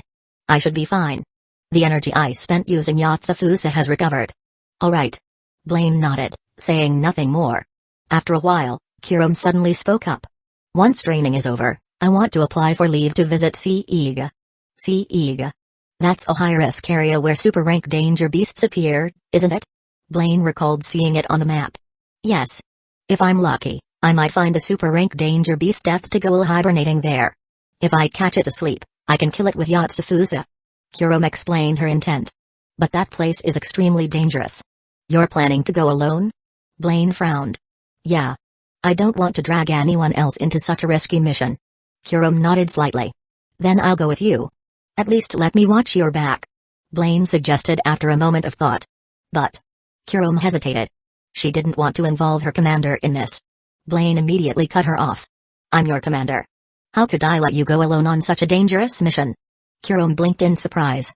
Then, a rare smile appeared on her face. Alright. Chapter 36, The contrast is too strong. Early morning. As the sky brightened, visibility improved significantly, even though the sun had yet to rise. The members of Team B were already awake, getting up early to resume their unfinished training. Yesterday, the special class danger beast, Verdant Chrysis, was taken down by Kurom. Team A is progressing much faster than us. We can't afford to lag too far behind, said Captain Kelly, rallying his team. The commander has been so good to us, so we mustn't disappoint him. The entire team nodded firmly in agreement. As before, Team A and Team B split up but stayed within a reasonable distance to support each other if needed. So, in particular, kept a close eye on Yasha, who was physically weaker than the others. Throughout the morning, they encountered several danger beasts, but very few were Class 1 or 2, leaving their training objectives incomplete. The most challenging task, hunting a special class danger beast, remained unmet. Finally, after completing their targets for Class 1 and Class 2 danger beasts, they discovered a special class danger beast in a swamp. It was a massive, spider-like creature with a black body, crimson front claws, 6 legs, and 6 red eyes. Scattered around it were countless spider eggs. Once the battle began, it was almost certain that a swarm of baby spiders would hatch and attack. This should be the special class danger beast known as Bloodbath Mother. Its main body isn't particularly strong, but those spider eggs are the real problem. There are at least 1,000 spiderlings, each as strong as a Class 4 danger beast. They're the real threat here. Kelly warned in a hushed tone. We need to take it down in one decisive strike. If the Bloodbath Mother dies, the spiderlings will either scatter or cease attacking. The faster we kill it, the better. A single Class 4 danger beast wasn't much of a threat, but 1,000 of them.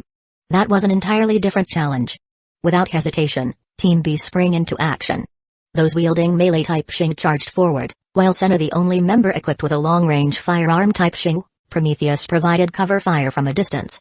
Prometheus was modeled after the Imperial Arm, Roman artillery, Pumpkin. But its power was far inferior. Unlike Pumpkin, which increased in strength under greater danger, Prometheus lacked such an ability. However, it was still a formidable weapon, capable of performing ricochet shots, bouncing attacks, and other special firing techniques. Its main drawback was decreased accuracy with continuous shooting. Despite their best efforts, an instant kill was unlikely. Alarmed, the Bloodbath Mother immediately activated its defense mechanism, hatching the spiderlings. From all directions, a wave of baby spiders surged forth. Calling them baby spiders was misleading. They were each about half the size of an adult human, merely small in comparison to the Bloodbath Mother itself. "Kill it now, before we get surrounded," Kelly shouted. Working together, they successfully eliminated the Bloodbath Mother before the spider swarm could overwhelm them. With the mother dead, the spiderlings either froze in place or scattered in different directions. They had no intention of chasing after them, only the special class danger beast mattered. Kelly let out a sigh of relief. "Guess we got a bit lucky." Among special class danger beasts, the Bloodbath Mother is relatively easy to handle provided you understand its habits. The others chimed in, "We only just finished our training objectives, but Tima is still way ahead of us. Let's head back. Yasha needs to rest and recover as soon as possible." However, just as they were about to leave, they felt the ground tremble unnaturally. More danger beasts? And from the sound of it, more than one. If they're all class 1, this could be a real problem. Damn it. Did the bloodstains here attract them? Should we call for Team A support? Their expressions darkened. After a long day of hunting, exhaustion was setting in. The effort to quickly eliminate the special class danger beast had drained their stamina. They were in no condition to take on multiple class 1 danger beasts. The concern wasn't whether they could win, the real issue was avoiding casualties. A victory with heavy losses would be meaningless. Within moments, the creatures appeared in their field of vision. 5 class 1 danger beasts. Seeing this, Callie made a swift decision. "We should call for backup," or maybe if Commander Sarah. Before he could finish his sentence, Sarah had already drawn the massive sword from her back. "Your training is complete. You don't need to deal with these class 1 danger beasts. Leave them to me and Koro." As she spoke, her expression twisted into a feral grin. A terrifying aura of bloodlust radiated from her, sending a chill down Callie's spine. "Those who dare to harm our comrades' evil shall not be forgiven." With a furious cry, she commanded, "Koro, hunt down these evildoers." She stomped the ground, causing cracks to form beneath her feet, and launched herself forward like an arrow. In one hand, she gripped her enormous sword. With the other, she hurled Koro toward the enemy. Most of the team had assumed Koro was nothing more than Sarah's adorable pet, a harmless companion with little combat ability. But as they worried for Koro's safety, the creature suddenly transformed. In an instant, Koro grew into a monstrous beast, larger than any of the class 1 danger beasts. Gone was its cute appearance. Its massive, bulging eyes glared menacingly, mirroring the vicious expression on Sarah's face. So, relying solely on her martial prowess, was able to battle the class 1 danger beast head-on. But Koro? It ripped through them like they were nothing. With a single swipe, Koro tore the head off a 5-meter-tall bear-like danger beast, then casually tossed it into its mouth, chewing noisily. Its powerful jaws crushed the skull effortlessly, bone fragments crunching between its teeth before being swallowed whole. In mere moments, Sarah had slain one of the beasts, while Koro had shredded the remaining 4. Even the wounds Koro sustained healed rapidly. As long as its core remained intact, it was virtually immortal. As a biological-typed Tegu, Koro was on par with super-class danger beasts. After all, many Tegu were crafted from the remains of such creatures. Even without activating its special ability, Berserk Mode, Koro utterly dominated the battlefield. Against Class 1 danger beasts, it was complete overkill. The rest of Team B stood frozen, stunned by the sheer brutality of the scene. Just then, Blaine arrived with Team A to check on the situation. He had heard the commotion but, knowing Sarah was present, chose not to rush over using double Kamui. "Master, Koro and I defeated those evildoers," Sarah called out excitedly, running up to Blaine with an eager expression, clearly expecting praise. Koro had already reverted to its small, puppy-like form. Wagging its tail, it nuzzled against Blaine's chin affectionately. The stark contrast between their earlier ferocity and their current behavior left the members of Team B utterly speechless. They stood there, stunned, unable to process what they had just witnessed. Chapter 37, Conflict of Interest. Commander Sarah is already so strong, and yet she's still Commander Blaine's apprentice. If that's the case, just how strong is Commander Blaine? It feels like Commander Blaine has never truly revealed his real strength. We really underestimated him before. It looks like the Empire hasn't abandoned us after all. Not only is our current commander stronger than the previous one, but he also treats us well." Everyone couldn't help but express their amazement. "Well done. I knew you and Koro would protect everyone." Blaine praised Saru and Koro. "By the way, how did it go? Team B's training should be finished by now, right?" Blaine asked Saru. "Yes. Although they weren't as efficient as Team A, everyone worked hard to reach their goals." Saru nodded. "Then let's head back. Yasha needs time to recover as well," Blaine said. With that, the group started their return journey. On the way, Saru noticed that Team B seemed particularly focused on Koro, who was walking beside her. "What's wrong? Do you want to play with Koro?" she asked them curiously. "And no, it's not that. We were just surprised. Koro usually looks so cute, but seeing him fight like that," Kelly explained awkwardly. Right now, they were honestly a little afraid of Koro. Noticing the faint trace of fear on their faces, Saru picked Koro up and smiled. "Don't worry, Koro is completely harmless to anyone except bad guys." "Oh. Okay." They felt a little relieved. But then, a troubling thought crossed their minds. "We aren't exactly good people, are we?" Back at the base. "Didn't you go hunting danger beasts? You must have collected a lot of materials. You can hand them over now." As soon as they returned, some staff members approached them. It seemed to be a standard procedure within the assassination unit. Kiram, Kelly, and the others had no complaints and were ready to hand over their loot. However, Blaine found it strange. They had risked their lives to hunt these danger beasts, so why were they expected to give up everything they had gained? Even though these children currently depended on the Empire's assassination unit, it was still excessive to demand they surrender all their spoils. Blaine directly asked the staff, after handing over the danger beast materials, "Do they receive any kind of reward or payment?" "No." The staff member replied bluntly. "That doesn't seem fair, does it? They worked hard to hunt those beasts." Blaine furrowed his brows slightly, though his tone remained calm. Kiram, Kelly, and the others were visibly surprised. Commander Blaine was actually standing up for them. In truth, they had long since accepted the rules of the assassination unit. They never even considered questioning them. Besides, for some reason, the enhanced team had never produced a traitor or deserter. The same couldn't be said for the elite team. Their circumstances were different, which might explain why among just 7 members, 1 had betrayed them, and 2 had deserted. "What are you talking about? They just need to obey orders. As their commander, you should know that better than anyone." The staff found Blaine's reaction odd. Previous commanders had been far more ruthless. In fact, many of the existing rules were set by their predecessors. However, the rule about confiscating danger beast materials had been implemented purely for their own benefit. "I don't see it that way. Either compensate them fairly, or let them keep what they've earned," Blaine stated flatly. The staff members' expressions darkened. They were obviously unhappy with Blaine's stance, but there was little they could do. After all, Blaine outranked them within the assassination unit. They had only 2 choices, compromise and take a share of the profit, or get nothing at all. What baffled them most was that Blaine himself should have benefited from this system. They had always shared a cut of the profits with the previous commanders and were prepared to do the same with Blaine. So why was he willing to give up part of their earnings for the sake of those workhorses? To the assassination unit, these children were nothing more than tools. Why should they care about them? Since the assassin training program began, the Empire had never once treated these children as human beings. "Fine. We'll give them half of the profits from the material trade. That should be enough, right?" The staff had no choice but to concede. Half was better than nothing. "That'll do." Blaine didn't push them further. After collecting the materials, the staff quickly left. "Commander Blaine, we don't really need the money. Serving the Empire is already an honor," Kelly admitted. He didn't want their commander to get into conflicts with the staff over them. The other team members felt the same. "Don't be ridiculous. This is something you rightfully deserve. Sure, the base provides food and shelter, but don't you need money when you go out in the capital?" Blaine said. No, actually."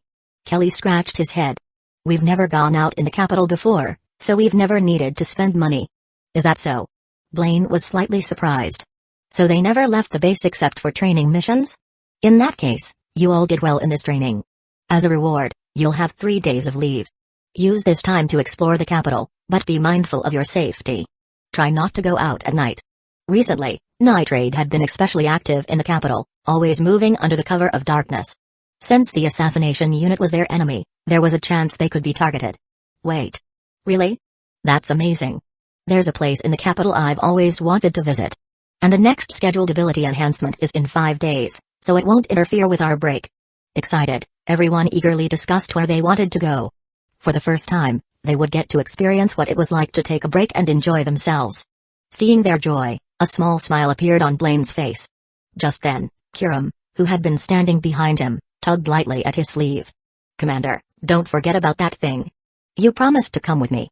Chapter 38, Feed Me. Blaine immediately realized what Kiram was referring to. She wanted to head to Ecchi Cave in search of a hibernating super rank danger beast. "Of course I haven't forgotten," Blaine replied. "Then we can't leave today or tomorrow," Kiram said right away. "Let's go today. The sooner we leave, the sooner we'll be back. It'd be best if we return while everyone is still on break." Blaine hoped Kiram would have a chance to enjoy some rest as well. "So, while they're out exploring the Imperial capital, I'll leave them in your care." He turned to Suru. With her protecting them, he could be at ease. "Leave it to me." Suru lifted Koro in her arms and declared, "If we run into any evildoers, Koro and I will judge them in the name of justice." Blaine flicked her forehead. "I told you not to keep going on about justice and evil all the time." I got it." Suru lowered her head obediently. Before leaving, they took Yasha to receive medical treatment, heading straight to the base's research personnel. Blaine and Suru accompanied her. "It's the toxin of a special class danger beast, verdant Chris's. It doesn't seem too severe, so she must have taken the antidote in time. However, recovering from the physical weakness will be difficult. Medicine has its limits. If it were a normal toxin, it could be neutralized with basic antidotes." The researchers were assessing Yasha's condition. Though they didn't say it outright, they were surprised that Blaine hadn't simply disposed of her. If it had been the previous commander, that would have been the outcome without question. After all, the researchers had participated in such disposals before. No matter how difficult, as long as she can recover, that's all that matters. "I'll leave her treatment in your hands," Blaine said. "As long as you approve." The researcher nodded. "From now on, she should come in for treatment every night. Once she resumes training or missions, we can reduce it to once a week." They outlined a preliminary plan. "No need for that. Until she's fully recovered and able to fight normally, she won't be participating in training or missions," Blaine stated firmly. "That works too. We'll follow your orders." The researcher agreed, though his curiosity deepened. He couldn't help but remark, "It's rare to find someone like you in a place like this." Blaine chuckled wryly. "Yeah, being normal around here makes you the odd one." As Blaine and the others left, the researcher watched his retreating figure. This new commander clearly didn't understand the full extent of the assassination unit's dark underbelly. He couldn't help but wonder once he learned the truth, how would he react? "Commander Suru, can I hold Koro?" In the break room, a girl hesitantly asked Suru. "Of course." Suru tossed Koro to her like a stuffed toy. The girl panicked but managed to catch Koro, handling him with extreme caution. "Koro is actually a Tegu. Without my command, he won't attack anyone, so there's no need to be so careful." Suru reassured her with a smile. She was ruthless toward enemies but had complete trust in her comrades.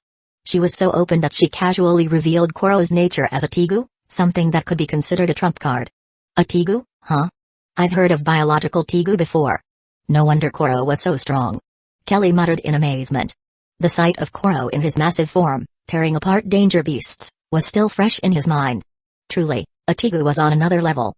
Just then, Kiram stood up, signaling that it was time to move out. "Kiram, are you really going to see Ecchi Cave? That place is way too dangerous.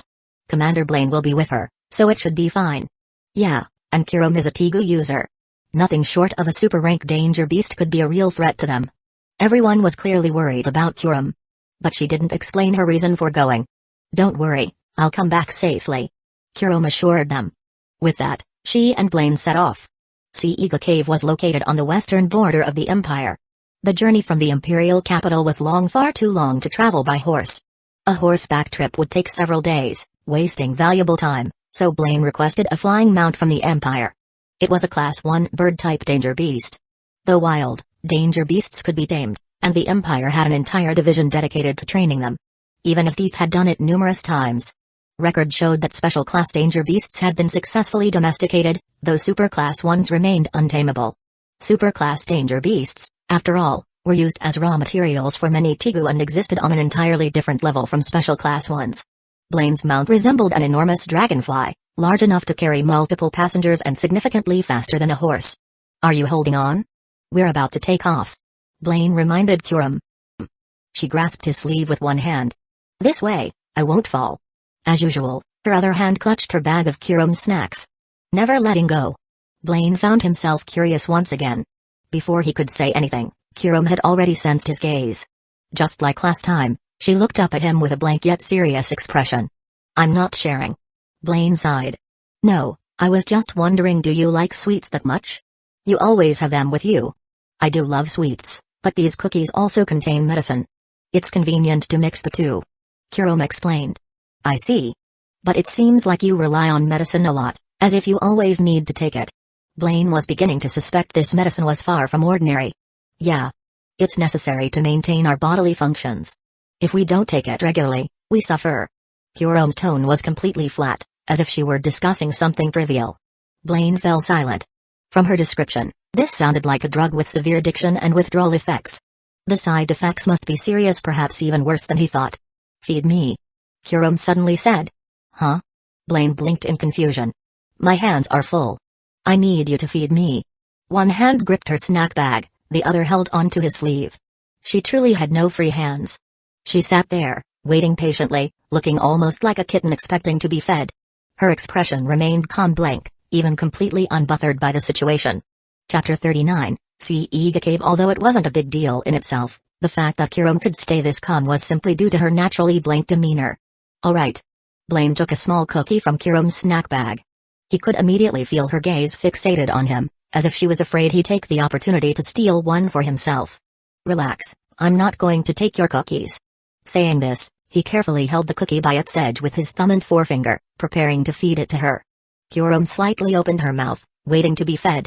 Blaine made sure to be extra careful, releasing the cookie just before it touched her lips so that it would slide into her mouth on its own. After all, they had only recently met, so it was better to maintain some sense of distance. Watching Kurome munch on the cookie with a blank yet content expression, he couldn't help but feel like he was feeding a pet. "Want more?" Blaine asked. "2 more," Kurome replied. By now, their flying danger beast had been in the air for a while. It was a smooth ride, with the only issue being the strong winds. However, Blaine had no fear of crashing. With double Kamui, he had plenty of ways to handle any situation. Taking Kurome along wouldn't be a problem either. That was, until an unexpected situation arose. It wasn't entirely surprising since airborne danger beasts existed, it was only natural that the sky wasn't completely safe. Sure enough, a bird-type danger beast appeared ahead. It resembled a hawk, though it seemed to be even faster than their own Class 1 mount. Its long, razor-sharp beak and talons looked exceptionally lethal. "Figures. Can't expect a completely smooth ride," Blaine muttered. "It's also a Class 1 danger beast. I can't fight well in the air, but I can summon Doya to take it down with her dual pistols." Kurome reached for Yatsufusa. Doya was one of the corpses controlled by Yatsufusa and the only one with ranged combat abilities. "No need for that," Blaine said casually. The next moment, his left eye sharpened, turning bloodshot as he focused on the danger beast's neck. Despite its high-speed movement, Blaine's perception allowed him to predict its trajectory. Spatial distortion wasn't truly instantaneous. Even with his enhanced Kamui, it still required a fraction of a second, meaning he needed to account for movement. However, with the Mangekyō Sharingan, such calculations were trivial. As space twisted violently, the hawk-like danger beast suddenly had its neck snapped. The effect was simple: its neck was transferred into the Kamui dimension, instantly severing its head from its body. Both halves plummeted from the sky. Most Class 1 danger beasts lacked exceptional traits like regeneration or extreme durability, so his left eye Kamui was more than enough to take care of it. Ding. Host has slain a Class 1 danger beast. Reward, 10 system points. What just happened? Kurome asked, her voice tinged with surprise. She hadn't seen Blaine make a move, yet the danger beast had dropped dead in an instant. "Nothing. Just think of it as one of my abilities," Blaine replied nonchalantly. The secret of double Kamui couldn't be exposed so easily. As long as no one knew how it worked, it was practically invincible. At the very least, he would never find himself in a truly hopeless situation. The only drawback aside from its massive energy consumption was that Kamui's intangibility had a time limit. A single Mangekyō Sharingan could sustain intangibility for a maximum of 5 minutes. However, with both eyes awakened, his duration exceeded 5 minutes, possibly even 10. He had never tested the upper limit, but when he used it to evade a special class danger beast with Esdeath, he was certain it had lasted longer than 5 minutes. That said, it wasn't much of a weakness. As long as no one knew his limits, he could simply deactivate and reactivate intangibility, effectively resetting the timer. In short, unless his ability was exposed, he was practically untouchable. I see. So it must be a Tegu ability, right? Is it your eyes? I've never heard of a night-type Tegu before. Kurome's instincts were sharp. She had always suspected that Commander Blaine's eyes were unusual. Her sister, Akame, was born with blood-red eyes, but Blaine's were clearly different, unnatural, carrying strange patterns within them. It wasn't unreasonable to assume they were linked to a Tegu. After all, as Teeth's blood-based Tegu, Demon's Extract, left a distinctive mark on her chest. If Blaine's eyes bore a unique symbol, it could very well be his Tegu's mark. Blaine remained silent, neither confirming nor denying it. Even with a flying mount, it took them several hours to reach Hyuga Cave. By the time they arrived, it was nearly dusk. Now, they would have to continue on foot. A large mount like this would only hinder their movements from here on. Wait for us here. Blaine patted the danger beast's head. It might not understand his words, but it had been trained well enough to stay put. The cave is just ahead. We should go in before nightfall, at least that way we won't have to deal with the danger beasts outside. Kurome pointed toward the vast limestone terrain before them. Inside a cave like this, there was no difference between day and night. Without a proper light source, they wouldn't be able to see a thing. Of course, Blaine and Kurome had come prepared. With that, they ventured into Hyuga Cave. The entrance was deserted. It was no surprise any place known to house a superclass danger beast was essentially a death trap. No ordinary person would dare set foot here. They encountered very few danger beasts along the way. The stronger a danger beast was, the more territorial it became, meaning most weaker ones instinctively avoided these grounds. Before long, darkness swallowed the cave. Blaine and Kurome each took out a luminous pearl, a special light source crafted from the eyes of a special class danger beast. Unlike ordinary torches or lanterns, these pearls emitted an intense glow and never ran out of power. As they ventured deeper into what seemed like a bottomless abyss, the number of remains increased. Most were danger beast skeletons, but a few were unmistakably human. Kurome's grip never left Yatsufusa's hilt, ready for anything that might come their way. Chapter 40, Kamui Enchantment, Kamui Yatsufusa. These bones are pretty old. And there are quite a few large danger beast remains here. It seems like a superclass danger beast was definitely active in this area. But we can't be sure if it's still hibernating or if it's already moved to another habitat. Blaine whispered his analysis. Given the sheer size of a superclass danger beast, even after venturing this deep into Hyuga Cave, the passage ahead remained incredibly vast. We'll find out once we reach the very bottom. Kurome's tone was resolute, despite knowing how dangerous this was. She had no choice. If she wanted to strengthen Yatsufusa, she needed to act fast. Otherwise, she would never be able to defeat her sister. As they ventured further down, the temperature steadily dropped. It's getting cold. Kurome muttered, noticing the chill.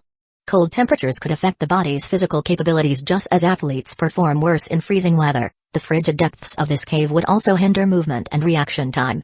However, Kurome had a way to counteract the effects: drugs. This time, she wasn't reaching for the cookies infused with mild medicinal compounds meant for sustaining bodily functions. Instead, she took out a white pill, one that could forcibly enhance her abilities in a short period of time. But, of course, the stronger the effect, the worse the side effects. Just as Kurome was about to take the pill, Blaine suddenly took off his coat and draped it over her shoulders. The unexpected gesture caught Kurome off guard. She froze, the pill still in her hand, just inches from her lips. These drugs must have serious side effects. If possible, I hope you won't rely on them too much. Blaine explained. He planned to investigate this matter further once they returned to the base. What exactly had the Empire done to these children in the assassination unit? Kurome's lips parted slightly as if she wanted to say something, but she hesitated. Silently, she put the pill away, then pulled Blaine's coat around her and whispered, "Thanks." This feeling wasn't so bad. For now, it was just the cold, and there was no real urgency to take the pill. She had simply gotten too used to relying on them. But if they encountered a crisis she couldn't handle, she wouldn't hesitate to take it. The deepest part of Hyuga Cave was far deeper than Blaine had expected. They had no idea how long they had been descending before finally reaching the bottom. They hadn't encountered a single danger beast along the way, which only confirmed that something terrifying lurked at the deepest level. Thanks to his Mangekyō Sharingan, Blaine was the first to see what lay ahead. Sure enough, there it was, a superclass danger beast.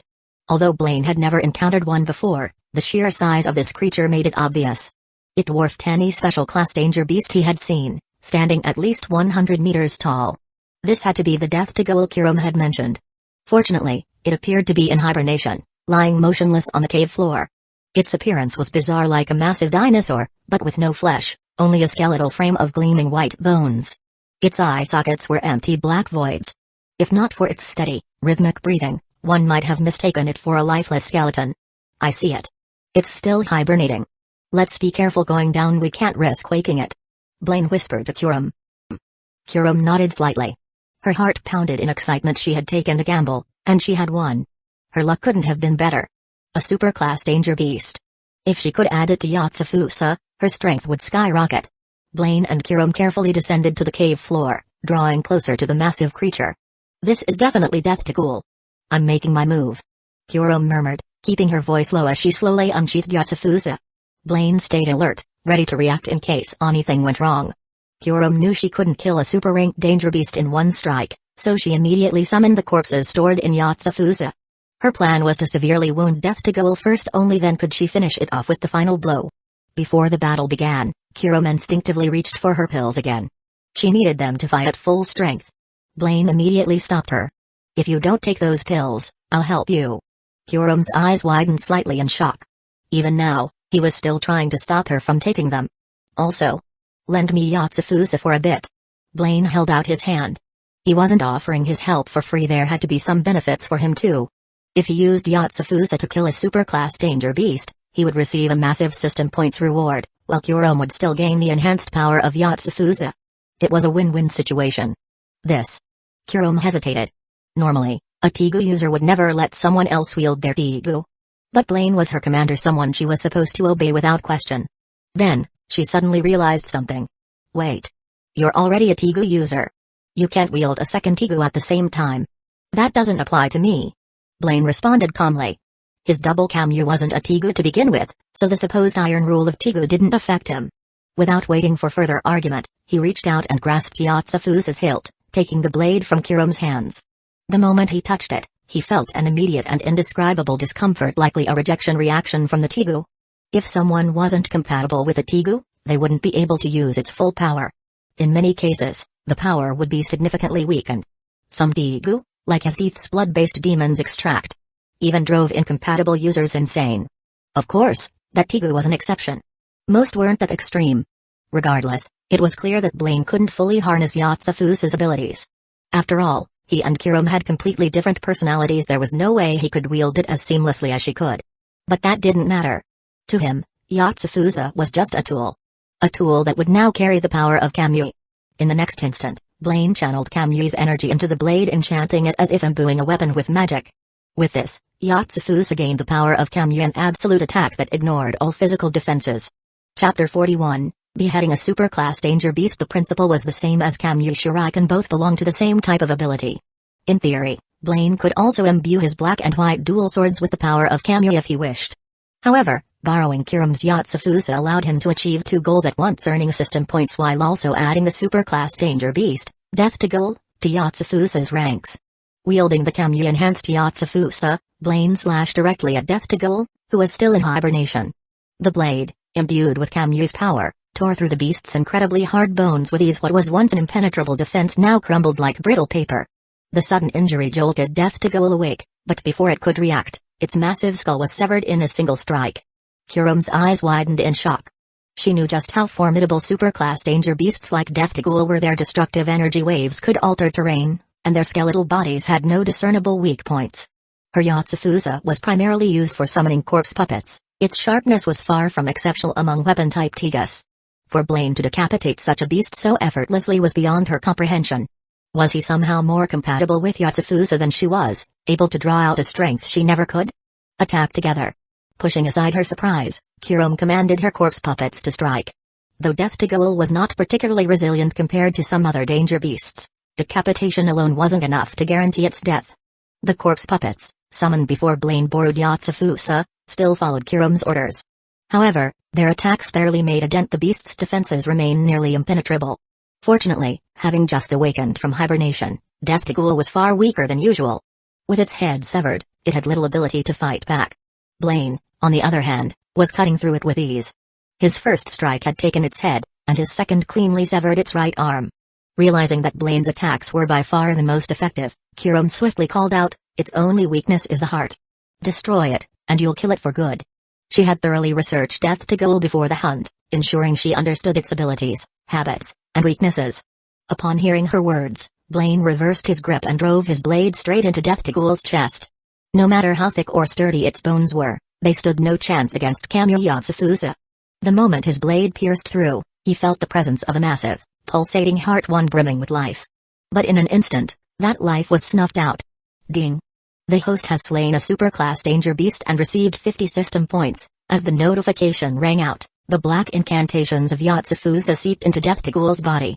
In the blink of an eye, the once dead beast stirred again, resurrected. Death Tagul was no longer an enemy, it was now a part of Yatsufusa.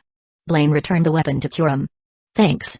If it weren't for you, I would have had to pay a heavy price," she said sincerely. "No big deal," Blaine replied casually.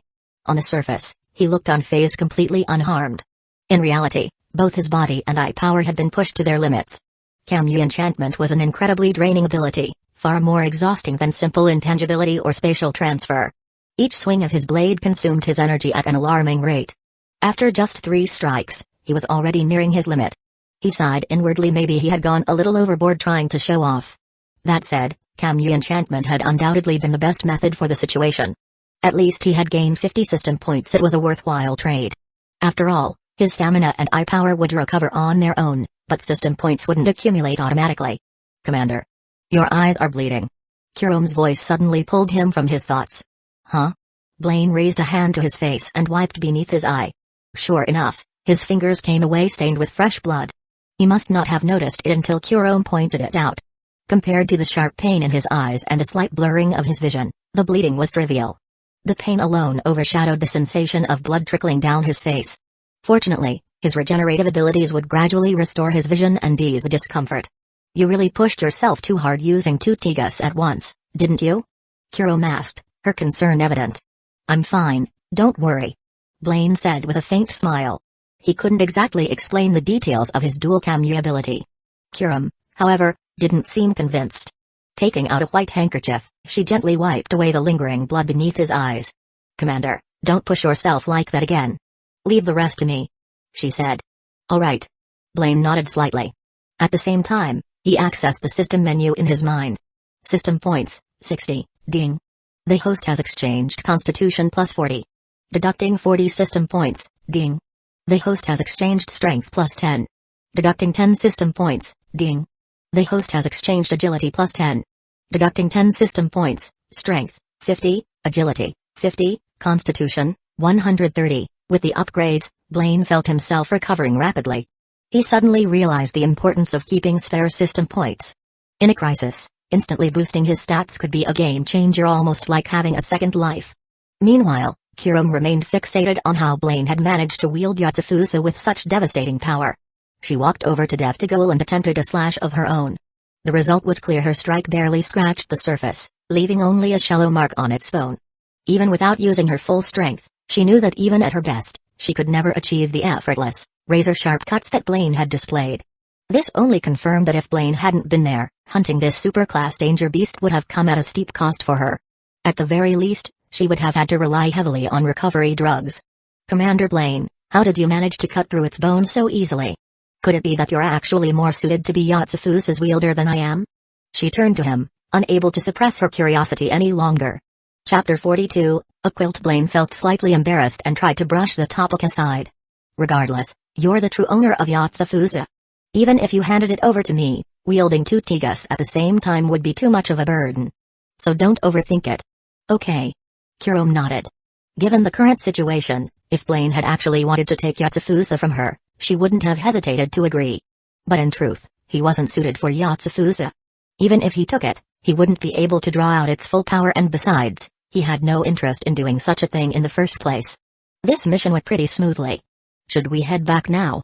Blaine asked, changing the subject. "But considering the time, it should already be night outside. I think it would be better to return in the morning," Kurum said. She had a point. Traveling at night, especially flying, was not ideal. Although she had acquired a super-class danger beast corpse puppet, Death Tagul wasn't suited for aerial combat. This cave, however, was a perfect place to rest for the night.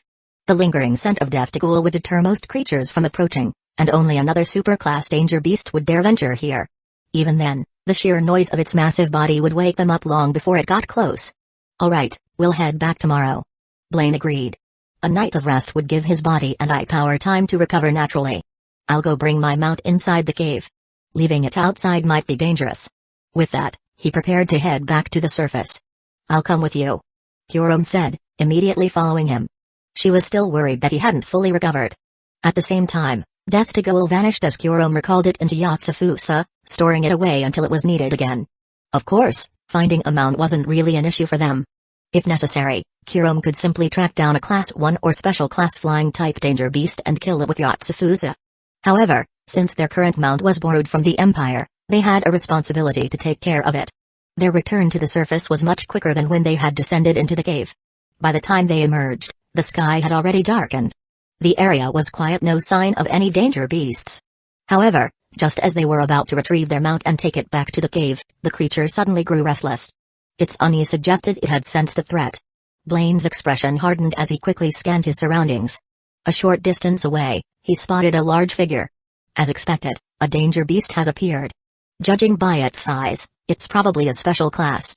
Even in this darkness, you can still see so clearly, Commander? Kurom asked, slightly impressed. Then again, she reminded herself, it was a Tigu. Having night vision was nothing unusual. Blaine was about to draw his black and white dual swords when Kurom spoke up. This time, let me protect you. I'll use Death to Goal's power. Alright, I'll leave it to you, Blaine said without hesitation.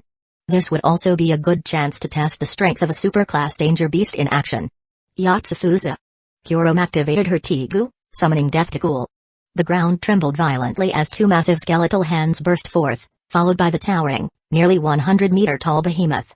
Though it resembled a dinosaur, Death to Goal's arms were structured more like human hands, allowing it to wield them with surprising dexterity.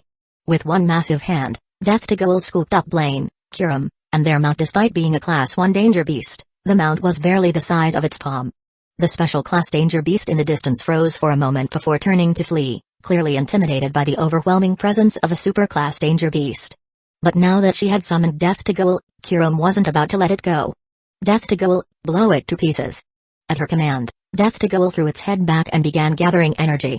It inhaled violently, drawing in the surrounding air and compressing it into a terrifyingly dense mass of energy.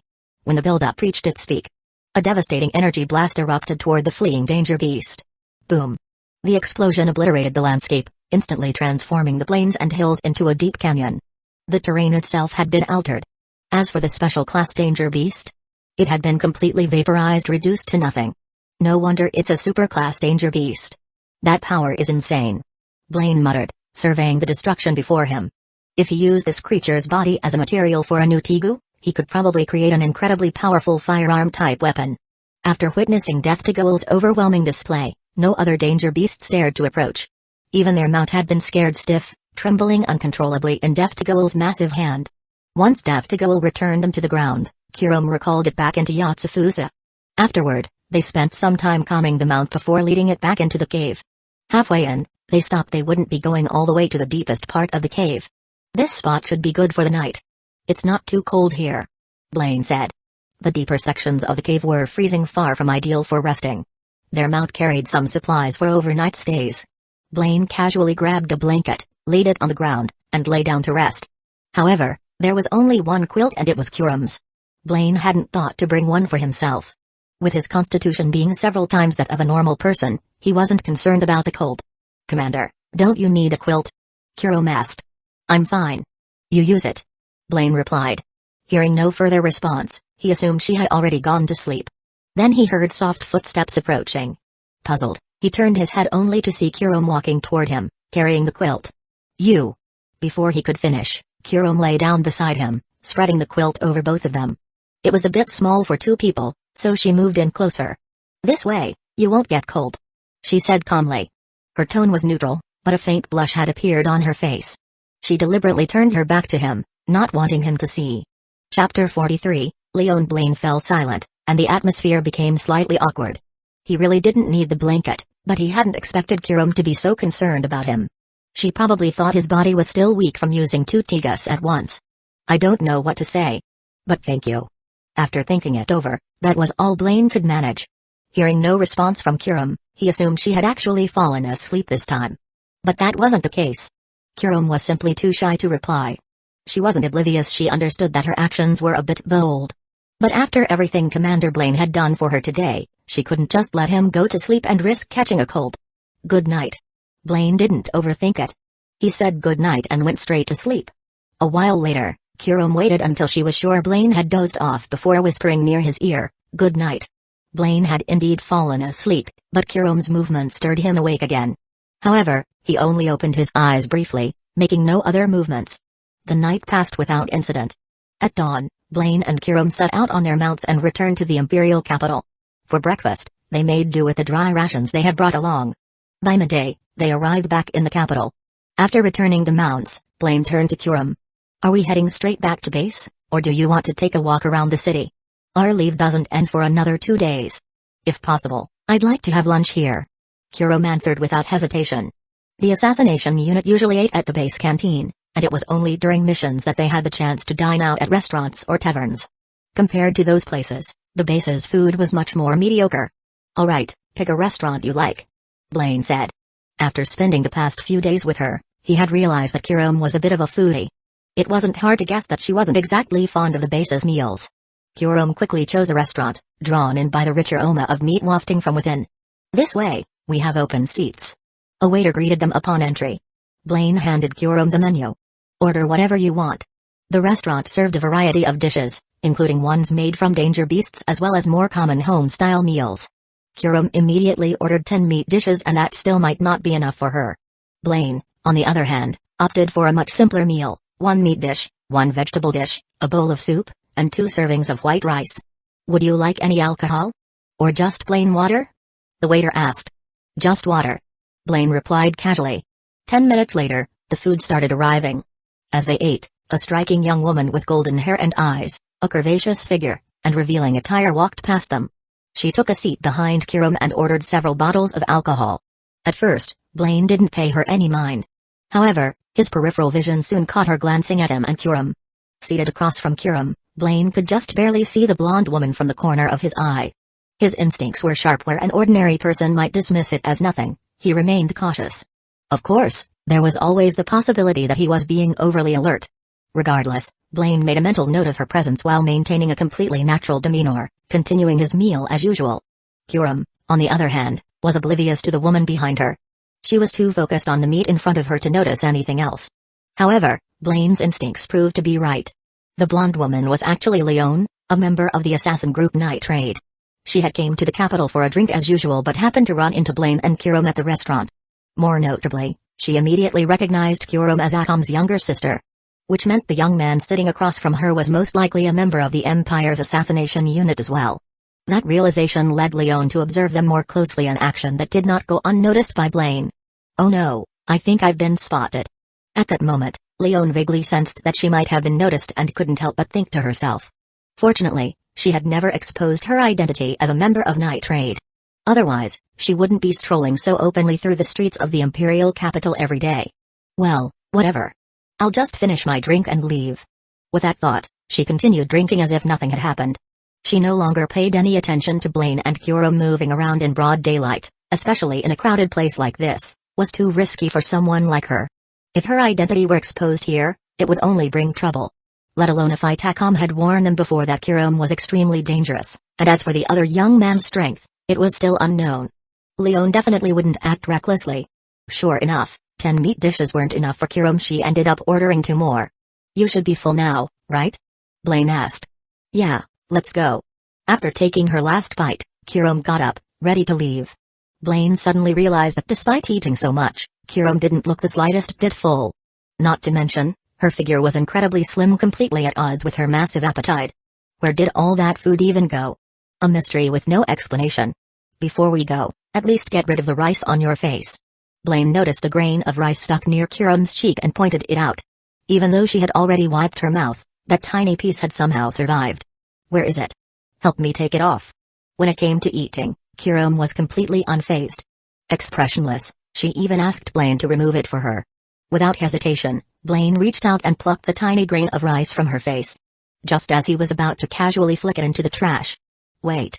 Kurome stopped him. What? Blaine asked, slightly puzzled. The next moment, Kurome grabbed his wrist, leaned in, and gently took the grain of rice from his fingertip with her lips. Food shouldn't be wasted. She spoke in a deadpan voice, her face blank as ever. Blaine was momentarily stunned. He hadn't expected that at all. His expression stiffened slightly. The warmth of her lips still lingered on his fingertips. Chapter 44, Night Raid. There was a secret base hidden in the mountains about 10 kilometers north of the imperial capital.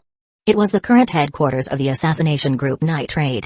At present, Night Raid had 7 members: Mine, Najenda, Akame, Lubbock, Shiel, Leon, and Bullet. Almost all of them were Tegu users, with the sole exception of their leader, Najenda. Her previous Tegu, Pumpkin, had been passed on to Mine, and the Revolutionary Army had yet to assign her a new one.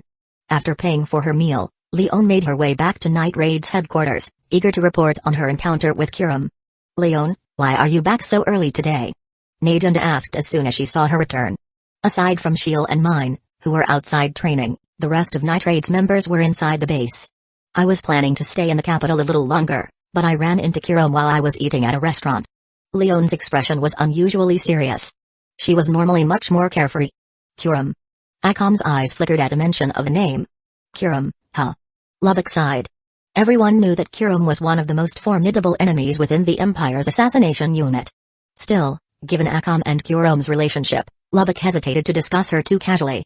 "Akame, what do you think?" Najenda asked directly. "Something feels off. As far as I know, the enhanced team is never allowed to roam the imperial capital freely unless they're on a mission. Could they be setting something up?" Akame voiced her concerns. "That does sound suspicious. If they're planning something against Night Raid, we'll need to be extra cautious during our missions from now on." Najenda nodded slightly. "Good thing we have Akame on our side now. Thanks to her, we know so much more about the Empire's assassination unit," Leon said with a grin. "Hey, don't say it like that." Lubbock quickly whispered a warning to her. Akame had only recently joined Night Raid, and she had spent far more time with the Empire's assassination unit. That was where her real bonds had been, especially with one particular person. "What's the problem?" "Akame's already made it clear, hasn't she?" Leon casually draped an arm over Akame's shoulder. "That's right. I've already made up my mind. Even if I have to face Kurum, I won't hold back." Akame's gaze was firm. "It's because I love her that I want to save her as soon as possible." Kurum had become nothing more than a tool of the Empire, a killing machine. Akame saw no other way. If she couldn't bring her back, she would have to set her free herself. "Good. We haven't forgotten our agreement. When it comes to Kurum, you'll be the one to deal with her." Najenda reaffirmed the promise. The only condition Akame set when joining the Revolutionary Army was that Kurum be left to her. Whether Akame intended to save her or kill her, the Revolutionary Army had no objections. At this point, saving Kurum seemed nearly impossible. Akame had already spent days trying to persuade her, but it had all been in vain. If Kurum had defected, the Revolutionary Army's odds against the Empire would have significantly improved. But at the very least, Akame's resolve to personally end things meant one less threat on the battlefield and a weaker Empire. The rest of Night Raid didn't question Akame's resolve. They all respected her decision. "Oh, right. There was a boy with Kurum at the time. He looked kind of familiar, but I just can't remember where I've seen him before." Leon spoke up again. Back then, she had been too cautious about exposing herself, so she didn't dare stare too long at Kurum or the boy. As a result, her impression of his face was vague. "Do you remember any distinguishing features?" Najenda asked. "Let me think." After a brief moment, Leon recalled the most striking detail. His eyes, they were red, just like Akame's. But his were even more scarlet, and there were strange patterns in them. She then added, "That boy definitely isn't ordinary. The moment I spotted Kurum, I only glanced their way a couple of times, but he seemed to have noticed me almost immediately." "From your description." Najenda appeared to have a thought. She walked over to her desk, pulled open a drawer, and took out a portrait. "Is this him?" "Yes, that's him." Leon nodded. "No wonder he looked familiar. It's this guy." The Revolutionary Army had numerous spies in the imperial capital. After all, many of its members had once been imperial officials or military officers like former General Najenda and former soldier Bullet. For Night Raid, which specialized in assassinations within the capital, the Imperial Capital Security Force was one of their main obstacles. That meant someone like Blaine, who had previously served as the force's captain, would naturally be a person of interest. It wasn't surprising that his portrait had circulated within the Revolutionary Army. He used to be the captain of the Imperial Capital Security Force, but in the past couple of days, they suddenly replaced him. I was wondering where he disappeared to, and it turns out he ended up with the Empire's assassination unit. Najenda speculated. "Blaine. I don't recall him being corrupt or tyrannical, do you? Lubbock asked. No, ever since he took over as captain of the security force, he's done a lot of good. For one, he was responsible for the downfall of the previous captain, Ogre, which saved us quite a bit of trouble. Public perception of the security force also improved significantly under him. Najunda continued, he was one of the Empire's rare few officials with a conscience. My guess is that he was reassigned to the assassination unit by his superiors. The only question is what's his position over there? Still, considering his way of doing things, it's a little odd that he hasn't been framed by the Prime Minister or his lackeys. Bula commented. Back when he and General Liver were still in the military, they had been arrested simply for refusing to bribe or flatter the Prime Minister. Liver was imprisoned, while Bullet himself was falsely accused of treason. Unable to stomach the Empire's corruption any longer, he escaped before his arrest and defected to the Revolutionary Army. In comparison, Blaine had done things far more radical than he ever had. It's hard to say. Being transferred to the assassination unit might actually mean he was set up. We'll have to wait and observe. Najunda voiced her thoughts. If the opportunity presents itself, we might even consider inviting him to join Night Raid. Chapter 45. Sharing snacks. Meanwhile, Blaine had no idea what was happening at Night Raid's headquarters. He didn't even know who Leon was. After he and Kiram left the restaurant, Leon didn't follow them, so he didn't think much of the blonde woman from earlier. As they walked through the streets of the Imperial capital. Commander, are you really not going to use these 3 days off for more training? Kiram suddenly asked. It seemed like she was hoping to take advantage of this break to train even more. What's wrong? Do you think 3 days of rest is too much? You want extra training instead? Blaine asked in return. Yes. Kiram nodded. That way, we'll be stronger when facing those Night Raid members. My sister alone is already incredibly powerful. There's no need to be so tense. Rest is important, too. Being on edge all the time isn't good for you. Blaine smiled. For these 3 days, just relax and enjoy your time off. Yes, Commander. Kiram never disobeyed a direct order. Besides, Blaine's words reminded her of how excited her teammates were when they found out they had 3 days off. Maybe she really was being too rigid. Should we go find Sir or any others, or just wander around? Blaine asked for her preference.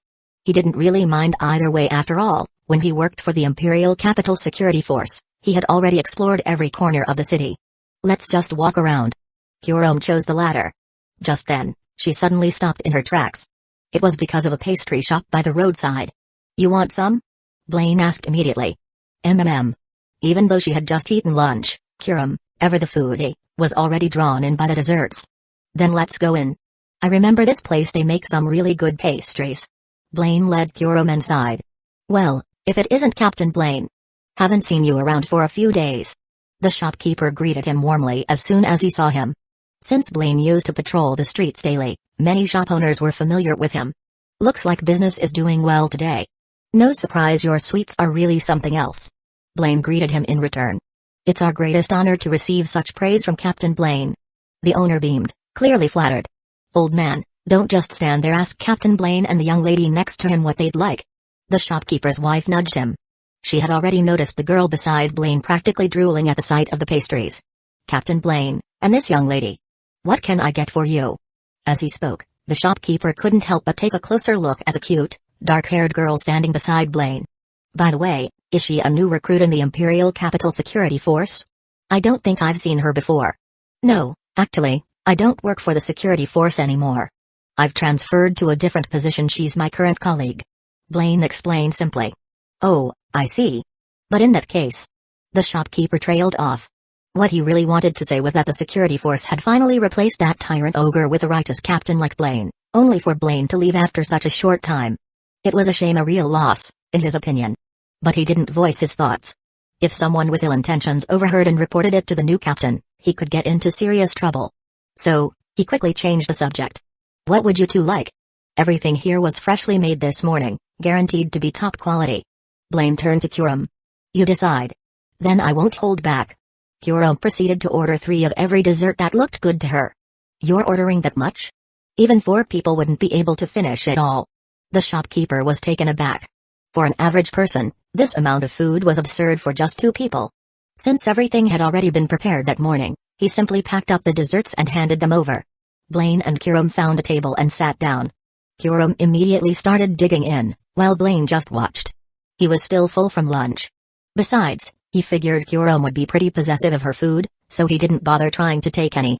Looking at her now, he couldn't help but think that their earlier meal probably hadn't been enough for her. She was still going strong, as if she had barely eaten at all. Halfway through, Kurome finally noticed that Blaine hadn't touched anything. She paused, looked up at him, and asked, "Commander, aren't you going to eat?" She had ordered 3 of everything, but she had only planned on eating 2 herself. The third portion was meant for him. "No, you go ahead." Blaine shook his head slightly. "Really? That's a shame. I had ordered 1 for you," Kurome said casually. "No, seriously, I cannot eat that much." Blaine was taken aback. Even if he hadn't been full, there was no way he could handle that portion. At that moment, Kurome seemed to have found a pastry that was especially delicious. Without hesitation, she picked up a piece with her fork and held it up to Blaine. "This one is really good. Do you want to try it, Commander?" She didn't even think twice about using her own fork, holding it directly to his mouth. Blaine hesitated for a moment. He had been about to say something, but then he realized if Kurome herself didn't care about sharing, why should he make a big deal out of it? So, without another word, he simply leaned in and took a bite. It is good. Soft, not too greasy, and just the right amount of sweetness. "I haven't had this one before, thanks." After savoring it, Blaine gave his honest thoughts. So you do share when something tastes good. Or is it just the cookies because of their special ingredients? Blaine suddenly recalled how Kurome always made sure no one else ate her cookies. Maybe it was because they contained something extra. That is one reason, Kurome admitted. But she didn't say the other reason she wasn't willing to share sweets with just anyone. Meanwhile, across the shop, the owner and his wife had been watching the entire exchange unfold. "Old man, I swore that Sarah girl was Captain Blaine's girlfriend, but I guess I was way off." "Yeah, same here. Looks like this cute little lady is the real one," they whispered to each other. But not quietly enough. Blaine and Kurome heard everything. Kurome's cute face immediately turned slightly red, but she just kept her head down and continued eating as if nothing had happened. Chapter 46, Medical Data. Blaine noticed Kurome's embarrassed expression as her pace of eating slowed significantly, as if she had lost her appetite. Her face was slightly flushed as she lowered her head, nibbling at her dessert in small bites. Sensing that Kurome was feeling troubled, Blaine quickly stepped in to clear up the misunderstanding. He explained to the shop owner and his wife, "No, she and I are just colleagues. It's not what you think." "Oh, we were being too presumptuous." Realizing their mistake, the shop owner and his wife felt they had overstepped. How could they be so nosy about Captain Blaine's personal affairs? However, upon hearing Blaine's words, Kurome's face immediately darkened. The shyness she had just shown vanished completely. Blaine was puzzled. Why did it feel like Kurome was suddenly upset? Still, seeing her appetite return, he figured everything was fine. In truth, Kurome was just amusing herself. Kurome devoured all the snacks. "You should be full now, right?" Blaine asked, astonished by her appetite. "I'm full," Kurome replied flatly. Yet, she didn't show any discomfort from overeating. Blaine couldn't help but wonder, could she still eat more? After that, the two continued strolling through the streets, casually taking in the sights and observing the people around them. "It seems like a lot of people really admire you, Commander," Kurome remarked.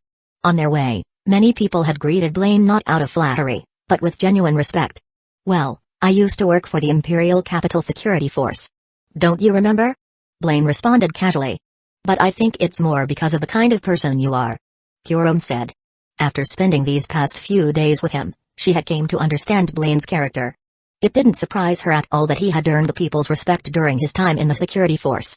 "Maybe so, but I only did what was expected of me, whether back then in the security force or now in the assassination unit," Blaine said, not wanting to take any credit. In his view, he was simply doing his job and following his own sense of judgment. He never saw himself as noble or righteous. "But to us, there's probably no commander more considerate than you," Kurome said with a faint smile. Is it really that exaggerated? But as he thought about it, Blaine realized there was some truth to it. Prime Minister Honest practically ruled the empire with an iron grip. When even the highest-ranking officials were corrupt and ruthless, it was no surprise that the rest of the government was rotten to the core. Blaine, however, was an exception. Perhaps due to his death's influence, the Prime Minister still placed some trust in him. Otherwise, back when he was captain of the security force, he would have been an easy target for the corrupt officials. Having his teeth backing him certainly made a difference. If someone else had been put in charge of the Empire's assassination unit, the previous brutal system would likely have remained or even worsened. "So, Commander, please don't leave your post so easily. And I hope you will continue to look after us," Kurome said sincerely. She didn't want to experience the pain of losing another comrade, whether through disciplinary actions or on a mission. Blaine was the only leader who had changed the system and actually cared about their safety. That, to her, was something truly rare. Blaine nodded. I don't plan on leaving so easily. Unless something unexpected happens. You never know with these things. After dinner, Blaine and Kirim returned to their base. The assassination unit's base, of course, was also located within the Imperial capital. Kirim and Commander Blaine are back so soon? I thought it would take a few days. The Seiga cave is pretty far from the capital. They must have switched to a danger beast mount, right? I'm not sure if Kirim managed to do what she wanted, but at least she doesn't seem injured. That's good. Hearing everyone's concern, Kirim smiled and said, actually, the commander and I returned at noon. We just spent some time walking around the city. Oh, so you went out with the commander? We were worried you wouldn't get to enjoy any time off, but I guess we didn't need to worry after all. While Kirim chatted with the others, Blaine quietly left on his own. Noticing this, Sarah quickly followed. Master, is something wrong? You seem troubled. She asked. It's nothing. I just want to investigate something specifically, the drugs Kirim and the others take regularly. Blaine replied. Oh, that's a relief. I thought something bad had happened on your mission. Sarah said, letting out a breath. At least it wasn't anything concerning his health. Blaine headed straight for the laboratory. With so much data stored there, he figured he would find the information he needed. Sarah followed closely behind. Inside the lab, several researchers were still at work. Blaine wasted no time. I want to see the records on the drugs, he stated. The researchers didn't refuse. The information was classified only to outsiders and the young operatives, but Blaine and Sarah had full clearance. Once he obtained the files, Blaine flipped through them. His pupils shrank, and his brow furrowed slightly. The drugs were far from ordinary. According to the documents, the drugs administered to the Empire's assassination unit had severe negative effects on the brain. The enhanced abilities they provided came at the cost of drastically shortening the user's lifespan. Beyond that, the drugs created an extreme dependency. If the operatives went too long without taking them, not only would their physical abilities deteriorate, but they would also suffer agonizing withdrawal symptoms. One of the previous administrator's punishments involved locking underperforming squads in solitary confinement and depriving them of the drugs for several days. The records even detailed a case where a teenage operative had used the drugs excessively, causing his body to deteriorate to that of an elderly man in his 70s or 80s. Once his weakened state began interfering with missions, he was promptly disciplined.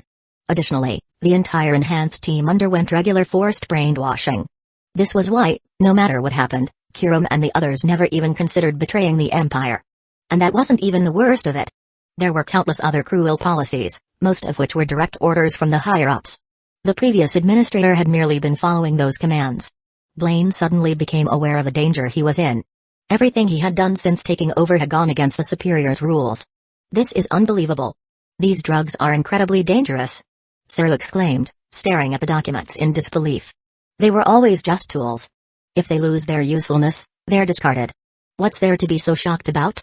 A nearby researcher spoke in a completely indifferent tone. Chapter 47, Kirim's concern exactly. As their managers and commanders, you really shouldn't be this surprised. They're newcomers, so they probably just found out about all this. A word of advice: these policies were set by the bigwigs above. If you don't enforce them properly, you'll be the ones in trouble. The researchers showed little to no concern for the children. They only cared about following orders. Anyone with rebellious thoughts had already been dealt with, and those who remained were the obedient ones. You. Sarah was about to lose her temper, but Blaine raised a hand, stopping her. I can take these documents with me, right? He asked the researchers. Of course. But if this leads to any trouble, the responsibility falls on you.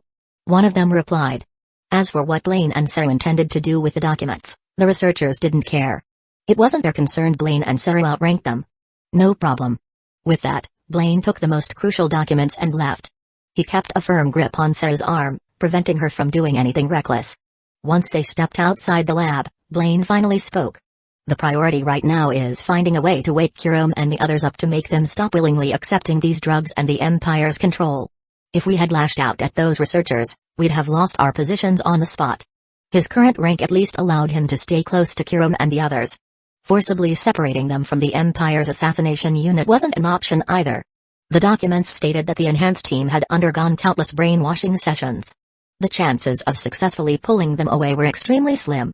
Blaine still remembered what Kirim had told him before Akame defected. She had tried persuading Kirim for a long time, but Kirim never agreed. Even her own sister, the person she was closest to, couldn't convince her. That alone proved just how deeply the brainwashing ran. There was no way Blaine could expect to break through it so easily. Yes, Sarah murmured, lowering her head as she listened to her master's words. In short, taking direct action is the worst option. As infuriating as those researchers' words were, the real problem isn't them, it's the so-called higher-ups, or rather, the corrupt and decaying empire itself. Blaine continued. The empire. Sarah hesitated. She had always believed that serving the empire was absolute justice. Her parents had been imperial soldiers, and she had inherited that belief from them. But hearing her master describe the empire as dark and corrupt, she instinctively wanted to argue. Yet, she couldn't find a single reason to refute him. Memories of past events resurfaced: the nobles who slaughtered foreigners for sport, Captain Ogre, and now this horrifying revelation. Sarah had already came to see Kirim and the others as her comrades. And as someone who valued her comrades deeply, she couldn't accept the Empire's assassination unit treating them so cruelly. Could it be that only the higher-ups in the Empire's assassination unit are corrupt, while the Empire itself should still be? Sarah tried to convince Blaine to change his view of the Empire, but even she was struggling to convince herself. Her belief was shaken, and the conflict on her face was clear. Blaine didn't rush her to accept the truth. Instead, he said calmly, "Take your time. It's okay. I'll be here to help you see the full picture of this empire." After all, even he hadn't fully grasped everything about it yet. Sarah's heart was stirred. She nodded firmly. "For now, let's have Kirim and the others go through this information first," Blaine said, his eyes glinting as he spoke. Blaine and Sarah brought the documents they had retrieved from the lab to the assassination unit's usual rest area. "There's something I want you all to see, though I'm sure you already know parts of it," Blaine said, placing the documents on the table. Kirim was the first to pick them up, while the others gathered around to read. They quickly went through the contents. Kirim's expression changed slightly, but she didn't have much of a reaction. Some things were unexpected, while others were just confirmation of what they had already assumed. For instance, the side effects of the drugs. They had been well aware of them. They weren't oblivious. They had been brainwashed, not made stupid. They could clearly feel the toll the drugs took on their bodies. What caught Kirim off guard, however, was the section on brainwashing. This was something none of them had ever known. They had always believed they were simply undergoing routine enhancements and were unconscious during the process. They never realized those sessions were actually brainwashing procedures. The documents were passed around, and soon, everyone had finished reading. Brainwashing? What exactly have we been brainwashed to believe? No idea. Maybe just to make us more loyal to the Empire? Honestly, that seems unnecessary. Yeah. We would never betray the Empire anyway, so why go to such lengths? Blaine observed their reactions. It was just as he expected. They had been brainwashed so thoroughly that they couldn't even recognize the effects of it. He decided not to bring up the brainwashing for now. Even if he did, they wouldn't believe him, not after going through it countless times. What about the drugs? Do you have any thoughts on them? Blaine asked. Not really. There's no other choice. Kelly replied with an indifferent smile. Since we're not as strong as the elite squad, this is the only way for us to gain power. If it weren't for these drugs, we probably would have been disciplined from the start. After all, if we can't serve the Empire properly, we have no value. The others nodded in agreement. Their thoughts were the same because they had all been conditioned to think that way. Blaine wasn't surprised by their response. He turned to Kirim. What about you? Do you think the same way? Yeah. Kirim replied without hesitation. If we want to fight the rebels, we have to be willing to make sacrifices. Sarah still found it hard to accept. Fighting the rebels was one thing, but the brainwashing, the drugs, the punishments, those were something else entirely. Even if they were meant to fight the rebels, did they really have to go through all this cruelty? I see. Blaine let out a quiet sigh. They had been brainwashed to this extent. There was no way he could change their minds with just words. He would have to take things slowly. Kirim, however, didn't dwell on the documents for long. Instead, she turned her attention to Blaine, looking concerned. Commander, let me go for a walk with you later. It feels like you're worrying too much about us. You seem really burdened. Chapter 48, Strolling with Kirim, Encountering Akame and Nitrate. Yes, Commander, let Kirim go with you for a walk.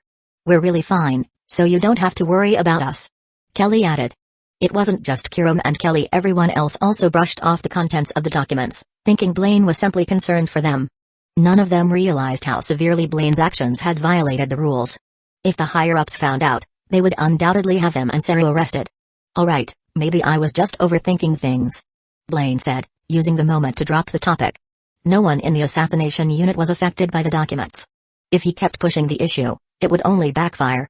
For now, it was best to let it go. Wait for me a moment, Blaine said to Kurom before picking up the documents, preparing to return them to the lab. As expected, Sarah followed him. Master, we can't get through to them at all, she said. This is the power of brainwashing. When someone has been conditioned to this extent, no amount of reasoning can persuade them. We can only take our time and find opportunities to change them. Blaine replied quietly. All right. Until then, I'll do my best to protect everyone, Sarah said with determination. Blaine and Sarah returned the documents to the lab. The researchers didn't bother asking what they had done with them. As promised, Blaine and Kurom went out for a walk to clear their minds, strolling through the streets of the imperial capital. Not long after they left, the rest of the assassination unit began chatting among themselves. Do you think Kurom actually has feelings for Commander Blaine? I've noticed she seems pretty close to him. Probably. Kurom is friendly with us, but she's never invited a guy for a walk before. True. Commander Blaine has always been good to us. It wouldn't be surprising if Kurom started liking him. Besides, she's at that age now. Kelly chimed in, that's exactly why I tried to create an opportunity for her earlier. She mentioned the commander's name twice while we were chatting tonight. Hearing them talk so excitedly about Blaine and Kurom, Sarah murmured to herself, Kurom likes Master. For some reason, she felt a dull pressure in her chest. She should have been happy for her master after all, it was a good thing that someone liked him. But why did she feel so uneasy? Sarah couldn't understand what was wrong with her. Maybe she was just tired. A good night's sleep should fix it. If Kurom had been alone, the guards at the base wouldn't have easily allowed her to leave without a commander's permission. With Blaine accompanying her, however, they encountered no obstacles. The imperial capital was brightly lit at night. Most of the shops along the streets had already closed, and there were far fewer pedestrians compared to the daytime. Occasionally, a few scattered figures could be seen moving through the dimly lit roads. In such a quiet atmosphere, it was actually a good setting for Blaine and Kurom to take a walk and clear their minds. Commander, before you worked in the Imperial Capital Security Force, were you a soldier stationed in the capital? Kurom suddenly asked, shifting the conversation to something more casual. No, my hometown was a small village on the southern border. I only arrived in the capital recently. Because my village was destroyed by a danger beast. Blaine responded. I see. I can't really remember much about my life before joining the assassination unit.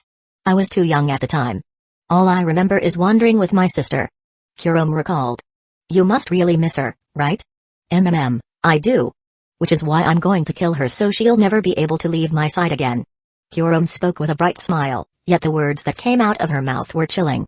In that moment, her innocent expression took on an eerie undertone. Blaine felt slightly awkward. If he had known, he wouldn't have brought up Akame. Just then, several figures darted swiftly across the rooftops not far ahead. Blaine's keen perception allowed him to spot them immediately. However, their faces were obscured by black cloaks, leaving only the tall man clad in armor somewhat distinguishable though even his face remained hidden. Did you see them? That should be the Tegu user of demon armor. They must be nitrate. Blaine whispered to Kurom. Yes. My sister is among them. Kurom's right hand was already gripping the hilt of Yatsufusa, her expression cold. Commander, this is the perfect chance to wipe out nitrate tonight. Let's follow them first and see. Blaine said, not immediately agreeing to engage. His stance toward nitrate wasn't exactly hostile. During his time as captain of the Imperial Capital Security Force, he had already learned a fair amount about them. After all, he had been in charge of maintaining public order in the capital. Every target assassinated by nitrate had been far from innocent. They were all scum people like Hyuga, whose deaths were well deserved. That was why, back then, he had deliberately turned a blind eye to nitrate's actions. He had chosen not to confront them directly. Otherwise, he would have crossed paths with them much sooner. Now, Blaine and Kurom moved to pursue the figures swiftly traversing the rooftops. Naturally, their targets had already noticed they were being followed. Leon glanced behind them, eyes widening in surprise. Wait. Is that Blaine and Kurom? Looks like luck's on our side. Mine's expression grew serious. This route was supposed to be the safest. We timed it to avoid all of the capital's patrols at this hour. Was this really just a coincidence? Or did they predict our movements in advance? In reality, it really was just bad luck. If Blaine and Kurom hadn't randomly gone for a late-night stroll, they wouldn't have been spotted at all. This complicates the assassination. We'll have to reschedule the hit for another day. Should we just take them out now? Bullet, who stood out from the group due to his full-body armored Tegu, spoke up. His armor concealed his identity completely, making a disguise unnecessary. You guys go ahead. I'll deal with Kurom myself. Akame suddenly declared, coming to a stop. Now that they had been discovered, tonight's assassination was no longer feasible. She needed to end things with Kurom quickly before the Empire's assassination unit or the military caught wind of their presence and closed in on them. No way we're letting you handle this alone. If we're fighting, we might as well take them both down together. Leon said immediately. Exactly. There are only 2 of them, and we have 6 ego users. We should eliminate them quickly and then rework our assassination plan. Mine added, already pulling out her Tegu, pumpkin, brimming with confidence. But the boss mentioned that Blaine is someone we could potentially win over. Try not to kill him. Bullet reminded them. What a coincidence of all people, they had to run into them tonight. At this point, all 6 members of Nitrate had stopped, seemingly waiting for Blaine and Kurom to come to them. Blaine and Kurom arrived in front of them, and sensing the tension, Blaine instinctively grabbed Kurom's hand, ready to activate his intangibility ability at any moment. Kurom hadn't expected him to suddenly take her hand, and she let out a soft protest. Commander, now isn't the time for this. However, Blaine showed no intention of letting go. His grip was firm, his stance unwavering. What? The moment Akame saw Kurom's hand in Blaine's, she completely lost her composure. Chapter 49, Akame and Kurom's resolve. Akame was an undeniable Siscon. Unless it was a man she personally approved of, she couldn't stand seeing Kurom getting close to any other guy. So at this moment, Akame completely lost her composure. However, she was still capable of assessing the situation and quickly suppressed her emotions, reverting to the cold, ruthless assassin she had trained to be. Drawing more aim from its sheath, she made her decision tonight. She would personally put Kurom to rest. You're still flirting in front of us at a time like this? Mine deliberately lowered the hood of her cloak, raising pumpkin and aiming it directly at Kurom. Without hesitation, she fired a blast of compressed energy. Their primary target was Kurom. They knew she had been thoroughly brainwashed by the Empire. There was no reasoning with her. Kurom instinctively tried to dodge, but her hand was still held by Blaine. Trust me. Blaine said calmly. Just those 2 words were enough to put Kurom at ease. In her heart, Commander Blaine was someone she could trust. All right. She nodded slightly. However, just as the energy blast from Pumpkin was about to hit her, she instinctively raised Yatsufusa to block it. Yet, to her astonishment, she felt nothing. It was as if the attack had passed right through her body without a trace, without impact, without pain. Huh? Before Kurom could make sense of what happened, a loud boom erupted behind her. She turned around. An abandoned wall just behind her had been blasted to rubble. Thankfully, no bystanders were harmed. What just happened? That attack had been aimed directly at her. Could it be Commander Blaine's Tegu ability? What? Mine was just as shocked. Her own attack had gone straight through them. Be careful. Their abilities are weird. She immediately warned the others. Hearing this, Akame and the rest of Nitrate held back from attacking right away. You're Kurom's sister, Akame, right? Blaine finally spoke to her. Akame gave a slight nod, her expression grave, as if facing a formidable enemy. She didn't bother to conceal her face. By now, word of her defection to the Revolutionary Army had spread throughout the Empire. Among Night Raid, her identity had been exposed. The earliest her wanted posters were plastered all over the capital. Blaine could clearly see that her face was almost identical to the one on the bounty posters. Long, flowing black hair. Crimson eyes. Her features bore a strong resemblance to Kurom's, delicate yet sharp. Dressed in a black dress and cloak, her figure was slender, taller than Kurom's. You two finally get to see each other again, yet you're already drawing your swords? Blaine had sensed Akame's killing intent toward Kurom. He knew Kurom wanted to kill Akame, but he hadn't expected Akame to feel the same way. The sisters who once depended on each other for survival were now set on each other's deaths. There is no other choice. I have to end Kurom's suffering with my own hands. Akame said firmly. I'm going to kill my sister too, so she'll stay by my side forever. Kurom replied with a soft chuckle. Enough. I won't let you kill Kurom. But if you insist on fighting, don't blame me for not holding back. Blaine's voice grew cold. He remained neutral toward Night Raid and the Revolutionary Army, but that didn't mean he would tolerate them harming the people around him. This might be a personal matter between the sisters, but there was no way he would stand by and watch Kurom die. Akame, should we? Leon whispered. Retreat.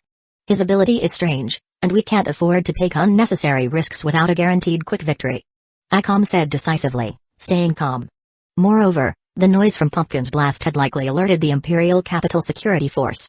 The approaching figures in the distance were probably them. The Empire's assassination unit and military forces wouldn't be far behind either. Lingering here would only lead to disaster. Let's go. Lubbock was the first to turn back along their original escape route, followed closely by Akame, mine, and the others. Akame glanced back one last time at Blaine and Kurum. They weren't chasing after them. Sure enough, shortly after Night Raid withdrew, the Imperial Capital Security Force arrived at the scene. However, when they got there, only Blaine and Kurum remained. Captain Blaine? We detected signs of a battle here. Did you encounter Night Raid? Although Blaine had left his position days ago, the security force members still habitually addressed him as their captain. They retreated. Blaine said with a nod. Sorry you had to rush over for nothing. Not at all, Captain. This is our duty.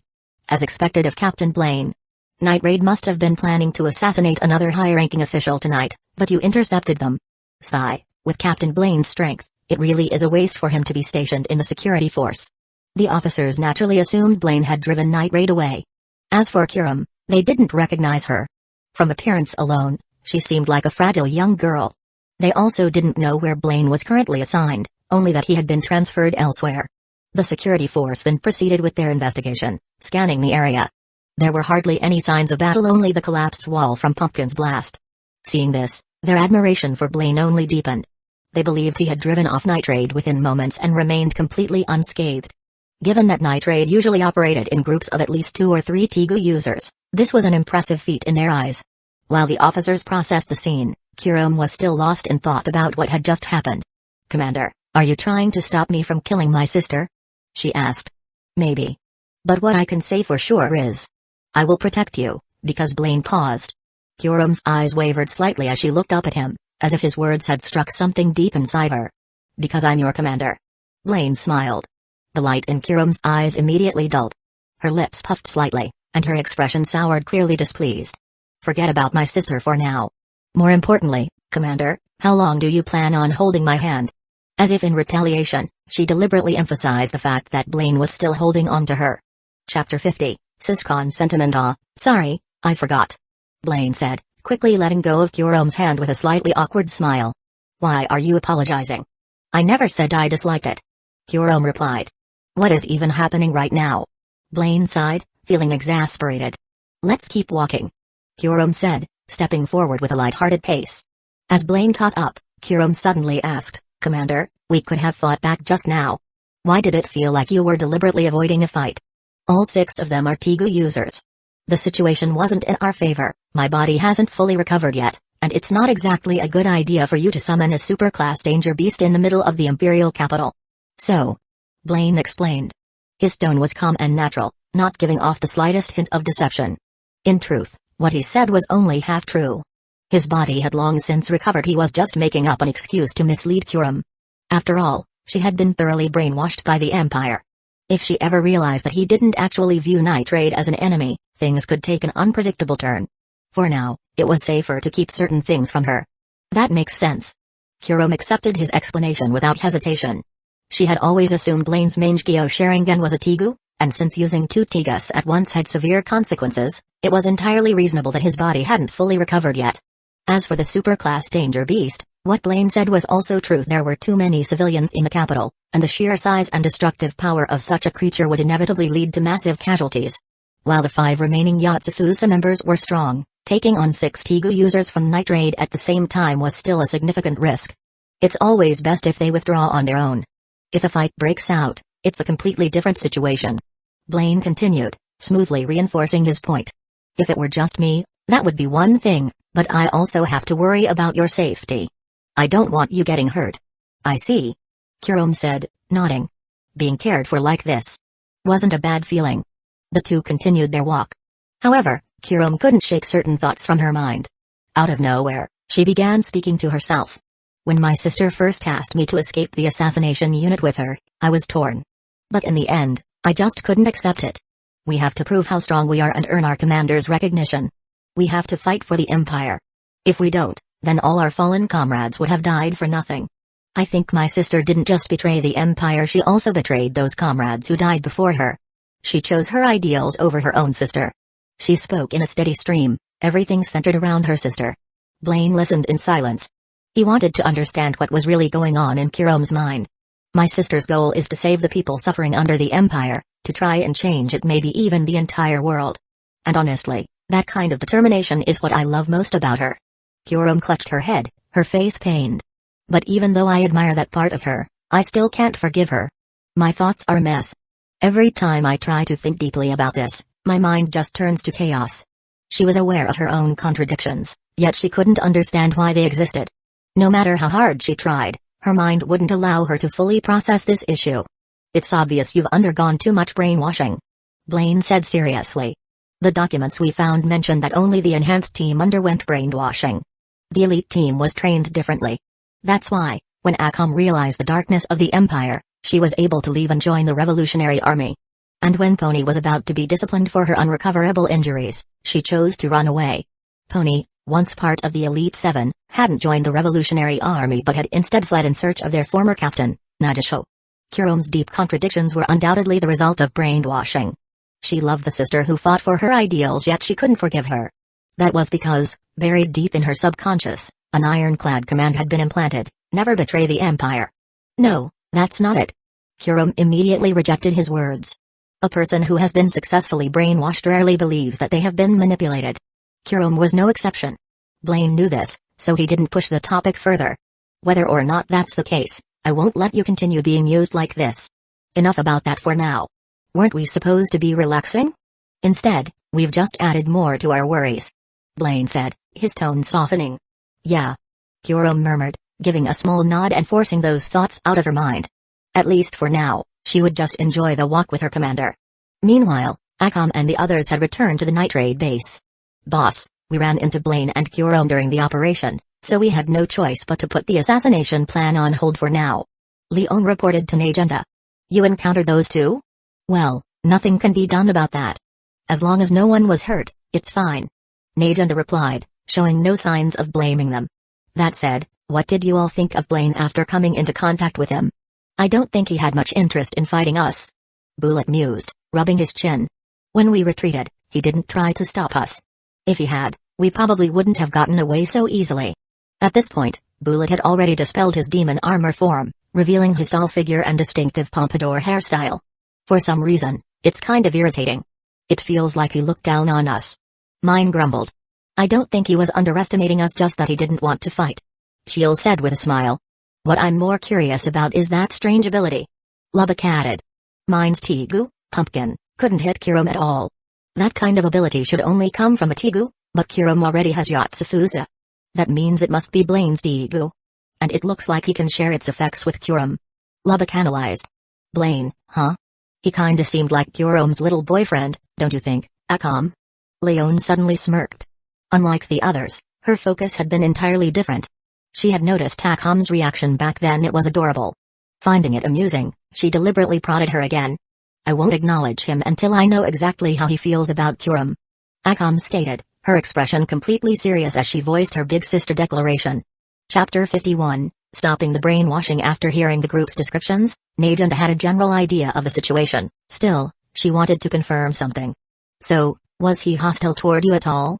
No, not at all, Akame replied. Though, when I said I was going to kill Kurom, he did direct a brief killing intent at me. As Night Raid's ace assassin, Akame was highly attuned to detecting hostility and bloodlust from others. It was a skill she had honed back in the Empire's assassination unit. Her former commander, Gazuki, had also possessed the ability to sense the world of killing intent. This skill had proven invaluable when dealing with spies. That just proves he's not actually hostile toward us, doesn't it? Najenda said. In that case, I'd say he's someone worth recruiting. She continued, tonight's events could be considered either bad luck or good luck. But at the very least, this direct encounter saved us the trouble of having to observe him from afar. So, boss, you're planning to invite him to join Night Raid? Leon asked. Yes. We'll see if an opportunity presents itself. I want to speak with him in person. Najenda nodded. Just as she had done when recruiting Akame, deliberately revealing her location so the Empire's assassination unit would send Akame to assassinate her, she planned to create an opportunity for a direct conversation. We're getting another new comrade, Shield said excitedly.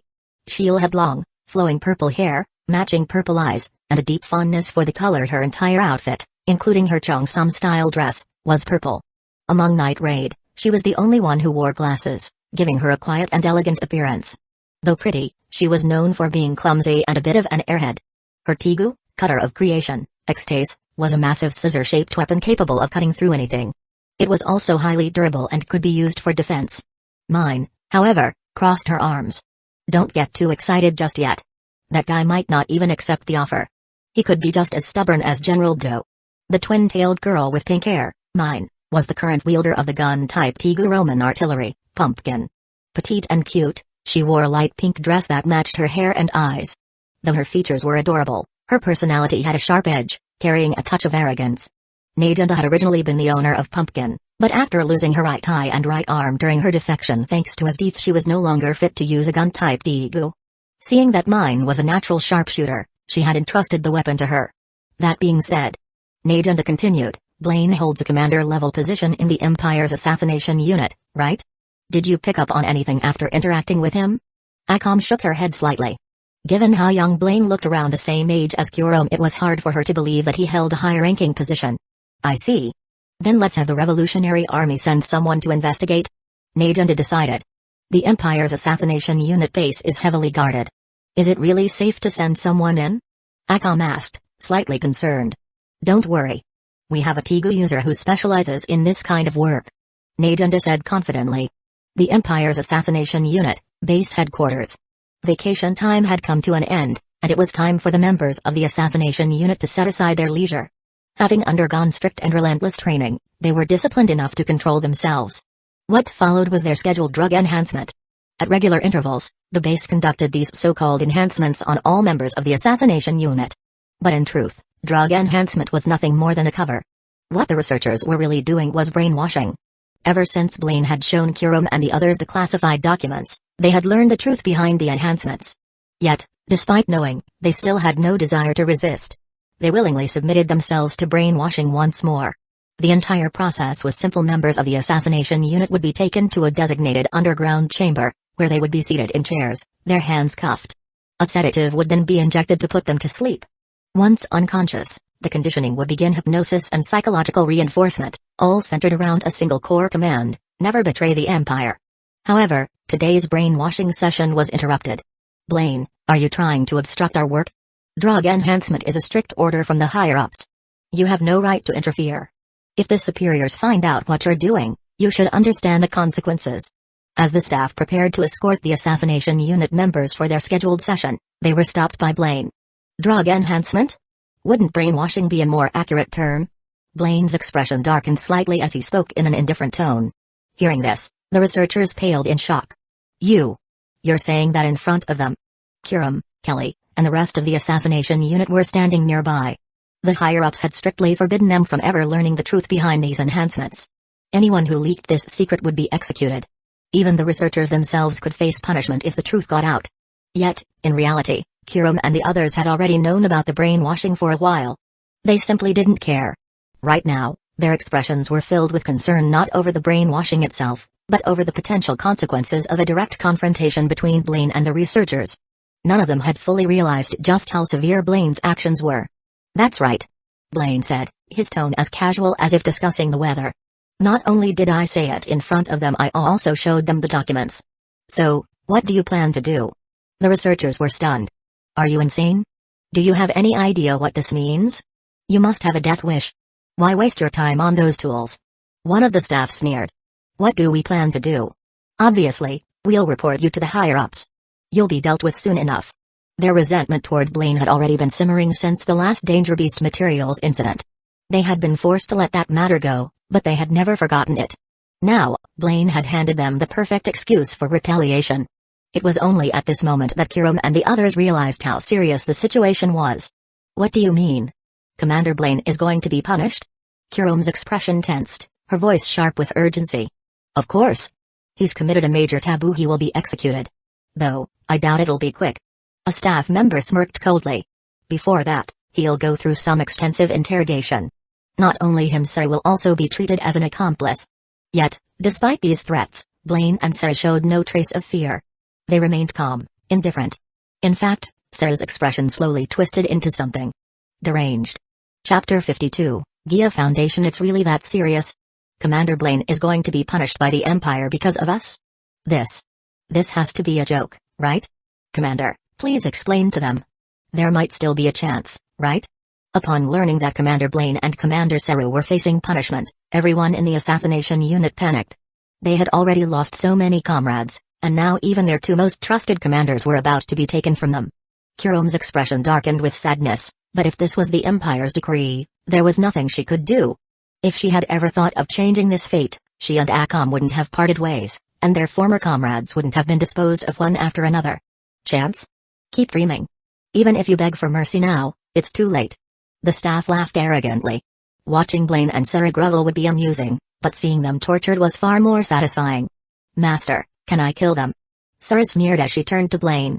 The staff's laughter came to an abrupt halt. The arrogance they had just displayed vanished, replaced by sheer terror as they stared at Seru. What do you think you're doing? Do I even need to say it? Naturally, I am here to pass judgment on you evildoers. A grin spread across Seru's face, not one of arrogance, but a twisted, terrifying smile. Why you dare? What you're doing is a grave crime. A capital offense. Some of the staff shouted, desperately trying to invoke the rules of the Empire's assassination unit to intimidate Blaine and Seru. Others had already decided to flee, turning swiftly to make their escape. Leave no one alive. Blaine spoke calmly. With their master's approval, Seru and Koro sprang into action. Most of the staff were ordinary people with little combat ability, but they had their own means of survival. Each had concealed a special drug within their molars far more potent than the ones used by assassination unit members. While the effects were stronger, the side effects were also severe. Their bodies swelled rapidly, muscles expanding until their clothes ripped apart, transforming them into monstrous figures. Kill. Kill you. Bulging veins covered their faces, their speech slurred and their minds clouded. But in the end, ordinary people were still ordinary people. No matter how much the drug enhanced their abilities, it could never bridge the overwhelming gap in strength. At this point, there was no room for mercy. If Blaine left them alive, his superiors would surely come after him and Seru. Eliminating them now would at least buy some time. He didn't even need to use the dojutsu of double Kamui. The base abilities of his Mangekyō Sharingan and the black and white dual swords of his shendu were more than enough to crush these fools. Just moments later, with the last staff member's head severed by Seru without a trace of emotion, every person present had been wiped out by Blaine and Seru. Seru then ordered Koro to devour the bodies, leaving behind only bloodstains and the remnants of battle. Watching the slaughter unfold before their eyes, Kurome, Kelly, and the others stood in stunned silence. See, Commander. Doesn't this make your situation even more dangerous? Kelly was the first to speak, his voice trembling slightly. That's true, but so what? Blaine remained calm. You all need to think this through. Everything I did was for your sake. Do you really believe brainwashing hasn't affected you at all? After being brainwashed, none of you are the same as before. Doesn't that scare you? Whether your unwavering loyalty to the Empire is a result of brainwashing or not, you won't believe me if I say it now. But given time, you'll come to realize the truth. Blaine had a theory there had to be a reason why the assassination unit members were subjected to regular brainwashing. If the brainwashing were permanent, there would be no need to repeat the process so many times. Which meant its effects were temporary. If Kurome and the others were no longer subjected to it, the brainwashing's hold on them would gradually fade. Commander, you suddenly tell us all this. But we don't know what to do. Yeah. We can't resist them like you did.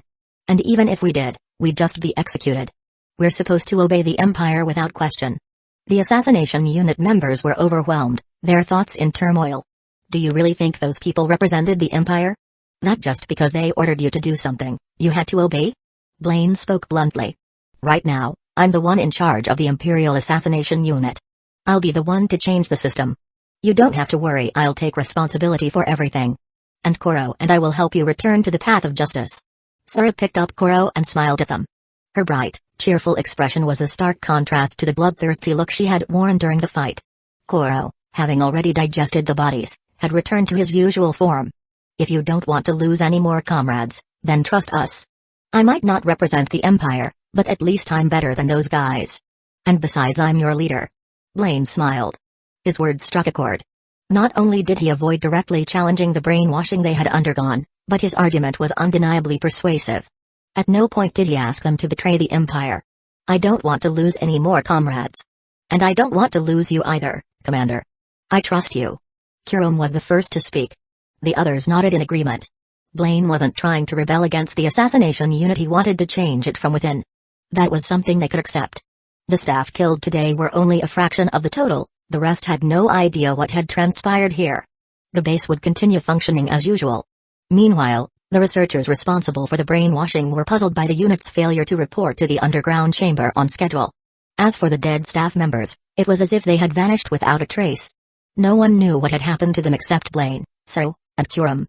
Koro had even consumed their bones, and it would be easy to clean up the remaining blood and battle scars. Blaine simply informed researchers that an internal incident had occurred, leading to the mysterious disappearance of several staff members. As a result, this round of brainwashing was temporarily cancelled. Meanwhile, as chaos brewed within the Imperial Assassination Unit, a spy from the Revolutionary Army had infiltrated the capital.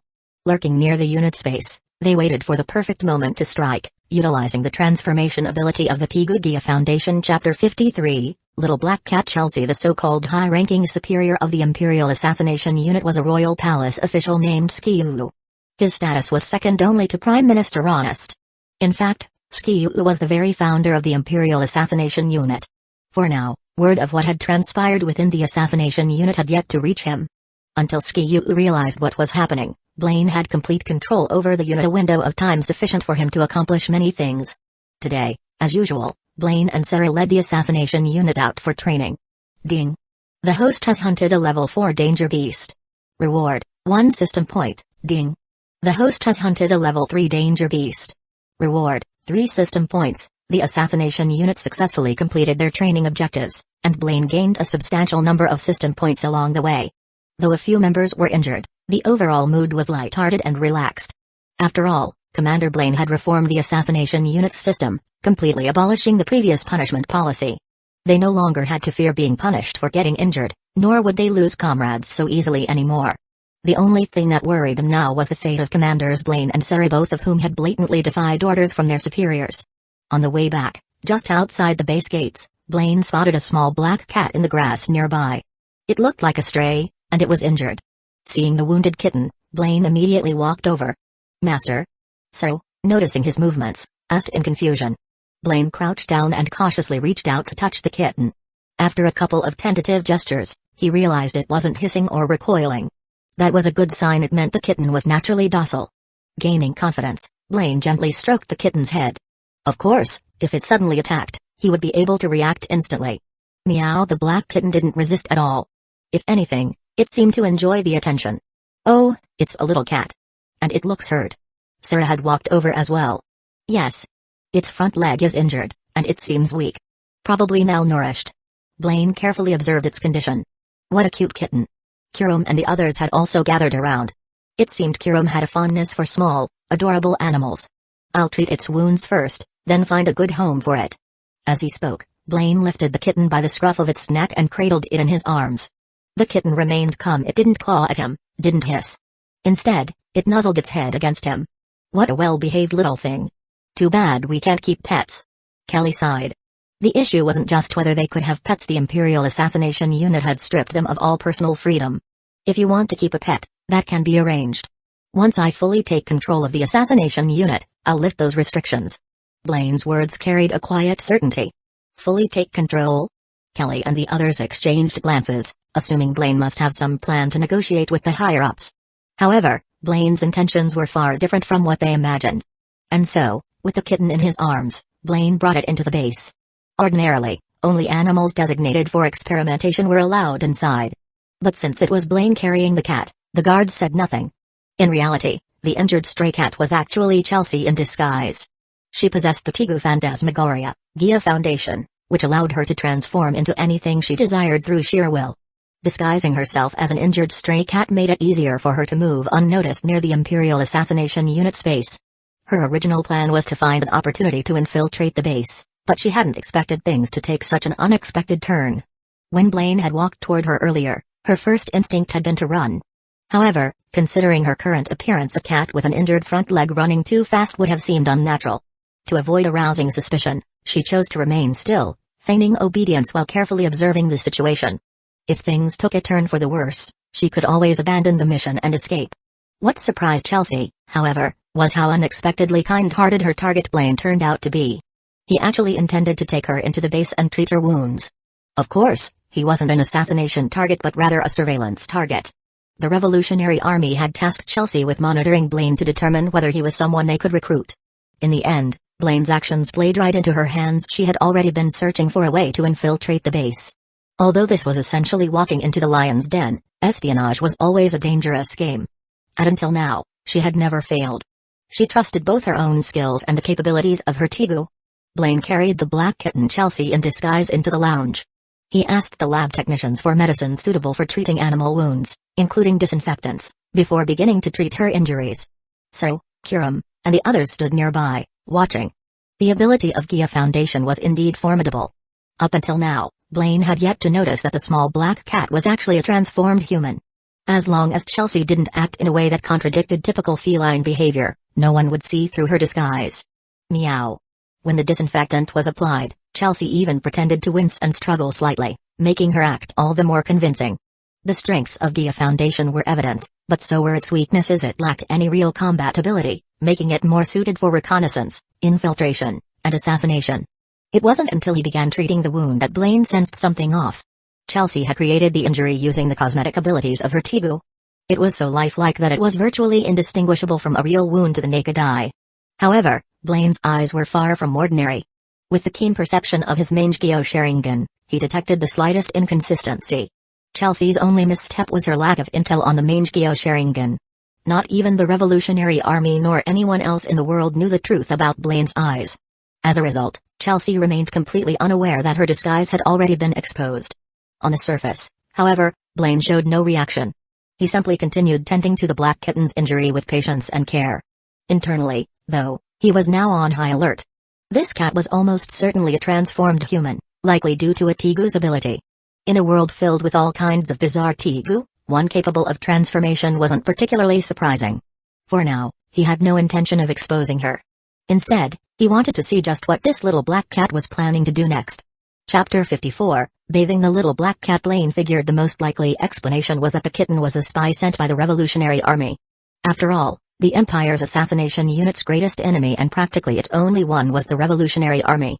The unit had been created specifically to combat them. While the possibility of a foreign spy couldn't be completely ruled out, it was highly unlikely. Foreigners had little to do with them. After tending to the black kitten's wound, Blaine bandaged it up and even tied a small bow. Though he already suspected something was off about the little creature, he was willing to play along. Acting as if nothing had happened, Blaine casually went to find food for the kitten. There are still some snacks in the base. Let's give it some biscuits for now, he said. Specialized cat food didn't exist in this world, and even if it did, one would have to gather the ingredients and make it from scratch. Besides, this little one wasn't really a cat but a human. From that perspective, biscuits were actually a better choice than cat food. However, the biscuits had all been bought by Kurum, and some of them hadn't yet been laced with medicinal ingredients. Blaine needed to check first. Kurum, can you spare some of your biscuits for the kitten? If it's just a little, that's fine. Considering it was Blaine asking and the fact that Kurum had a soft spot for cute animals, she relented. Of course, no need to give too many. It's not like it can eat that much. Blaine took a few small biscuits and grabbed the little bowl to place them in. Watching him, Chelsea thought to herself, this guy's surprisingly considerate. If he had just thrown the biscuits on the ground, she would have had to put up with the dirt. Having a bowl was much better. Maintaining her act, Chelsea naturally sniffed the food first before starting to eat. Kurum, Kelly, and the others gathered around like curious children, watching the little black cat eat. Having never owned a pet before, they found the sight rather fascinating. Being stared at by so many people made Chelsea a little uncomfortable. Seriously? Have these guys never seen a cat eat before? She thought. Then again, it made sense. From what she knew, the Imperial Assassination Unit had no freedom whatsoever. The Empire had molded them into nothing more than pure killing machines. Chelsea understood the Assassination Unit well. The organization she had previously belonged to, Orberg, had clashed with them head-on. In the end, the unit's elite squad suffered heavy losses, while Orberg was completely wiped out save for Chelsea herself.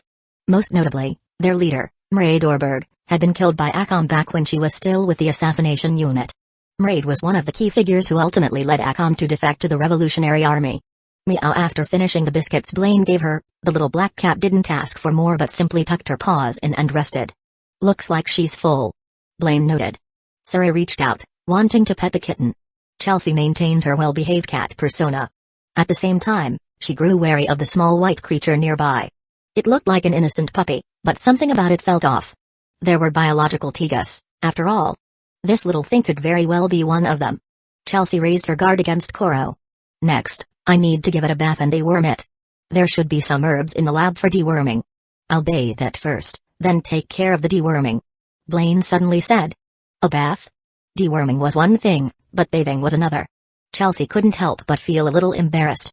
Even though she was currently in the body of a small female cat, being bathed by someone else meant being touched all over. That thought alone made her uncomfortable. No matter what, she was still human on the inside. But at this point, she had no choice but to go along with it. Abandoning the mission wasn't an option. As an assassin, she was willing to do whatever it took to complete her mission. Even if it meant sacrificing an important comrade, she had to be prepared to let go when necessary.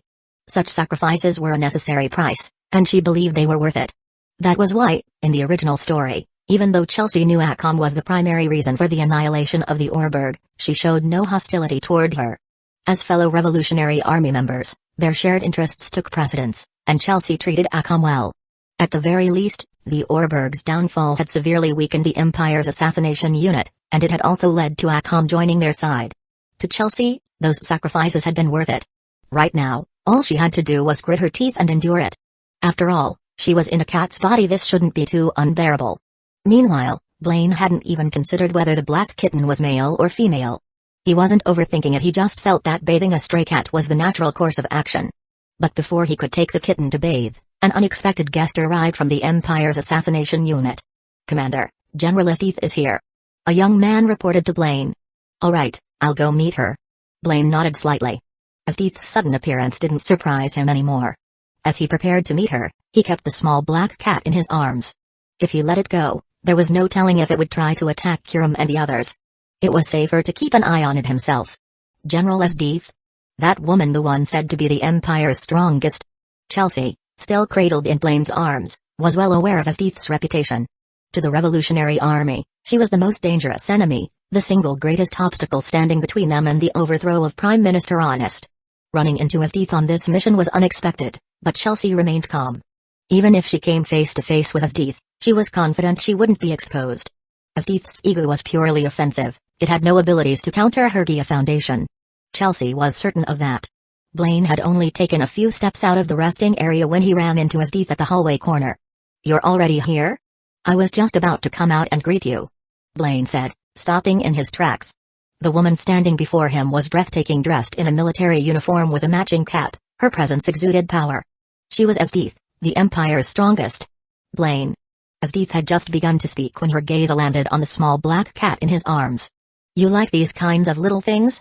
She asked, looking slightly surprised. Chapter 55, Esdeath's Midnight Training Plan. What Esdeath truly meant was that she hadn't expected Blaine to be fond of such weak creatures. In contrast, she had no interest in these so-called cute little animals. Something so fragile she could kill it with a flick of her wrist, and even then, it wouldn't be satisfying. Well, I like small animals like kittens and puppies, Blaine admitted with a nod. I see. So you have a soft spot for cute little things? How adorable, Esdeath said with a teasing smile. Blaine suddenly felt like he was being mocked. Did Esdeath just compare him to a little girl? No, just before he could clarify, Esdeath cut him off. No need to explain. Don't worry, I won't tell anyone about this cute little secret of yours. It'll stay between us. To Esdeath, seeing this softer side of Blaine wasn't off-putting. In fact, it only made her desire to dominate him even stronger. Meanwhile, Chelsea, nestled in Blaine's arms, was quietly laughing to herself. This wasn't just a secret between the two of them anymore. She, as an unexpected third party, had just become privy to it. Esdeath, however, gave Blaine no chance to argue and swiftly changed the subject. Blaine, I heard about how you repelled night raid before. Well done. She praised him without hesitation. There's even a rumor going around that, like me, you let them go just so you could enjoy an even more exhilarating battle in the future. Blaine felt that this rumor had spun a little too far. That being said, if he had truly gone all out back then, with the sheer brutality of Double Kamui's first strike, Night Raid would have suffered devastating losses, and he could have walked away unscathed. But there had been no reason for that. He had no grudge against Night Raid. Why waste the effort fighting them? As expected, we're quite compatible. When the time comes, you should come work under me, Esdeath said directly. Blaine's pupils narrowed slightly. And when exactly will that time be? Asdith's words completely pushed aside any lingering thoughts about her earlier teasing. Once I've conquered the northern tribes, that'll be the right time. Asdith answered without a hint of concealment. Right now, they're the biggest threat aside from the revolutionary army. Some people estimate it'll take the Empire at least a year to subjugate them. She smirked, her expression brimming with unwavering confidence. But I'll show them what true power is. That so-called 1 year is a joke. It won't take me 6 months, no, not even half a month to flatten the northern region. By then, with my military achievements, you'll have built up your own reputation and merits. Prime Minister Honest won't dare oppose it. And if he does, I have ways to make him agree. As she spoke of the northern tribes, her dangerous smile carried absolute certainty and unshakable confidence born from sheer strength. To her, the northern tribe's 400,000 strong army was nothing more than a swarm of insignificant ants. I understand. Blaine gave a slight nod. On the surface, he showed no reaction, but inwardly, he wasn't pleased. There were still many things he had yet to deal with. The situation with the Imperial Assassination Unit had already progressed to this point. He couldn't just abandon it halfway. He had to see things through to the end, at least until he had everything settled here. Of course, Blaine wasn't helping the Assassination Unit out of pure goodwill. He had been gradually working toward his own goal, establishing an organization of his own. Zoro and the members of the Imperial Assassination Unit were the perfect candidates. Once he fully took control of the unit, forming his own organization would be the natural next step. The Empire, Asdith, the Revolutionary Army, Night Raid. Why should he serve under anyone? Still, Blaine said nothing to Asdith. Instead, he simply acknowledged her words with a short response. There was no need to mention his plans before Asdith had dealt with the northern tribes. If he brought it up now, it would no doubt displease her, perhaps even make her turn against him entirely. Given her overwhelming need for control, she was more than capable of doing just that. Of course, I won't have you at the same level as the three beasts. You'll be my deputy general. No one but me will have the authority to order you around, not even Minister Honest. Asdith added. Hearing this, Chelsea knew she needed to accelerate her mission. At the very least, before Asdith subdued the northern tribes, she had to determine whether Blaine was someone worth recruiting into the Revolutionary Army. All right. Blaine nodded again. But you don't seem very happy. Is the position not good enough for you? Asdith mused. No, it's not that. I've always been like this, haven't I? Blaine said with a slightly awkward smile. He simply wasn't the type to smile often, that was all. Asdith didn't press the matter further. Instead, she gently cupped both sides of his face with her hands. That's why you should smile more. You actually look really good when you do. You're the first person to ever say that. Blaine remarked. Maybe it's just because I'm straightforward. Asdith replied without hesitation.